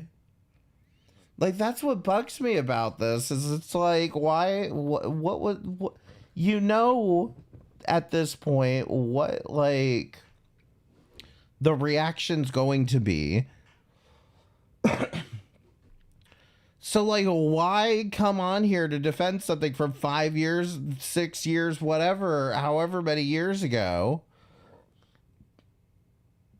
when you know what the reaction's gonna be? With many disavowing Chris. However, despite everyone dogpiling on Chris, there would be one man who would stick up to all the haters, who would try to redeem Chris and prove that this was just an overreaction. It's of course Tipster. How does he always manage to stumble upon defending Lolicon this much? I don't know. Must be a very huge coincidence. On May 16th, Tipster would cover EDP's take on the Chris Tyson drama in a now deleted video. Since I didn't archive this video, I'll just explain what happened. Why are we covering EDP's take on anything, especially this topic? And if you don't believe me, I'll have a playlist in the description below with a commentator reacting over it. Anyway, EDP would basically condemn Chris for consuming drawn art of a lewd child. This is a pretty reasonable take, no matter who it's coming from. However, Tipster would immediately downplay his critiques by saying EDP is a pedophile, so we shouldn't take what he says seriously. In the middle of this coverage, Tipster describes the commissioned art to his audience. However, it wouldn't be in the way you'd expect. Tipster would admit to looking at the art, and instead of coming to the reasonable conclusion that it was a literal child, he thought it was just a Negro, reminiscent of Belle Delphine. Is friends with somebody named, I think his name is Shadman. Oh, he's bringing up the Shadman stuff. I know there was a controversy involving the fact that Chris allegedly owned, like there was a picture he posted on Twitter of him owning like a piece of artwork by Shadman. And I've seen the artwork in question. I'm not going to show it on stream for obvious reasons. But the artwork looked like it... Tipster, why are you misgendering her? Got him. Fucking misgendering, sick mother fat fuck. The Shadman picture was before 2020. The situation had died down, so why Tipster felt he needed to kick the dust back up. Yeah, exactly. Like, all of this is like old shit, and it's like people... I mean, I guess I kind of get it because it's people giving their take and like he wants to give the opposing take. But it's just like at this point, like you should know better. Depicted someone who was of adult age. It looked like somebody who was very petite, kind of like a Belle Delphine type figure. It might even be like if it was an active thing that he wanted to talk about for clickbait, okay, but like it doesn't seem like it was that active. I didn't even know about the picture part. I'm not really sure, but it was something to that degree, right? And so, but I wouldn't be signal boosting or supporting Shadman's work because of his history. But either way, like I've seen the artwork, and I don't personally think the artwork is anything questionable. It's just the connection to the artist in question. It's like, yeah, I would not be supporting that guy. I wouldn't be promoting it because I think it's a little iffy, but like I'm sure it's just completely fine. So like, don't worry about it. Go follow him on Twitter. You'll see. Be honest.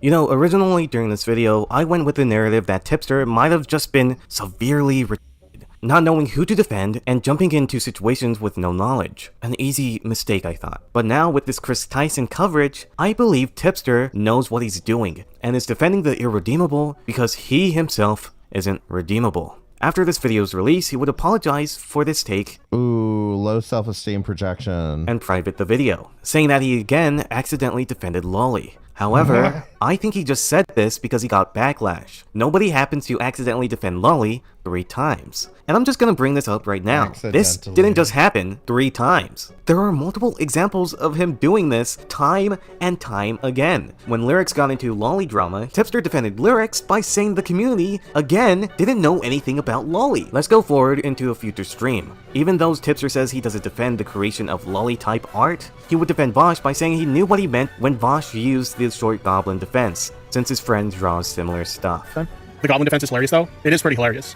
But as somebody who is friends with an artist who draws goblin, the funny thing is I knew exactly what Vosh was talking about because his descriptor for goblin is exactly the way she draws her art. Shout out to Rumpendog. Fucking simp. That's right. He defends the lolly bestiality by saying his friend Rum draws the same stuff, who was the same person who liked Shotokan. Now, in Rum's defense, I went through her profile on Twitter, and none of what she draws is even remotely similar to the lolly bestiality art Vosh saved. There are more examples of Tipster doing this stuff, but I think you get the point. It seems that Tipster tries to find a way in every drama surrounding lolly to defend the art by saying that it's just an art style. But how are there so many art styles that make grown women look like children? Simple answer, there's not. Final conclusion to this lolly chapter of the story. Tipster defends Lolicon and supports people who consume Lolicon and tries to act like he was just ill-informed every time he gets pushback, acting like the other side just wants to call people for no reason. There are many areas Tipster hasn't changed in. It's not just the lolly aspect, okay? There are situations where he claimed to be positive, but in all reality, he's really negative, hosting a private Discord server meant to archive edgy tweets, commentators say. He still cares about commentary, and I think now it's time to reach the conclusion, since this video is already long, and I really want to get this video out on time, since I've been gone for 6 months. So anyway, on to the conclusion. Tipster's story is a weird one of hypocrisy, lies, maliciousness, and lust. Tipster was once a popular YouTuber who was known across the community, but now he's grown infamous because his nice guy persona began to slip, causing his downfall. Tipster would like you to believe that he's a changed man who's not doing any more wrong. However, he just hasn't. In fact, I think he's gotten worse. Throughout this video, I mentioned events to build up to one point, even using controversial events too. The Apollo mention was not meant to own Tipster. Rather, it was to show that despite being proven wrong, Tipster responded well to one drama. However, as time progressed, Tipster's responses got sloppy. The point of this video is that we shouldn't trust what Tipster says because his actions lead to worse results. Anyway, I've been Stormy Skeleton. Hopefully you liked the video and like and subscribe. And join the Discord if you haven't. And I'll play you out with a little special outro. See ya. Everybody's always talking about me. I don't know why I always get bullied. And then Tipster says, I still get more action than you. Ladies love the jiggly jiggly with his... Is this image lolly? And if so, why? Well, thank you. What? This is a random play! How is this real? You fell for a big... He's bringing up the shad-based stuff. The artwork looked like it depicted someone who was of an adult age. It looked like... Okay, I'm gonna say this right now. I feel like the outro is kind of like fluffing him. Somebody who was very petite, kind of like a Belle Delphine. What the fuck? I think the rest of you all are a bunch of fucking parasites, and I want nothing to do with that. And yes, I will die on that day.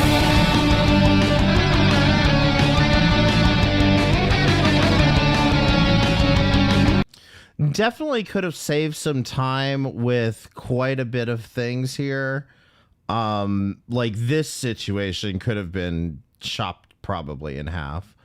But the reality is I feel like he almost probably didn't cover enough. Like I feel like there may have been more that he could have covered, but it was a really good video. I'll give it that. And I see now this guy's got a Jalen video, which I'd be curious about. But no, in general, the hell's wrong with you, Tipster? Get help. Go to therapy. You go to therapy and go with Frogan and make sure they're not Zionists. Okay? I mean, it's... I don't know. It's just crazy. It's just crazy. Like, you can't possibly be that... Like...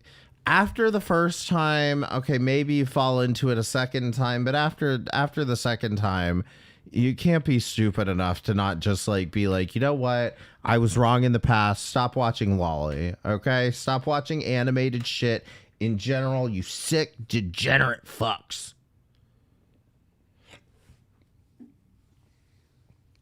Listen, I need everybody to hit the like button. Make sure you hit the like button on the stream. I really appreciate y'all coming out here tonight. I really do. And if you want to donate, links in the pin message.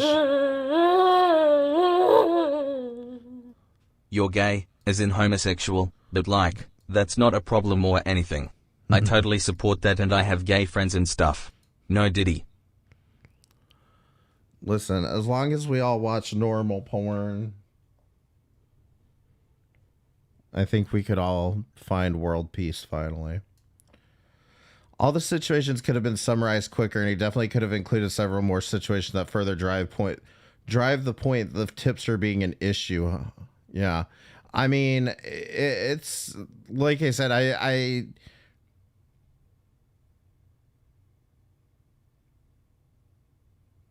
don't know. It's just like you said, it's fucked up. Like I don't get it. I don't get why he's just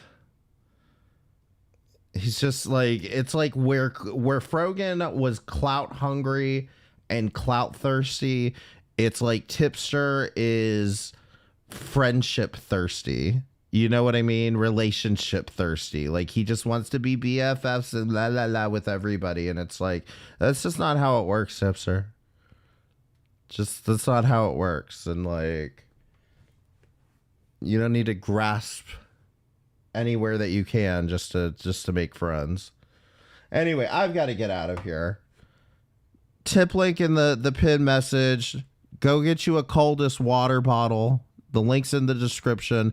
Use the code WORST, WORST, for 10% off your order at coldest.com.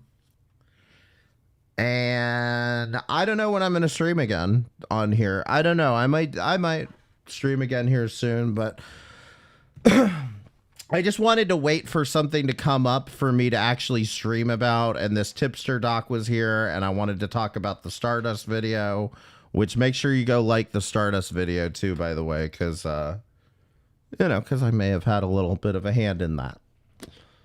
Tipster's poon thirsty and just wants to gossip with the girls. Thanks so much for the stream. All right, well, thank you guys for coming by. Y'all have a lovely rest of your evening. Have a good night. Oh, wait, can I raid? I don't think I can raid still. Let's see. No, I still don't have fucking redirect. Maybe once I get that first thing, I will, but I still don't have redirect. Well, go watch whatever you want. Goodbye. Have a good night.